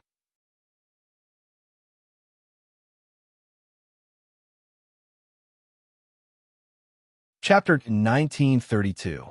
Within the palace of the Baruba Empire's capital, there was a spacious resting area that was specially reserved for guests from the outside. This resting area was to the east of the palace. Not only was the environment beautiful, but it was also surrounded by a verdant bamboo forest. There were also extremely luxurious halls and courtyards. The air was even filled with a fragrance that came from an unknown place. Anyone who smelled it would feel refreshed, and there was no way to find fault with it. This vast resting area was also divided into 3 areas according to the identity, status, and strength of the guests. The first district was provided for those powerhouses or forces with a small reputation. Generally speaking, only those with strength of the 8th order and a certain status would be able to stay here if they came to the palace as a guest. The second district was reserved for those who were at least at the peak of the Type 8 realm and had a background not weaker than the 3 great clans of the Baruba Empire. Only those with a good reputation would have the qualifications to stay here. For example, the 3 great clans of the Ailu and Fea empires would stay here when they visited. The third district was the most luxurious place in the palace for VIPs. Those who could live here were either royalty of the Ailu and Fea empires. For example, Kate and Sylph were the most popular princesses in Silveria. They were also the most powerful beings in Silveria. That is a 9th-stage powerhouse. Those who fit these 2 criteria were few and far between in the Spalier world. In terms of status and power, they were on par with the emperor of the Baruba Empire. They were truly honored guests. Normally, they wouldn't even visit the Baruba Empire's royal palace. Thus, the third section of the resting area was always empty. There were very few people who could stay here. But today, one of the villas in the third section had finally welcomed its own residents. Although it was only temporary, the villa's size was obvious. In terms of size, it was comparable to Guda's palace. Not only did it have a large hall, it also had many bedrooms. There was also a side room that was specially used for training or practicing battle skills or magic. It was well equipped. However, who were these girls? Even though Kotori and Origami were just ordinary kids in the dating battle world, and their houses were also the size of an ordinary family's. Kurumi, Toka, and Yoshino were all elves living under a fence. Their living conditions were definitely not as good as this villa. But it wasn't like the girls hadn't stayed in a good place before. Kotori had lived in a luxurious suite in Radatasker's headquarters that was even more luxurious than this villa. Origami had also participated in a special training session with the higher-ups as a member of AST and enjoyed the treatment of the higher-ups. They had stayed in a villa on Dokdo Island. Plus, one of them was the commander of Radatasker, and the other was indifferent. A villa, no matter how luxurious it was, couldn't stir their emotions. Kurumi, Toka, and Yoshino had also stayed in a luxurious villa as special students in the Spalier World Academy. Hence, they weren't surprised by this villa. As for Meijio, she was even more surprised. Unlike the other girls, this popular idol singer was a real missy. Her house in the date battle could no longer be described as a villa, but a luxurious mansion. Therefore, nothing special happened when the girls moved into this villa. When the sky turned dark, the girls gathered in the hall on the first floor to discuss the matter of the pseudo-beast king. Unlike Shokuho Misaki's party, Kotori's party didn't have anyone with Pandora mode like Astria. She didn't have anyone with peak tier 9 strength like Astria. Even with Astria's help, Shokuho Misaki's group still had to resort to poison and ambush to kill the pseudo-beast king. That's why Kotori's group couldn't do anything to the pseudo-demigod beast king if they didn't come up with a strategy. However, only Kotori, Kurumi, and Origami participated in the discussion. Meijio wasn't a smart type. She was even a little naive. Yoshino was too pure and kind to participate in the discussion. As for Toka, there was no need to mention Toka. If Mei Jio isn't the smart type, then Toka isn't the smart type. She's a complete idiot who can't come up with any good ideas. While Kotori, Kurumi, and Origami were discussing the battle strategy, Toka, Mei Jio, and Yoshino could only sit on the side and kill time. At this time, Mei Jio was happily teasing Yoshino and Yoshino. She enjoyed Yoshino's cute performance when she panicked, blushed, and her heart raced. She also enjoyed Yoshino's playful and funny performance. After a while, she turned her head and looked at the unhappy Toka. She tilted her head. "Miss Toka, are you still hungry and tired?" "Of course not." Toka pouted. "I'm just thinking about what Shido is doing right now." Toka isn't sure if it's just her imagination, but Kotori, Kurumi, and Origami's discussion seemed to have quieted down when Shido was mentioned. "Brother Shido?" Yoshino blinked her cute eyes. Mei Jio almost fainted from her cuteness. "Miss Toka, are you thinking about Brother Shido?" It's not that I want to." Sure Xiang's pretty face turned slightly red as she stammered. "I should say I'm feeling a little lonely, or I miss Shido's cooking." There are various reasons. Hearing Toka's hesitant, embarrassed, weak, and perfunctory words, the group of girls shook their heads and laughed. "Miss Toka, there's no need to worry about my dear."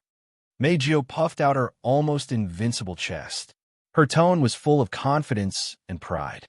"Even if it's in another world, my dear must be very active.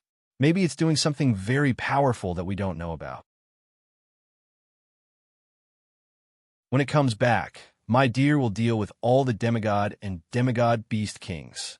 I'm sure he's active."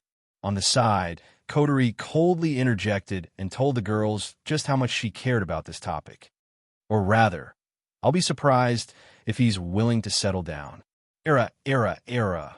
Miss Kotori, you're not telling the truth."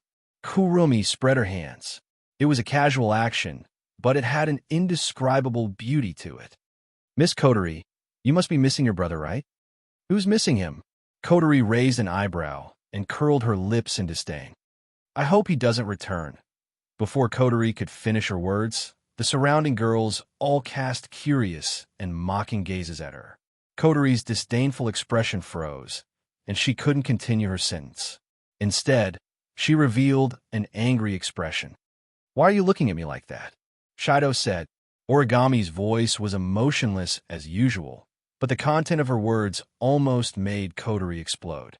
"You're acting like it's Tsundere." "You're the Tsundere." Kotori was going crazy. "Your whole family is Tsundere." "All right, Miss Kotori is going to get angry if we keep talking. It's getting late. Let's get some rest." Kurumi stretched and yawned cutely. "We won't be able to come to a conclusion today. Let's continue tomorrow." Kotori snorted but didn't object. The other girls nodded as well. Just as the group of young ladies were about to return to their respective rooms to rest, a series of knocks suddenly sounded at the door. The girls were surprised at first, then they looked at each other. They don't know anyone in the Baruba Empire's palace. Some of them are even on bad terms. Who would come looking for them in the middle of the night? "I'll go open the door." With such doubts in mind, Kotori stepped forward and opened the door. The figure standing before the door stunned Kotori and the group of young ladies. It's a young man they don't know. Judging from the luxurious decorations he's wearing, he doesn't seem like a normal person. The girls thought he was a servant. The person who came was precisely Isaac.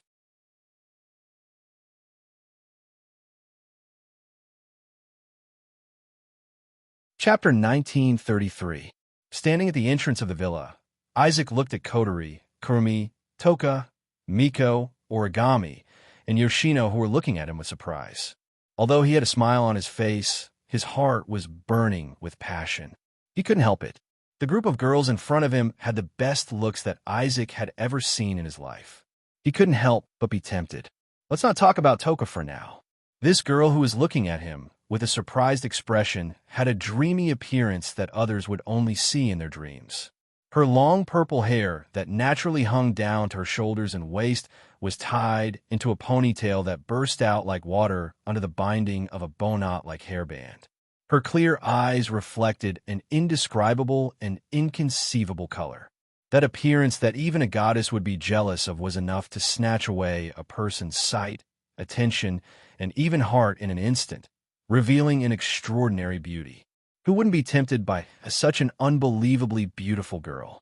Even if there were no other factors causing trouble, Isaac was certain that if he had the chance to get close to her, it would be worth it no matter what price he had to pay. Standing closest to Toka was Origami. When Isaac first laid his eyes on this slender girl, he felt that she was very special. Her short white hair, which could almost touch her shoulders, was soft and cold. She was like a doll, just like an artifact that had been measured. Her upright and pretty face had an exquisiteness that was not inferior to 10 fragrances. Although there was almost nothing called expression on her face, compared to the former, the latter's coldness was also extremely attractive, especially to Isaac. After all, as a former student of the Spalier World Academy, Isaac had seen Sylph's cold beauty up close more than once. She was the idol of the entire academy, and her cold elegance could captivate the hearts of all students. It was impossible for Isaac to not be tempted by a girl like Sylph, who had extraordinary talent and a strong background. Unfortunately, Sylph didn't seem to be tempted at all. Isaac, who had been itching to pursue her, couldn't find a single flaw. Now, Isaac saw Origami's cold and elegant beauty that was similar to Sylph's. How could he not be excited when he saw Origami, who once harbored evil intentions towards Sylph? Compared to Toka and Origami, Meijio didn't have an outstanding temperament, but her appearance was slightly more mature. Her dignified and beautiful face was extremely alluring. However, what was even more alluring was Meijio's flawless body that no one could find fault with. It could even be said that no one could compare to her body. If one could embrace that body, what kind of softness would that lucky man be filled with? It was a fatal temptation that made one's breath quicken. Of course, even though Meijio's appearance and figure were top-notch, what really intoxicated Isaac was her voice. Her voice was the voice of a true angel. Ever since this girl appeared in front of Isaac in the central hall of the palace, she had only said one sentence that was extremely insulting to men. However, when she said that sentence, her voice was like poison, and Isaac was completely addicted to it. Isaac could even imagine that if she used this voice to moan with a man, it would definitely be an unparalleled pleasure for the man. Toka, Origami, and Meijio. The 3 different girls all had the capital to make men unable to stop. If it wasn't for the fact that the 3 girls also had the terrifying strength that made no one dare take half a step into the lightning pool, Isaac wouldn't have been stingy with using some despicable means to take the 3 girls into his pocket. Isaac believed that even if there were women in the world who could be compared to Toka, Origami, and Meijio, he wouldn't be able to find anyone who could surpass them in terms of attractiveness. However, Isaac now realized that he was wrong, and very wrong. There were women who were more attractive to Isaac than the 3 of them. It was that girl who stood in a dark corner and seemed to have all the light in the world focused on her. Her beauty was breathtaking. It was a beauty that could make one's body tremble. Her jet-black waist-length hair was tied into 2 bundles, hanging obediently in front of her body. Her skin was as white as a pearl, and the slight exposed part of her neck gave people the feeling that it would break with just a little bit of force. The young lady's bangs covered more than half of her astonishingly beautiful face, and even one of her eyes was covered. However, Isaac couldn't help but thank the girl for covering one of his eyes, because Isaac was actually a little scared. He was scared that the girl's eyes had a charm that was even more alluring than the girl's beautiful appearance. Isaac felt that as long as he saw the girl's covered eyes, he would completely fall at her feet. He would no longer be able to struggle free from her breathtaking beauty. Of course, if it was just in terms of appearance, Kurumi was only on the same level as Toka, Origami, and Meijio. What made Isaac almost lose himself in Kurumi's attractiveness was her temperament. It was as sweet as an angel's and as dangerous as a demon's. It just so happened that Isaac was infatuated with this contradictory, yet challenging temperament. Thus, he fell for Kurumi's attractiveness. As for Kotori and Yono, although they were still a little immature in some areas, one was as beautiful as a work of art, and the other was as cute as a doll. When they grow up, they wouldn't be inferior to the other 4 girls. The rare beauties in the past were now standing within his reach. He only had to stretch out his hand, and he would be able to touch them. Each of them was comparable to Sylph, whom he once admired. The fire in Isaac's heart was unimaginable. Even if it was any other man, as long as he had a normal sexual orientation and aesthetic standards, he wouldn't be able to avoid the same reaction. Moreover, these girls were all far more talented and powerful than Sylph, who dominated the Spalier World Academy for many years. Isaac's eyes almost turned red when he thought about how he could win their hearts. 6 tier, 9 powerhouses. That's already more powerful than the Baruba Empire. After all, even the Baruba Empire only had Geda, Kun, Will, and Gobai on the surface, wasn't it? Moreover, the other party might have a way to quickly reach the Tier 9 realm. As long as he could obtain the hearts of these girls, not only would Isaac be able to possess 6 extremely beautiful girls with extremely powerful battle prowess, he would also be able to raise the status of the Ma family to a level that would surpass that of the royal family. He would also be able to make his position in the family unbreakable. He would also be able to obtain the opportunity to advance to the 9th level. No matter how one looked at it, it was an extremely great temptation. Once he thought of the various benefits, and then took in the group of young ladies before him with their extremely beautiful looks and otherworldly temperaments, Isaac secretly swore in his heart that even if he had to pay a price for himself, he would still successfully take these young ladies into his pocket. Isaac had great confidence in his looks, temperament, achievements, and so on. He was the young clan leader of the Ma clan, the #1 clan in the Baruba Empire. Furthermore, he possessed the outstanding talent and strength to advance to the peak of rank 7 at the age of 20. Over the years, there were countless talented young ladies who had been toyed with by Isaac. That's why Isaac never thought he would hit a wall. She wondered if Isaac had thought of this before. In terms of background, status, would these girls care about Isaac's background, status, when they even dared to take care of Geda? In terms of strength, Isaac couldn't even compare to a single finger of these girls. In terms of talent, he was only at the peak of the Tier 7 realm at the age of 20. Compared to himself, who reached the Tier 9 realm before the age of 20, how bad was his talent? In terms of achievements, Isaac couldn't even enter the eyes of these girls. In terms of looks and temperament, were these girls shallow women who would be moved by these things? The answer was no. This wasn't the most important thing. The most important thing was that these girls already had someone they couldn't shake in their hearts. This pitiful man who was greedy to the point of wanting to swallow an elephant and never thought about whether he was worthy or not was destined to meet a tragedy. R1152.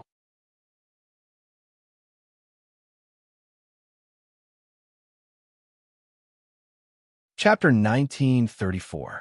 Isaac didn't even consider that a true 9th-stage powerhouse, even if he really lowered his status to take a look at him, could he afford to offend him? True powerhouses had strong self-esteem. Even if they didn't mind that their other half was weaker than them and had a lower status than them, they still had to know their own limits. Since they wanted to pursue an existence that was originally unattainable, then the only right way was to devote themselves to it, right? Isaac, on the other hand, was so greedy that he wanted to win the hearts of 6 girls who were at the top of the Spalier world in terms of appearance, temperament, strength, background, status, and so on. Isn't this the same as a snake trying to swallow an elephant? Of course, this was also the Baruba Empire's patriarchal mindset. In the hearts of the Baruba Empire's men, the status of women was lower than their own. Having multiple wives and concubines was nothing to them. They would never consider whether or not their other half would mind if they were fickle in love. This kind of situation was even more obvious when the person he was pursuing was someone he couldn't even hope to reach. Isaac was confident that he could win the hearts of these girls, but he didn't know that he was already out of the game when he tried to woo 6 girls who were more outstanding than him. On the other hand, the girls didn't know that they were being targeted by someone with bad intentions. Coterie was still in the middle of opening the door. She glanced at the luxurious clothes on him. He didn't look like an ordinary person at all. Isaac had a handsome smile on his face, but his eyes were fixed on her. She raised an eyebrow. "You are?" Miss Coterie sure is forgetful. Isaac didn't bother with pleasantries. Instead, he spoke in a friendly tone. You remember Melina, but you don't remember me? Coterie knitted her brows. Then, she seemed to recall something and nodded in realization. I remember now. You're the leader of the Emerald Tower, one of the 12 strongest factions in the Spalier world, right? The Emerald Tower is the representative faction of the Mama family in the Spalier world. Isaac and Melina were both members of the Emerald Tower. The difference is, as the young master of the Mama family, Isaac is the leader of the Emerald Tower. On the other hand, Melina, who is stronger and more talented than Isaac, is only a member of the Emerald Tower. Coterie listened to Fei Fei's explanation of each of the 12 strongest factions in Silveria World Institute more than once. After hearing about Isaac and Melina's situation, Coterie was shocked. She even asked about the details with a heart full of doubts. That was only natural, just like the deadly forest. Lulu is the only daughter of the Lori family head Lar. However, he wasn't the leader of the deadly forest. Fei Fei, on the other hand, was only Lar's disciple. This proved that the 12 strongest factions don't necessarily need a direct descendant of the family to be the leader. Therefore, although Isaac was the young patriarch of the Moma family, in terms of excellence, Melina was still more outstanding. Melina even occupied one of the top 10 rankings, while Isaac was ranked after the top 10. This also proved that Melina was the more outstanding side. Logically speaking, Melina should be the leader, not Isaac, right? Originally, Coterie had thought that Isaac was outstanding in some areas other than his strength, such as strategy and foresight, which was why he became the leader. That wasn't surprising at all. However, Fei Fei refuted her on spot. Compared to Melina, Isaac can't compare to her in anything other than his status. The only reason he's the leader is because of his status and the fact that the Baruba Empire doesn't value women. After knowing this, Coterie no longer paid attention to this man who became the leader because he was the young patriarch of the Emerald Tower. Instead, she had some impression of Melina, who had the strongest combat strength in the Emerald Tower. This was the reason. If Isaac hadn't mentioned it himself, and Coterie had met Isaac a few times in the past, she wouldn't have remembered this man who talked to himself. It's a good thing that Miss Coterie still remembers me. Otherwise, I'd really wonder if my presence is a little weak. Isaac had no idea that Coterie already had the impression that his status was his only merit. He laughed as if they were close friends. Ever since you ladies graduated from the academy, I thought I'd never have the chance to meet you ladies again. I didn't expect you ladies to visit my country today. I'm really happy. However, it wasn't appropriate for me to show my face in front of His Majesty, so I only came to greet you now. I hope you don't think I'm the one who neglected you. Even someone as astute as Coterie couldn't help but be taken aback by Isaac's polite and friendly words. She couldn't help but mutter inwardly. Don't tell me all the students from Spalier World Academy are so friendly to their former classmates? You're being too courteous. Coterie replied in a neutral tone. Well then, Mr. Isaac, is there anything you need from us? Yes. Well, if you want to talk about something, there is indeed something. Isaac scratched his head as if he was embarrassed. Actually, I'm here to apologize. Apologize? Coterie and the other girls were stunned. I'm really sorry. Isaac's expression turned serious. Today, the Baruba Empire did something impolite to all of you because of a small matter. At that time, due to my position, I had no choice but to follow suit. Ever since then, I've felt very bad about it. That's why I've come to apologize. Please forgive my rudeness. When Isaac said this, not only was his expression very serious, but his tone was also very sincere. Although Isaac didn't think that it was rude of him to make a move at that time, it was true that he had come to apologize.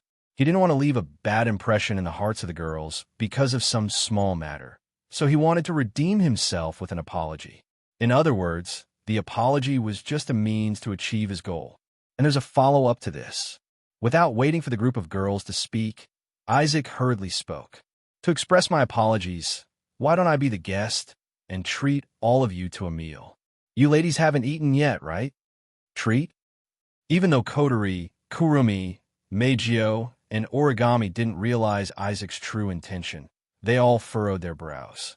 Even the glutton Toka and the docile Yoshino had the same reaction. There's no other reason, it's just that the girls don't want to eat with strange men when Wu Yin isn't around. At that moment, the Origami head spoke in an extremely calm tone.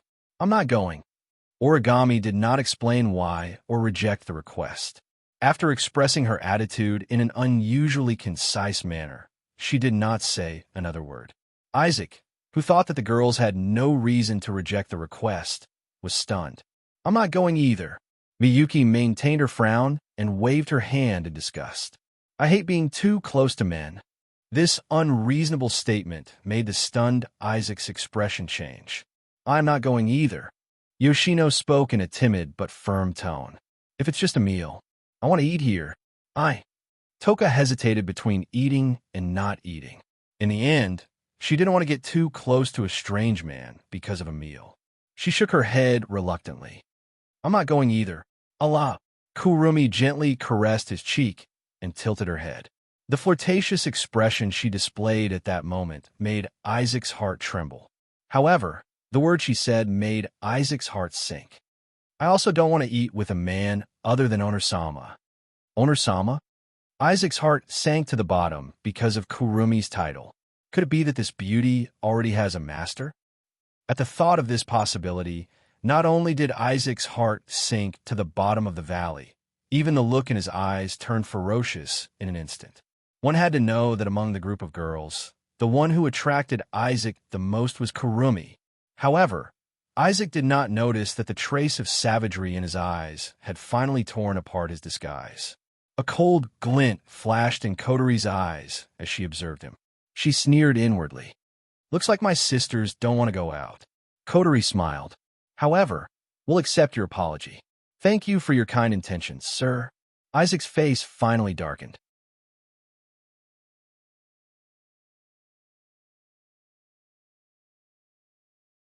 Chapter 1935. Before coming to visit the young ladies, Isaac had made a lot of preparations. He had come up with many countermeasures for various situations in an attempt to gain the favor of the young ladies. WX. It had to be said that although Isaac was a little greedy and self-righteous, he did have some skills when it came to wooing girls. It wasn't hard to see how many girls he had harmed. He didn't think that he would be able to win over his target in one fell swoop. He was just trying to gain a little bit of favor for his future plans. Therefore, before coming, Isaac had also thought about the various reactions the girls would have to his visit and had made preparations to deal with it. However, Isaac had thought that the group of girls would put on airs and treat him with contempt or indifference. He also thought that the group of girls would be disgusted with him because of what happened during the day. He also thought that the group of girls would vent their anger on him for the treatment they received during the day. However, he didn't think that things would develop like this. Isaac believed that the reason he found for treating them was not stiff or unreasonable at all. He also believed that there was a high chance that he would be rejected. Therefore, in response to the possible answers the group of girls might give, Isaac had also come up with a set of words to convince them. As long as he brought out these words, whether it was because of their pride or because they used to be in the same school, the group of girls would have no choice but to reluctantly agree. As long as they agreed, Isaac had hundreds of ways to make the group of girls see him in a different light, or at least leave some impression and influence. But now, what was the reason that Isaac heard? Not going? What kind of reason was this? She hated being too close to men? This was indeed a reason, but what could Isaac use to convince the other party? Eat here? Wouldn't all of Isaac's previous arrangements be ruined? This wasn't the most important thing. The most important thing was the reason that Kurumi gave. She didn't want to eat with any man other than her husband. Isaac was absolutely certain that he had heard the words, Lord Husband. What did this mean? It meant that the woman he liked was already taken and was even married. Isaac had indeed used his own methods to deceive many young ladies. But as a person of the empire where men were superior to women, men who cared about their status would never ruin their own reputation for a married woman. Therefore, even though Isaac had been a playboy for many years, he had never had the thought of having a relationship with a married woman. let alone pursuing a married woman openly. If Kurumi was really married to another man, Isaac could directly declare that he had failed. How could Isaac, who was full of confidence before, not go crazy with anger? Especially when he saw Kurumi tilted her head. Isaac's heart became boiling hot as he looked at her charming and seductive appearance while she gently caressed her cheeks. He roared crazily in his heart. Impossible! She's mine. Mine. Unaware that he had been seen through by coterie, Isaac tried his best to suppress his emotions and put on a smile. But this smile was different from before. It was already a little difficult. Kurumi, Kurumi, Kurumi. Kurumi is already married? Isaac's tone was like stop joking as he tried to cover it up. Kurumi, you really like to joke around. She just graduated not long ago. How could you get married so quickly? This was the only excuse Isaac could come up with to comfort himself. Although Spalier World Academy didn't forbid students from getting married, Spalier World Academy gathered the best cultivation resources in the three empires. Everyone who entered the academy wanted to fight for more resources to cultivate, who would be in the mood to get married. Of course, there were quite a few who were engaged or privately committed to marriage, but the students would still prioritize increasing their own strength. It wouldn't be too late to wait until they graduated before getting married. Thus, there really hadn't been a married student in the academy. Kurumi graduated not long ago. Even if she wanted to get married, she would have to spend a lot of time just to choose a good date. It was a bit of a stretch for her to get married. Although it was a self-comforting reason, Isaac's reason was still reasonable and well-founded. Unfortunately, when she heard Isaac's words, Kwang San smiled sweetly. Her smile was so big that her eyes curved into crescent moons. Although we're not officially married yet, everything I have has been taken away by him. Isaac's laughter came to an abrupt halt. Kurumi held her cheeks and made a bashful expression. Her beautiful face was flushed red. Even now, I still remember those few nights.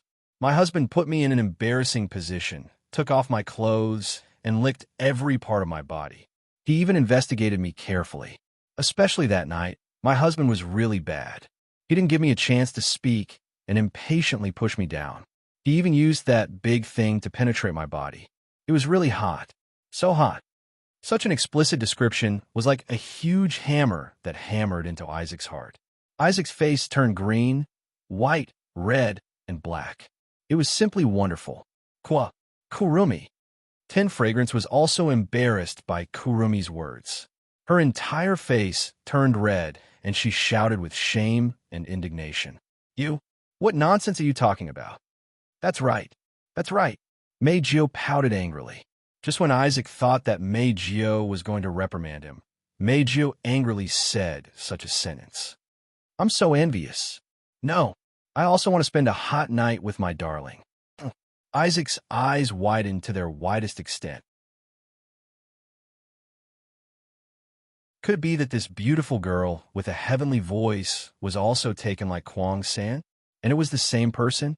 Wawa, Wawa, for cried out shyly. Miss Meijio, please don't say any more. Kurumi giggled as she moved her face closer to Yoshino's face. Don't tell me Four Fragrance doesn't want to spend a hot night with husband? With a bang, Fourth Bonnie's face turned completely red. She tightly grabbed her hat and covered her head. She no longer dared to show her face to anyone.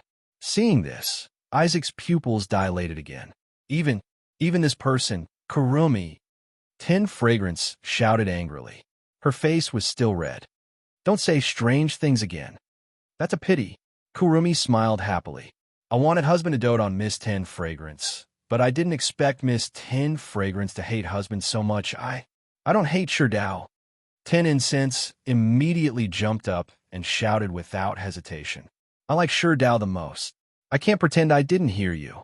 Origami couldn't take it anymore and stood up. Her expressionless face turned hostile as she looked at Ten Fragrance.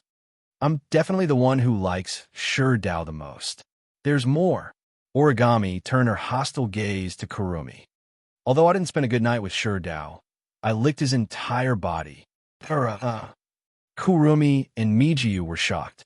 Toka and Yoshino's faces turned red. On the other hand, Isaac's body trembled again and again. Every word from the girls was like a fatal blow, hitting him so hard that he staggered back, his face turning green. Kurumi, 10 fragrance, Meijio, origami, and 4 fragrance. These girls are the best in the world in terms of strength, background, status, appearance, and temperament. They're all taken, and they're all the same person?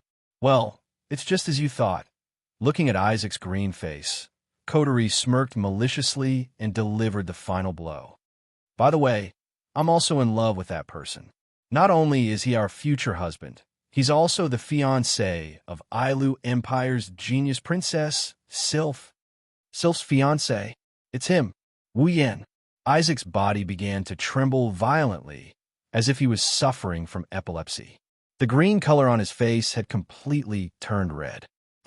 Immediately, Isaac spat out a mouthful of blood.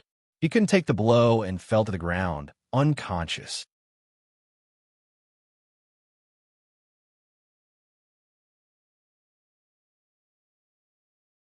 Chapter 1936. Looking at Isaac, who had completely fainted after spitting out a mouthful of blood and falling to the ground, the group of girls were all dumbfounded. This, 10 fragrance, Meijio, and Siyunai, who did not understand what was going on, were completely at a loss. What the hell is going on? Unlike Toka, Meijio, and Yoshino, who didn't understand what was going on, Origami frowned slightly and understood what was going on. Kurumi blinked her eyes, and the shy expression on her face had completely disappeared. It was replaced with a disappointed expression. Kotori also understood what happened. Unlike Isaac, Kurumi had already guessed Isaac's intention from the very beginning. She had already guessed Isaac's purpose for coming to find them. But that's not surprising. Back in the date battle world, before she met Wu Yin, Kurumi relied on her charm to attract a lot of boys who wanted to hit on her. She lured them to a secluded place and absorbed their time. She used them as a resource to activate her angel. That's why Kurumi was very sensitive to men who wanted to do something to her. It wasn't strange for her to see through Isaac's intentions. That's why she said a series of explicit words to provoke Isaac. Poor Isaac. This time, he really took a huge tumble. Perhaps some people would think that Isaac couldn't take the provocation and vomited blood because a bunch of women he just met today had a man of his own. But if you think about it carefully, it's not an exaggeration at all. Indeed, Isaac had once relied on his own methods to move unhindered among the flowers, toying with countless delicate girls in the palm of his hand. However, that was just the man's possessiveness causing mischief. All of them were just for fun, and there was not a single time where he was serious. That's why instead of saying that Isaac was dominating a field of flowers, it was more accurate to say that he was capable of dominating a field of flowers. On the other hand, Isaac, who had been fooling around all this while, was attracted to Sylph after meeting her in Silveria World Institute. Not only did she manage to reach the 8th Order before the age of 20, she also dominated the entire Silveria World Institute for a few years. She was the princess who was crowned as the strongest student in the academy. She was simply too outstanding.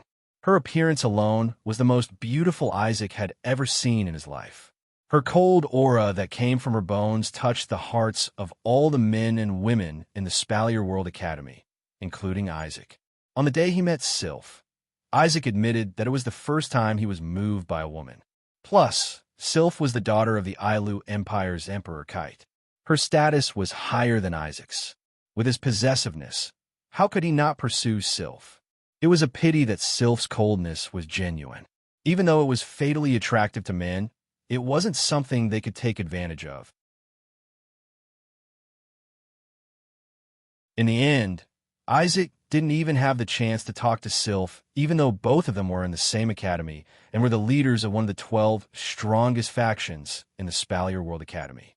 This made Isaac, who thought he was invincible when it came to chasing after women, felt defeated. Fortunately, Isaac wasn't the only one who got snubbed like this. Sylph wasn't the only one who treated Isaac the same way. Even when she spoke to Jaffer and Kaya, she was cold and emotionless. This made Isaac feel a lot better. However, one day, Isaac received a piece of news while he was dreaming about having Sylph by his side. Sylph was engaged. She was engaged to a newbie who enrolled in the Spalier World Academy less than 3 months ago. Wu Yan. This newbie who only enrolled in the Spalier World Academy for less than 3 months managed to make it to the top 5 in the rankings. Even Prince Jafar of the Baruba Empire could only fight him to a draw. This newbie had done what Isaac couldn't even do after exhausting all his efforts over the past few years. The day he got the news, Isaac smashed everything he could find in the Emerald Tower. He even vented his anger on a few members of the Emerald Tower who came to check out the situation by kicking them out of the Emerald Tower. He hated Wu Yin to the core.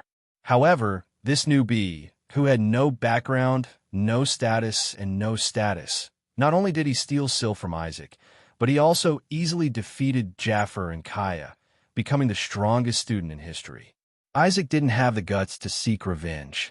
Not to mention, this newbie was the fiancée of the Ailu Empire's royal princess. Isaac didn't dare to offend this newbie, so he could only swallow his grievances. Under such circumstances, Isaac found out that all the girls who could compete with Sylph, or even surpass her, had become Wu Yan's women. It's easy to imagine how much of shock Isaac felt. On top of that, Kurumi used such a blatant method to tell Isaac what kind of relationship the woman he wanted had with the man he hated the most. Isaac only coughed up blood and didn't die. That's already a testament to his mental fortitude. So, as I said from the beginning, this Isaac is a tragedy. Kurumi. Kotori rolled her eyes when she realized Kurumi was trying to provoke Isaac. You're really bad to the core. Tara. Kurumi smiled knowingly. Pity? No. Kotori's pretty face flashed a sinister smile. Very good. In just a few words, Kotori and Kurumi's impression of Isaac was on the verge of being revealed. This made Toka, Meijio, and Yoshino very confused. Only Origami glanced at Isaac, who was lying on the ground and vomiting blood and fainted, and said without any ripples, "What should we do with this person?" Well, Kotori turned around and walked inside without looking back. You could decide for yourselves. Hearing this, the group of girls looked at each other. In the end, they all chose to turn around silently. Meijio even closed the door, leaving Isaac, who had fainted and vomited blood, lying on the cold ground alone. His figure was abnormally sad. So what if he's surrounded by a field of flowers? In the end, he couldn't get what he wanted the most. That's the most tragic part. While all kinds of disputes were going on in the royal palace of the Baruba Empire, an unknown scene was playing out in a desolate city about 8,000 meters away. It was a scene playing out in a courtyard at the center of the city. There were 2 figures, one standing and one kneeling. The standing figure had his back to the kneeling figure. The kneeling figure seemed to be saying something, causing the standing figure's eyes to light up. It wasn't until the kneeling figure finished speaking that the standing figure turned around and looked at the person kneeling in front of him. He let out a thunderous voice filled with oppression. "Is what you said true?" "I wouldn't dare lie," the kneeling figure said in fear. "This humble one is telling the truth." "Very good." The figure standing there grinned. It seemed like he was smiling, but it was a sneer. The Baruba Empire's guardian isn't in the capital. Even the heavens are protecting us beastmen. With such a short sentence, the identity of this person became clear. He claimed to be a beastman, a demonic beast. Magical beasts, on the other hand, would only shed their beastly body and transform into human form after advancing to the demigod level. In that case, the identity of this person was obvious. He was the demonic beast king who led the attack on the Baruba Empire. Since this person was the demonic beast king who led the attack on the Baruba Empire, the identity of the kneeling figure was obvious. A traitor. Through some unknown means, he found out that the Baruba Empire's demigod guardian wasn't in the capital and leaked the information to the Beast King. Now, the Baruba Empire is in real danger. That traitor is a traitor. The figure standing there disappeared without a sound. Tomorrow, I will personally annihilate the Baruba Empire's imperial city. Such a sentence disappeared along with the sound of the wind, making the storm in the desert seem even more violent. It was like a warning of tomorrow's bloody storm. R1152.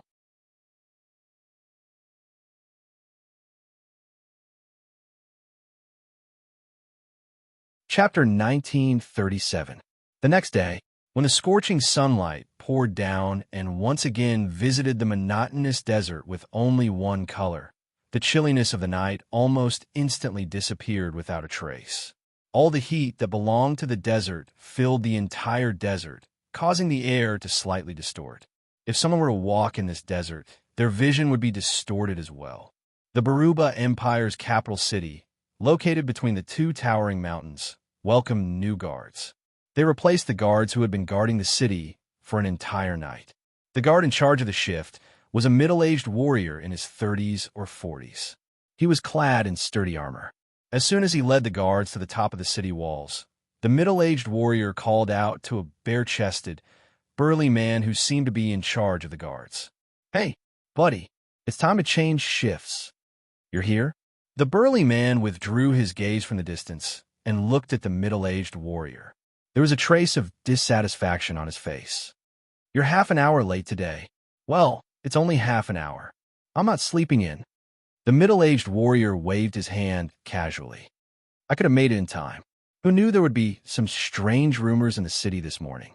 I was intrigued. By the time I snapped out of it, I was already late." "Strange rumors?"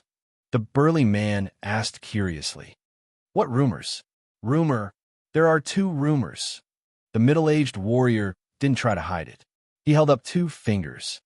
"First, it is said that when the palace servants were patrolling, they accidentally overheard some of the higher-ups saying that the little girls who entered the palace yesterday seemed to have tripped them up and injured all the higher-ups in front of His Majesty." "Bah!" The burly man spat out a mouthful of saliva with a face full of disdain and said contemptuously, "A group of girls injured all the higher-ups of the Baruba Empire? You believe that? Rumor. That's why I said it was a rumor." The middle-aged warrior huffed. "That group of lasses should be the lass who boarded that strangely shaped airship into the city yesterday and appeared at the floating plaza with a large group of scantily clad women, right?" "That's right. That's right." The brawny man nodded. "I was also at the floating plaza at that time, so I saw it very clearly. Those scantily clad women are really strange." The middle-aged warrior frowned. "It's not like our Baruba Empire doesn't have bolder and more flamboyant outfits. But it seems like they've been staying in the city since yesterday. I heard that there's even an area in the city that's been set aside for them. Why? It's indeed a little strange. It's just a group of women who haven't even reached adulthood yet. Why would they specially empty an area for them to live in? Couldn't he just make some arrangements? Was there something special about them?" The burly man pondered for a moment before speaking. "What's the second rumor?" "The second rumor is a bit like that," the middle-aged warrior said sneakily.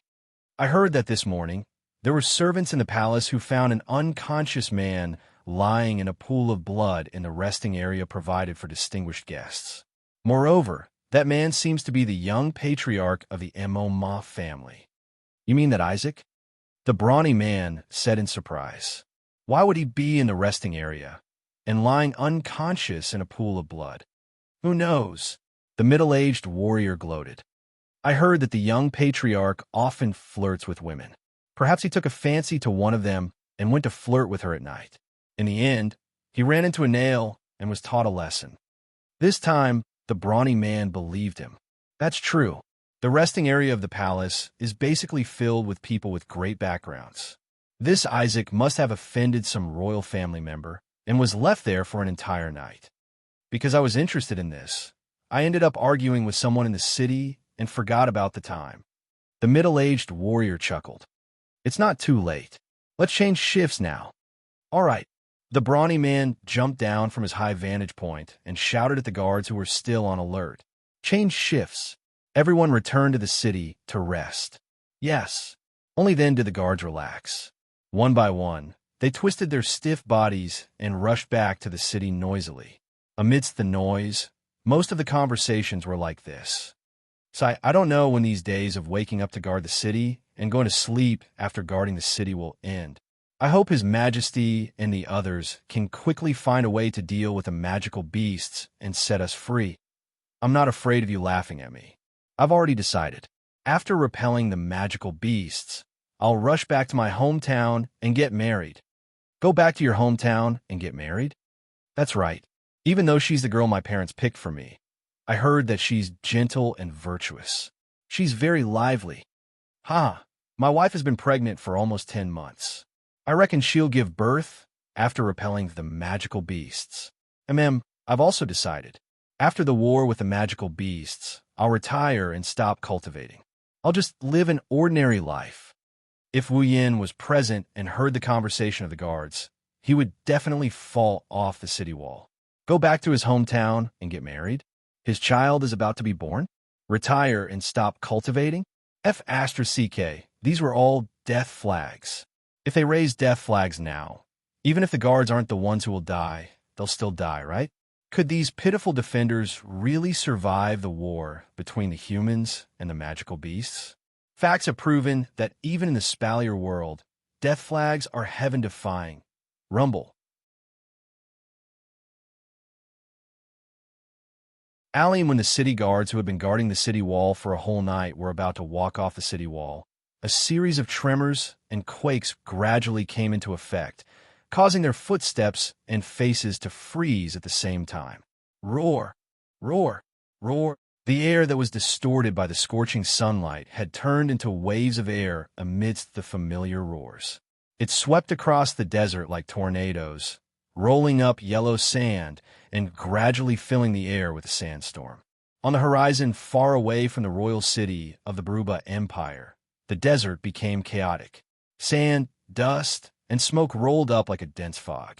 Listening to the roars in the air, feeling the vibrations in the air and the ground, and looking at the dust and smoke in the distance in front of Royal City, the city guards finally thought of something and looked at the horizon in front of the city.